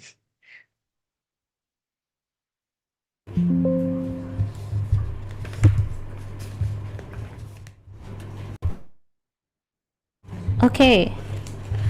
Is there anyone wants to ask a question here? Please raise your raise hand. with the future in the Zoom meeting? Okay. Dr. Utami, I think. Yeah, hi, Dr. Utami. Yeah, I always look at your message. Now I met with the person herself. Yeah, nice meeting you, Dr. Utami. Yes, sir. Okay. I would like to ask something to Professor Farul. Yeah, about the honey that you talk about, the green honey. It's very interesting. Um, well, how does the nutritional content of the green honey from Sabah, is it different from others, like maybe the sucrose content or the other nutrition? And does the green honey from Sabah have any side effect or specific dietary restrictive, something like that? Because it's kind of different, right, from others like that. Yeah. Yeah, this very interesting questions that raised by many people because this has been they sell it in Sabah widely, and some they exported because they have their own company in Sabah. So as a researcher from the perspective the researcher myself, I'm not a profit making people. We just analyze what the honey has. It's actually there are two things that found in honey that really make myself interesting. The chlorophyll contents is higher, chlorophyll contents, and then we analyze that through LCMS cutoff. That's where we proceed to what you call it antidiabetics using zebrafish as a model. Apart from that, it also rich in proline, I think, something like amino acid, also higher compared to other honeys. So that's the only things that we find very much pretty much different from other honeys available in Southeast Asia. In addition to that, I mean, of course, the sucrose level. What we read is actually the sucrose level. Uh, because we collected the honeys in various seasons, the first one that we received very high sucrose, so we believe that it's like of course the people who pick up the honey, I mean they just pick up the honey, maybe it's still raw, that's where the level of sucrose is higher. And then throughout other season, less, not 23% something, but less, but not as less as what expected according to the codex. So I mean, I cannot do anything about it. I just because not myself picking up, because it is located in Bangi Islands. So we just received that for the analysis. We went to Sabah to travel. We because we wanted to see the freshness, not to be too long before we can do the analysis. So, I mean that's the different things I can say lah about this green honey. The fit for the bee, it has effect, right, to the quality of the honey. Most, yeah, in principle, yes. The feed, yeah. Yeah. And do they have like special fit or something? Because I don't visit the apiary itself. They believe that they pick up the honey from, they say, from the hives in soil, in dalam tanah. Itu yang dimaklumkan. I don't know because I never visit the apiary itself. It is they pick up from the natural place. They don't raise this what type of species that I'm not sure. Really, we don't bother to check the species, what type, whether Drosata or what type of mellifera. We do that. If Yeah, it's we in don't. nature, so the fit must be real, right? Not industrial type of fit. Yeah, I difficult to ascertain at moment. They said from I don't know. Yeah, something like from pokok buluh. They said from buluh and so on because located near this banyak plantation buluh and so on. That's what the people from Sabah said. So unfortunately I don't have a chance to go to the apiary itself. Yeah. Thank you. Yeah. Welcome. Utami. And maybe this is the basic question, Professor. How to know and identify the honey is fake or pure? Maybe there are an easy way to identify the honey for general people like this. Yeah, I always been questioned like this. That's why, for myself, for me, I don't trust. I mean, I'm sorry to say, I don't trust purchasing honey from the shelf. If you go to the supermarket, of course, we do analyze. There's a lot. Their sugar content is higher, especially the sucrose level. So that makes the honey become very nice to consume with bread for your breakfast. Myself, I mean, we have to go to appeal itself. We know who is the person who raised the bee, who raised the madu cloth. Then that's where we can get maybe a pure honey direct from the hives.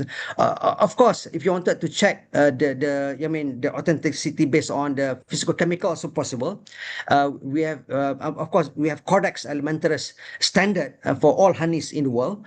So if the honey analysis fall within the standard, so we can assume that it is still, it is not really too bad compared to the higher sucrose and so on.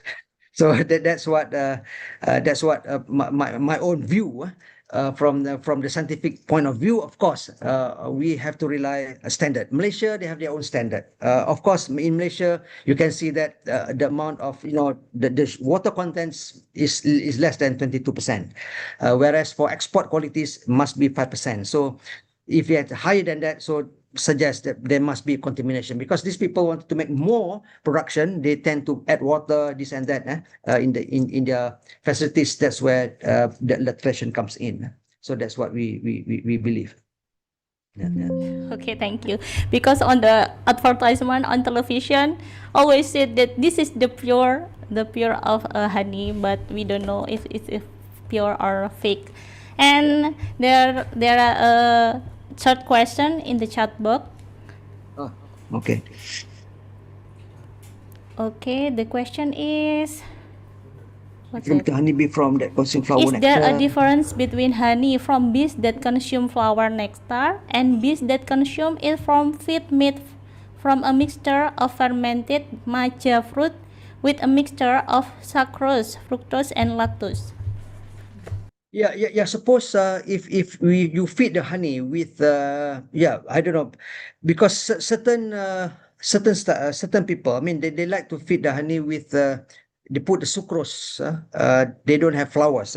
So this can cause honey as well, because it will, the bee will drink this sucrose and bring back to the hives. Of course, if we feed honey with certain type of um, nutrients, of course you can have whatever results come in. So yes, it does make any difference. So that's why different flower, different floral, multi or monofloral, so you can have various types of antioxidants, bioactive compounds present in honey itself. So that's natural. We cannot dispute on that sense. So I agree with that.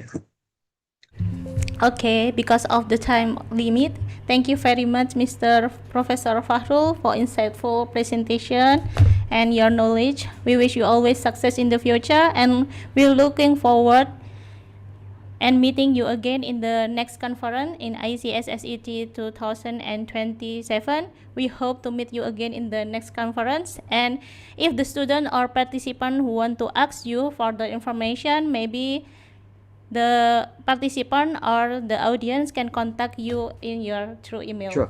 Yeah, okay, sure. thank you. See you Welcome. next time. Yeah. And we will begin to the final keynote speaker. She is a Professor Dr. Insinyur Hana Caturwahyuni ST MTI PM from Universitas Muhammadiyah Sidoarjo. And Professor Hana Caturwahyuni is widely recognized for her outstanding contribution to engineering and technology development, and we are honored to have her share her valuable insight with us today. And before we go to the next session, for Mrs. Hana present her presentation, I will read about his curriculum vitae. The detail of education: he is a Doctor of Industrial Engineering, Institut Teknologi 10 November, and she have studied Master of Industrial Engineering in Institut Teknologi 10 November, and she is also a Bachelor of Industrial Engineering, Universitas Islam Indonesia. And about academic experience, until present, she is a professor in Industrial Engineering, Fakulty of Science and Teknologi UMSIDA, and now she is also a Vice Rector 1 for Academic Affairs at UMSIDA, and also her research about food safety and halal risk assessment. And she is also a reviewer for numerous national and international scientific journals, and also she is a competency assessor for product quality inspection. The time for presentation about 25 until 30 minutes. Time is yours, Mrs. Hana. Halo, Assalamualaikum, Bu Hana. Waalaikumsalam. Makasih Bu Nuril. Saya langsung izin share screen ya.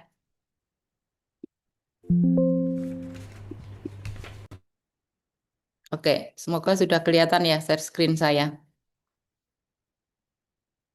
Oke, Bismillahirrahmanirrahim. Assalamualaikum warahmatullahi wabarakatuh.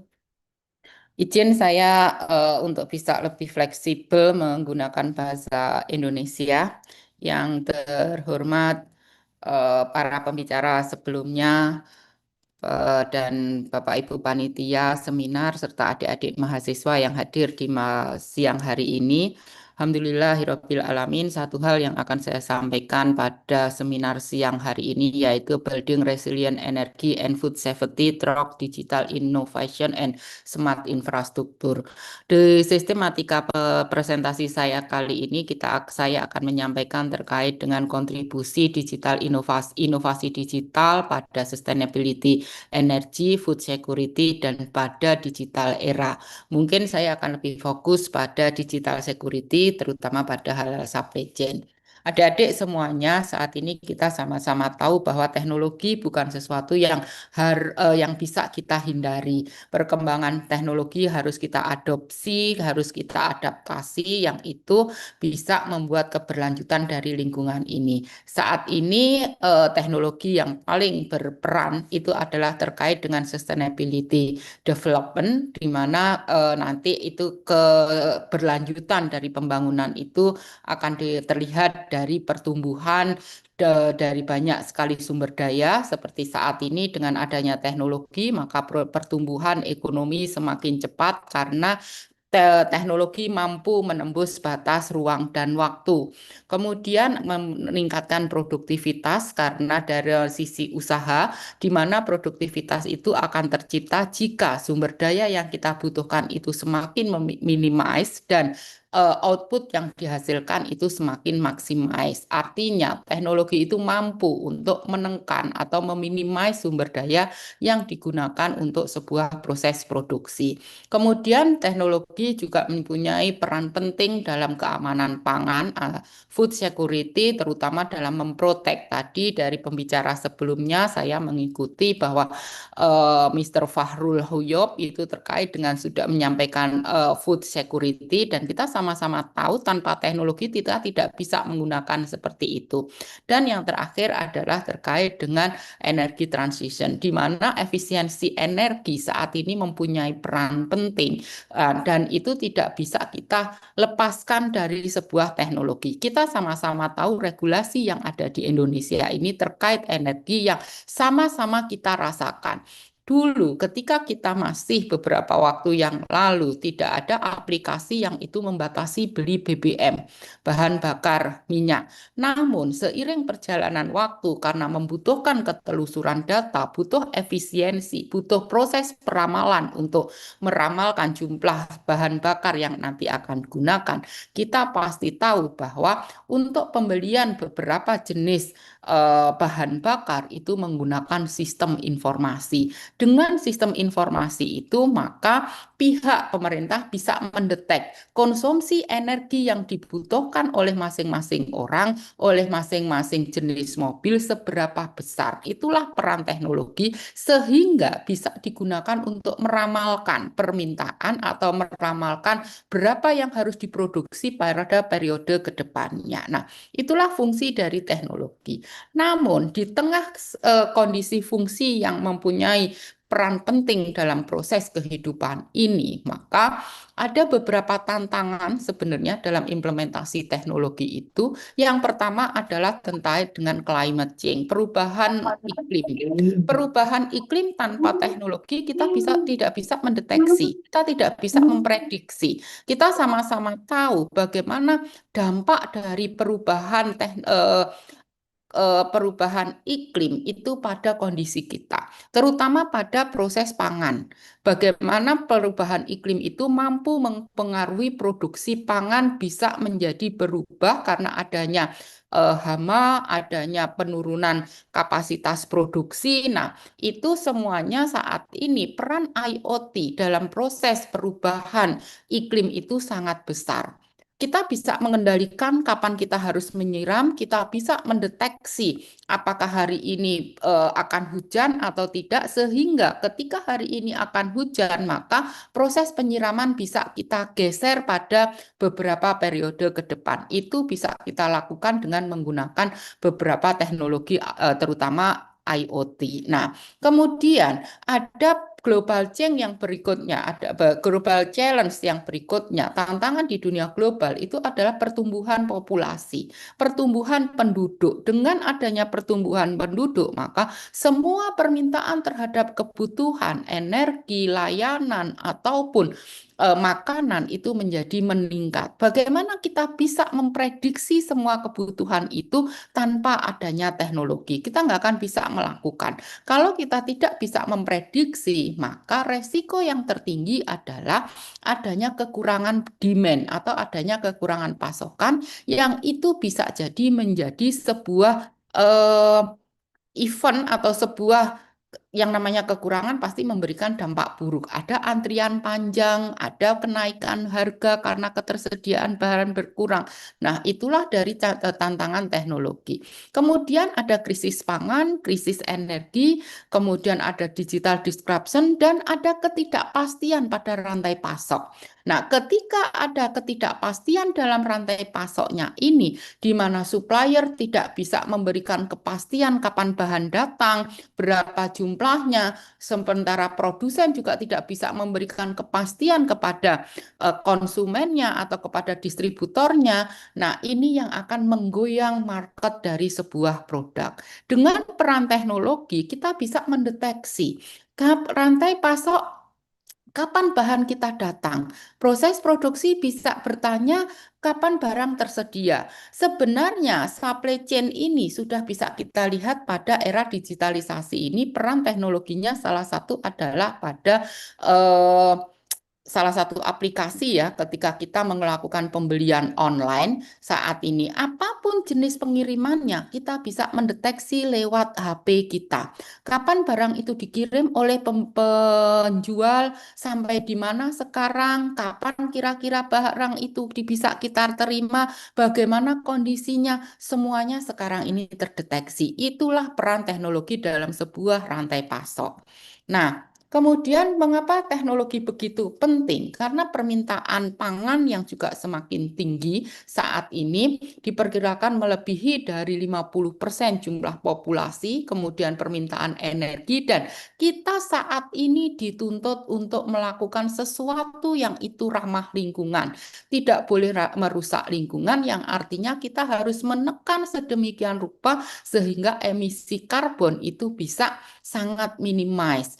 Polusi saat ini kita rasakan sendiri bagaimana polusi itu mempunyai pengaruh pada perubahan iklim, sehingga itu mau tidak mau juga mempengaruhi pada proses produksi serta layanan yang kita lakukan. Oleh karena itu, teknologi mampu, ini seperti saya gambarkan, teknologi mampu mendeteksi dari data, kemudian dengan menggunakan teknologi AI, misalkan ini AI, kemudian mengkonektingkan dengan semua aspek, dan sehingga bisa digunakan untuk pengambilan keputusan pada pengembangan infrastrukturnya, yang itu dampaknya adalah pada sustainability. Infrastruktur yang dikembangkan itu basisnya adalah sustainability, lebih ramah lingkungan, dan lebih berkelanjutan.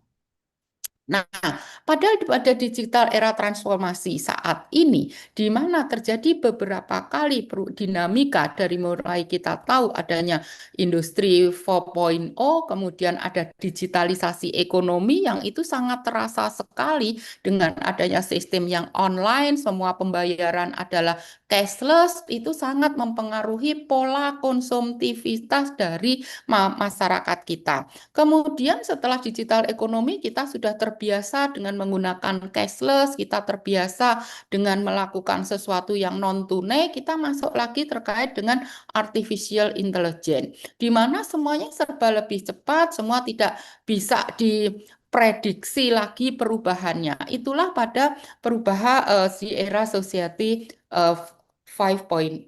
Nah, jenis teknologi apa yang paling artinya berdampak atau berpengaruh pada posisi kita saat ini? Kita sama-sama tahu, meskipun mahasiswa sekarang pasti sudah banyak yang menggunakan AI untuk kebutuhan akademik, untuk kebutuhan non-akademik, untuk semua proses desain, untuk reduksi data, AI mempunyai peran penting. Meskipun kita sama-sama tahu kadang-kadang kita masih dihadapkan pada pilihan baik atau tidaknya AI, tetapi apapun itu kita tidak bisa menghindari yang namanya teknologi. Yang kita bisa gunakan adalah AI, kita gunakan untuk sesuatu yang bertanggung jawab sifatnya.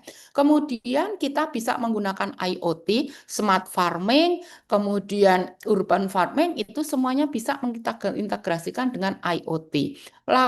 Tata kelola data dengan big data, kemudian kita bisa memanfaatkan blockchain untuk proses penelusuran data. Saat ini kita bisa menelusuri semua produk itu mulai dari awalnya atau dari dalam proses rantai pasoknya, dari mulai supplier sampai produk itu di tangan konsumen. Nah, bagaimana inovasi ekosistemnya itu bisa dikembangkan, di mana sebuah inovasi ekosistem yang itu basisnya teknologi itu bisa dikembangkan. Yang pertama ada pada pemerintahan, government, ada kebijakan dan peraturan di situ. Kondisi saat ini, ketika pada beberapa waktu lalu sebuah perizinan, Anda mungkin yang sudah punya usaha, kita mengurus namanya izin usaha itu harus antri pada dinas tertentu. Namun, dengan kondisi saat ini, apa yang terjadi? Ketika kita mengurus usaha dengan yang namanya nomor induk berusaha, kita cukup membuka pada sebuah aplikasi SSO. Dan semua itu data kita terintegrasi, mulai NIK, pajak, dan lain sebagainya. Satu nomor untuk semuanya. Itulah teknologi dalam bidang government yang mampu mereduksi semua proses yang ada saat ini lebih efektif dan lebih efisien.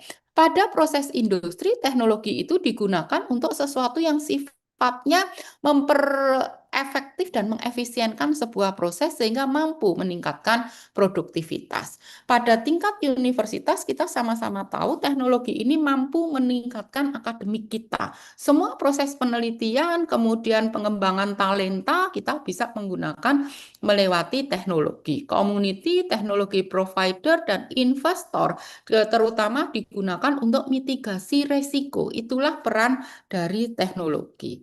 Kemudian apa peran teknologi pada sustainability energy? Ada terkait dengan smart grid, renewable energy, solar cell, kemudian wind, microgrid, dan yang terakhir itu yang saat ini sangat sedang berkembang di Indonesia itu adalah mobil listrik. Ini sesuatu yang saat ini sedang dikembangkan karena sebagai suatu bentuk energi berkelanjutan dan tadi mampu menekan adanya emisi karbon di lingkungan. Kemudian smart energi pada infrastruktur, saya mengadopsi dari para pembicara tadi, ini terkait dengan renewable energy, energi yang terbarukan, kemudian dipadukan dengan IT sensor, kemudian dikoneksikan dengan AI prediction-nya sehingga mampu dilakukan sebuah manajemen sistem berbasis energi. Nah, itu semua akan memudahkan konsumen untuk melakukan controlling energinya.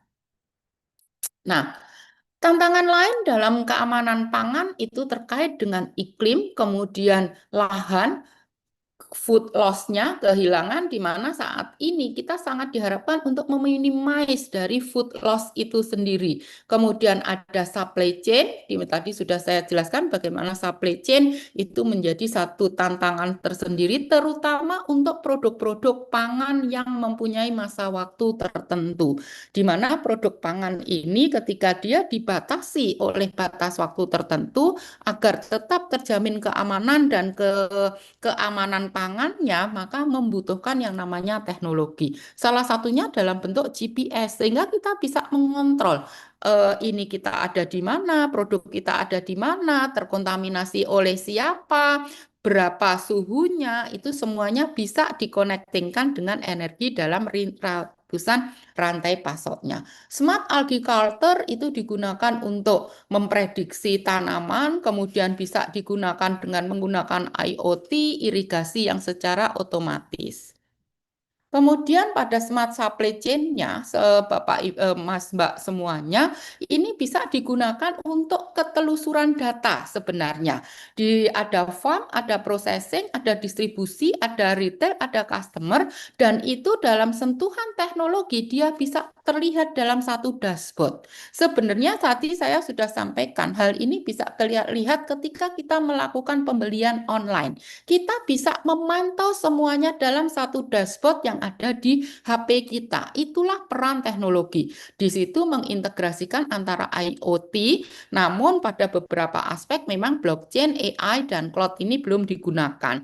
Namun ini mulai dikembangkan untuk blockchain ini karena memang membutuhkan investasi yang lebih besar. Kemudian digital traceability juga menggunakan teknologi IoT atau blockchain, itu bisa digunakan untuk food safety, untuk menelusuri produk halal, kemudian untuk ketelusuran ekspor, transparansi, dan menjaga kepuasan konsumen. Nah, AI untuk food security bisa digunakan untuk yield prediction, disease deteksi kerusakan, sama memprediksi permintaan. Nah, ini yang diperlukan untuk menjamin ketersediaan pangan.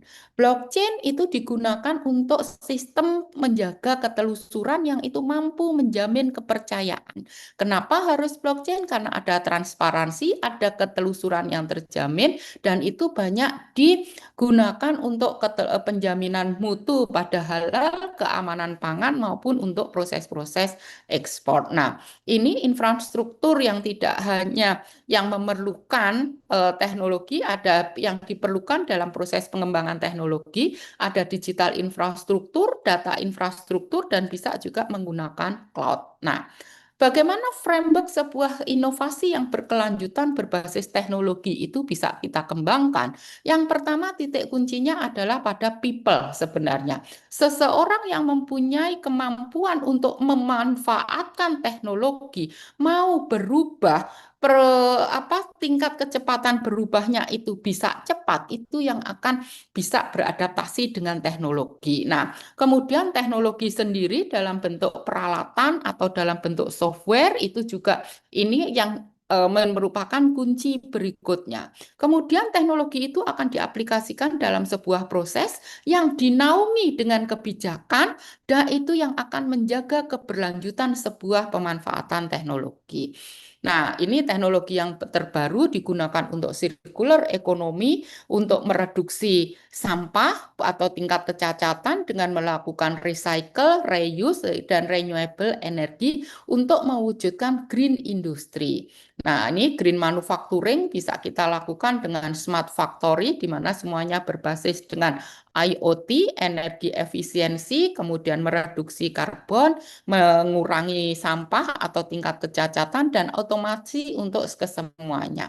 Bagaimana kontribusi kita sebuah perguruan tinggi, terutama adik-adik mahasiswa dalam pemanfaatan teknologi yang berkelanjutan ini dengan menggunakan riset, dengan melakukan riset, dengan melakukan inovasi, transfer teknologi melalui pelatihan atau mengikuti seminar-seminar seperti ini, kolaborasi dengan dunia industri, itu merupakan salah satu bentuk kita untuk memanfaatkan teknologi. Kolaborasi model yang bisa kita lakukan adalah dengan triple helix, dengan antara pemerintah, industri, dan universitas, atau dengan quadruple helix. Nah, mungkin ini case study-nya, dan ini peluang yang ada di Indonesia terkait yang saat ini perlu dikembangkan adalah energi terbarukan, kemudian ada populasi di mana Indonesia saat ini sedang mengalami bonus demografi, merupakan sebuah peluang yang bisa kita manfaatkan untuk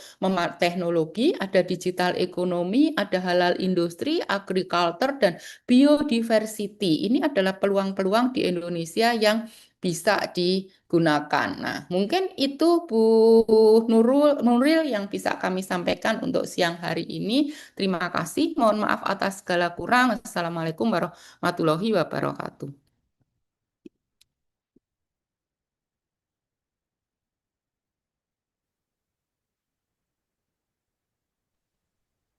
Pada siang hari ini, anyone want to ask a question? Maybe you can raise your hand in the future of Zoom meeting. Mr. Boy, okay, you can introduce yourself. Okay, thank you, Ms. Nui, for your chance to give me some question to Professor Hana. Good afternoon, Professor Hana. Nice to see you. Selamat siang, Bu Hana. Menarik sekali, Bu Hana, atas paparan yang sudah diberikan oleh Bu Hana ya. Memang kalau kita berbicara tentang teknologi itu never ending story lah. Jadi tidak ada cerita yang tidak berakhir kalau kita bicara teknologi. Terlebih lagi baru-baru ini ya, Prof. Hana ya, China sudah menyelaraskan dan mengintegrasikan bahkan sampai seluruh sistem pendidikan akademiknya itu sudah mulai disesuaikan dengan perkembangan teknologi yang berkembang saat ini, terutama di bidang AI. Bahkan sampai struktur kurikulumnya pun dan perguruan tinggi atau university atau studi program yang nggak sesuai itu dipangkas semua. Nah, yang ingin saya tanyakan ini Prof, karena berhubungan dengan tadi penjelasan jenengan di bidang dunia manufacturing, bagaimana Prof proses adopsi teknologi di dunia manufacturing dan juga peran dari university terhadap dunia industri di Indonesia ini, kalau menurut Profesor Hana seperti apa? Karena mengingat China itu sudah seperti itu, loncatannya, kuantum teknologinya itu semuanya sudah di based on AI. Saya rasa itu Prof.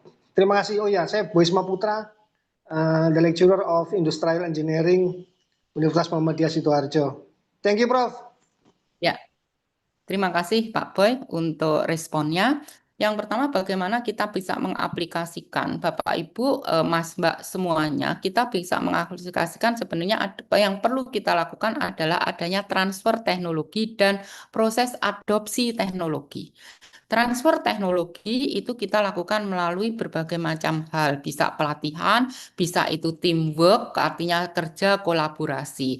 Nah, proses transfer teknologi itu sebenarnya bisa kita lihat ketika pertama kali kita menggunakan teknologi, itu ada proses adaptasi di situ melalui pelatihan untuk SDM-nya atau melalui pendampingan yang dilakukan oleh vendor teknologi kepada pemakai teknologi. Yang kedua, Bapak Ibu, kita bisa mengaplikasikan teknologi itu adalah dengan mengadopsi teknologi itu berbasis atau sesuai dengan penggunaan teknologinya. Setiap teknologi itu pasti dilengkapi dengan manual book. Nah, ketika kita menggunakan teknologi sesuai dengan manual book yang terincas di masing-masing teknologi itu, maka semuanya bisa terjamin keberlanjutannya. Nah, mungkin respon saya seperti itu ya, Pak Boy. Terima kasih. Ini. Selamat siang. Kedua, ini di chat Zoom meeting. Apa resiko dan etika penggunaan teknologi digital seperti AI dan otomasi pada sektor pangan dan energi? Bagaimana kita mengatasinya, Bu Ana? Ya, salah satunya ini memang terkait dengan keamanan data, Bapak Ibu. AI dan otomatisasi pada sektor industri ini sangat berkaitan dengan keamanan data dan privasi. Nah, kalau dilihat dari dampaknya, sebenarnya ketika kita mampu menggunakan AI itu dengan yang sebaik-baiknya, dampak negatifnya sangat minimal sekali. Kenapa? Karena AI itu mampu menjaga ketelusuran data. Misalkan dari sisi sektor pangan, ketika kita bisa dengan menggunakan AI, kita mampu menelusuri pangan sebuah makanan itu disusun dari beberapa macam. eh,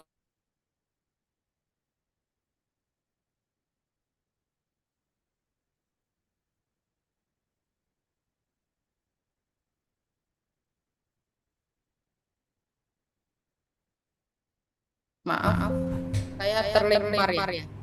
Oh iya ya. Silakan Bu Hana Sudah dilanjutkan. ya. Jadi AI menggaung. Ya, ini sebenarnya dampaknya memberikan dampak positif karena terkait dengan pemanfaatan digital teknologi itu mampu melakukan ketelusuran data. Siapa, kapan, di mana, bagaimana, semua pertanyaan itu bisa dijawab dengan menggunakan digital teknologi, terutama AI. Dari sisi energi, sebenarnya pemanfaatan digital teknologi itu juga mampu memberikan efisiensi energi karena kita bisa memprediksi jumlah energi yang kita butuhkan. Dengan adanya prediksi yang valid, maka itu akan membuat sebuah proses produksi jumlah atau target produksinya sama atau sesuai dengan yang dibutuhkan. Nah, seperti itu responnya Bu Nuril. Terima kasih. Terima kasih. Gimana Bu Wiwi, ini sudah dijawab dengan sangat detail oleh Prof. Hana. Okay, ladies and gentlemen, we have reached the end of the today keynote session. Don't forget to present your attendance list in the second link that has given from the organizing committee. And as we have reached at the end of the keynote session, I would like to express our deepest appreciation to all distinguished keynote speakers for sharing their valuable knowledge, experience, and inspiring ideas. To Mr. Fahrul, hello Mr. Fahrul. Thank you for the time that has joined us today through Zoom meeting. From starting the conference until now, you have joined us. Thank you very much. And to Mr. Yoswo, thank you very much for your time that has joined us today through Zoom meeting from the starting meeting until now. And to Mrs. Hana, thank you very much for your valuable insight about the presentation. And we also extend our sincere gratitude to all participants for your active participation and enthusiasm throughout this conference, and we hope that today's discussion will foster stronger international collaboration and encourage future research that contribute to sustainable energy, food security, and technological innovation. On the behalf of the organizing committee of the 5 International Conference Series on Science, Engineering and Technology 2026. Thank you very much for your participation. We wish you all productive and enjoyable conference. Stay healthy, stay inspired, and see you again at the future ICSSET conference in 2027. I'm sorry if I made any mistake. Thank you. Wassalamualaikum warahmatullahi wabarakatuh. Have a wonderful day. Thank you very much for today's conference. Okay, no problem. Thanks. Thank you very much, Mr. Yasuo. No problem. Thank you. I'm happy to stop this video.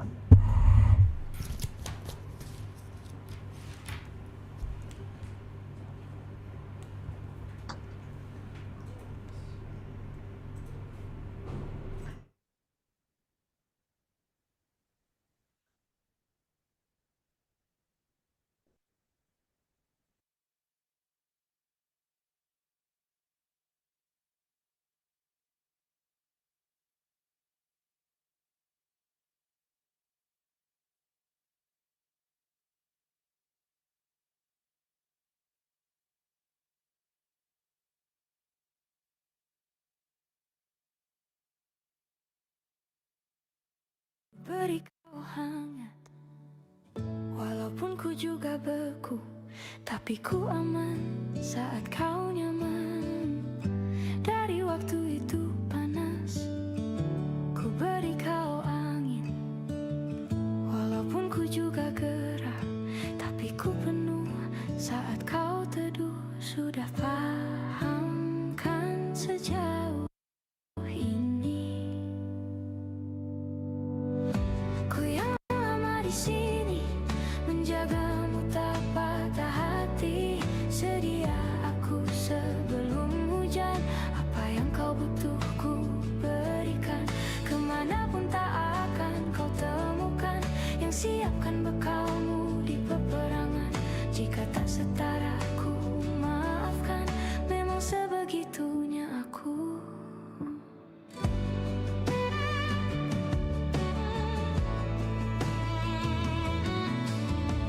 Ku tak punya pilihan yang dikendali pikiran. Ada namamu disebut, kesitulah arahku berjalan. Sudah paham kan sejauh ini, ku yang lama di sini menjagamu tak patah hati. Sedia aku sebelum hujan, apa yang kau butuh ku berikan. Kemanapun tak akan kau temukan yang siapkan bekalmu di peperangan. Jika tak setara ku maafkan, memang sebegitunya aku. Soal cinta aku jatuh, yeah. Ini janjiku untuk hadir dan mencintaimu di hari baikmu dan di hari burukmu. Sedia aku sebelum hujan, apa yang kau butuh ku berikan. Ku yang lama di sini menjagamu tak patah hati. Sedia aku sebelum hujan, apa yang kau butuh ku berikan. Kemanapun tak akan kau temukan yang siapkan bekalmu di peperangan. Ku maafkan, memang sebegitunya aku. Soal cinta aku jatuh,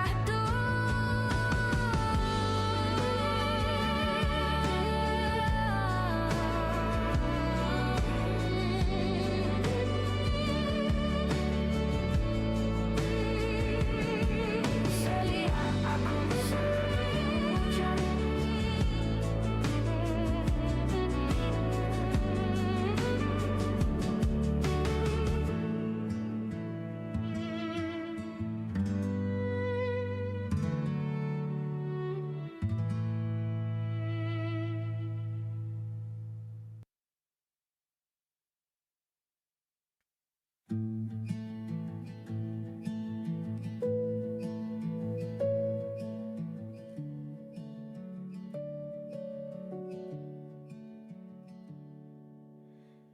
Perjalanan melintasi kota ini, dua langit, dua hari, kau temani aku di sini. Jatuh cinta memang manis, tak mau waktu ini habis. Penuhilah hati ini, tak lagi sendiri. Oh, dengannya, dengan dia, langkahku sempurna.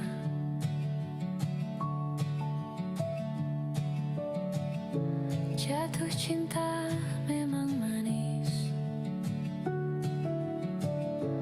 apalagi ada kamu di sini.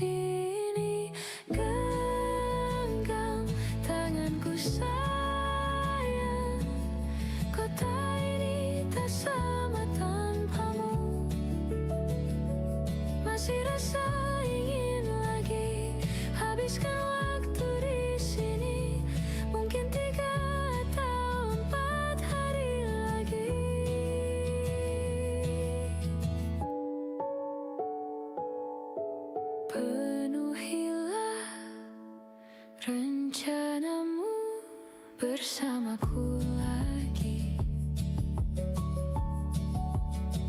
Oh, denganmu terasa cepat berlalu, belum puas ingin lebih tahu jalanan kotamu. Jatuh cinta memang lain, apalagi ada kamu di sini. Genggam tanganku sayang, kota ini tak sama tanpamu. Masih rasa ingin lagi habiskan waktu di sini, mungkin 3 atau 4 hari lagi.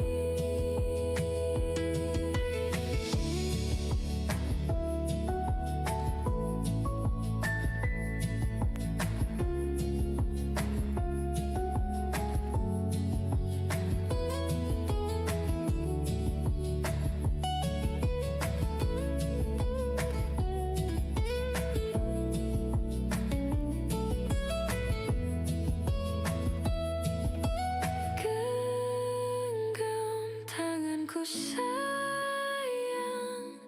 kota ini tak sama tanpamu. Masih rasa ingin lagi habiskan waktu di sini, mungkin 3 atau 4 hari lagi. Genggam tanganku sayang, kota ini tak sama tanpamu. Masih rasa ingin lagi habiskan waktu di sini, mungkin 3 atau 4 hari lagi.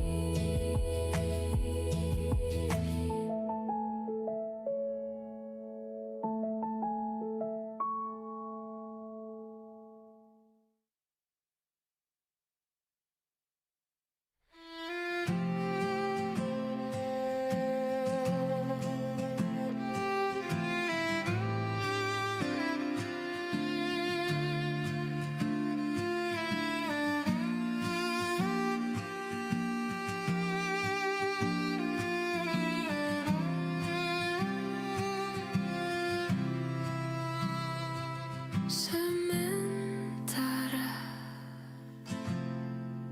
teduhlah hatiku,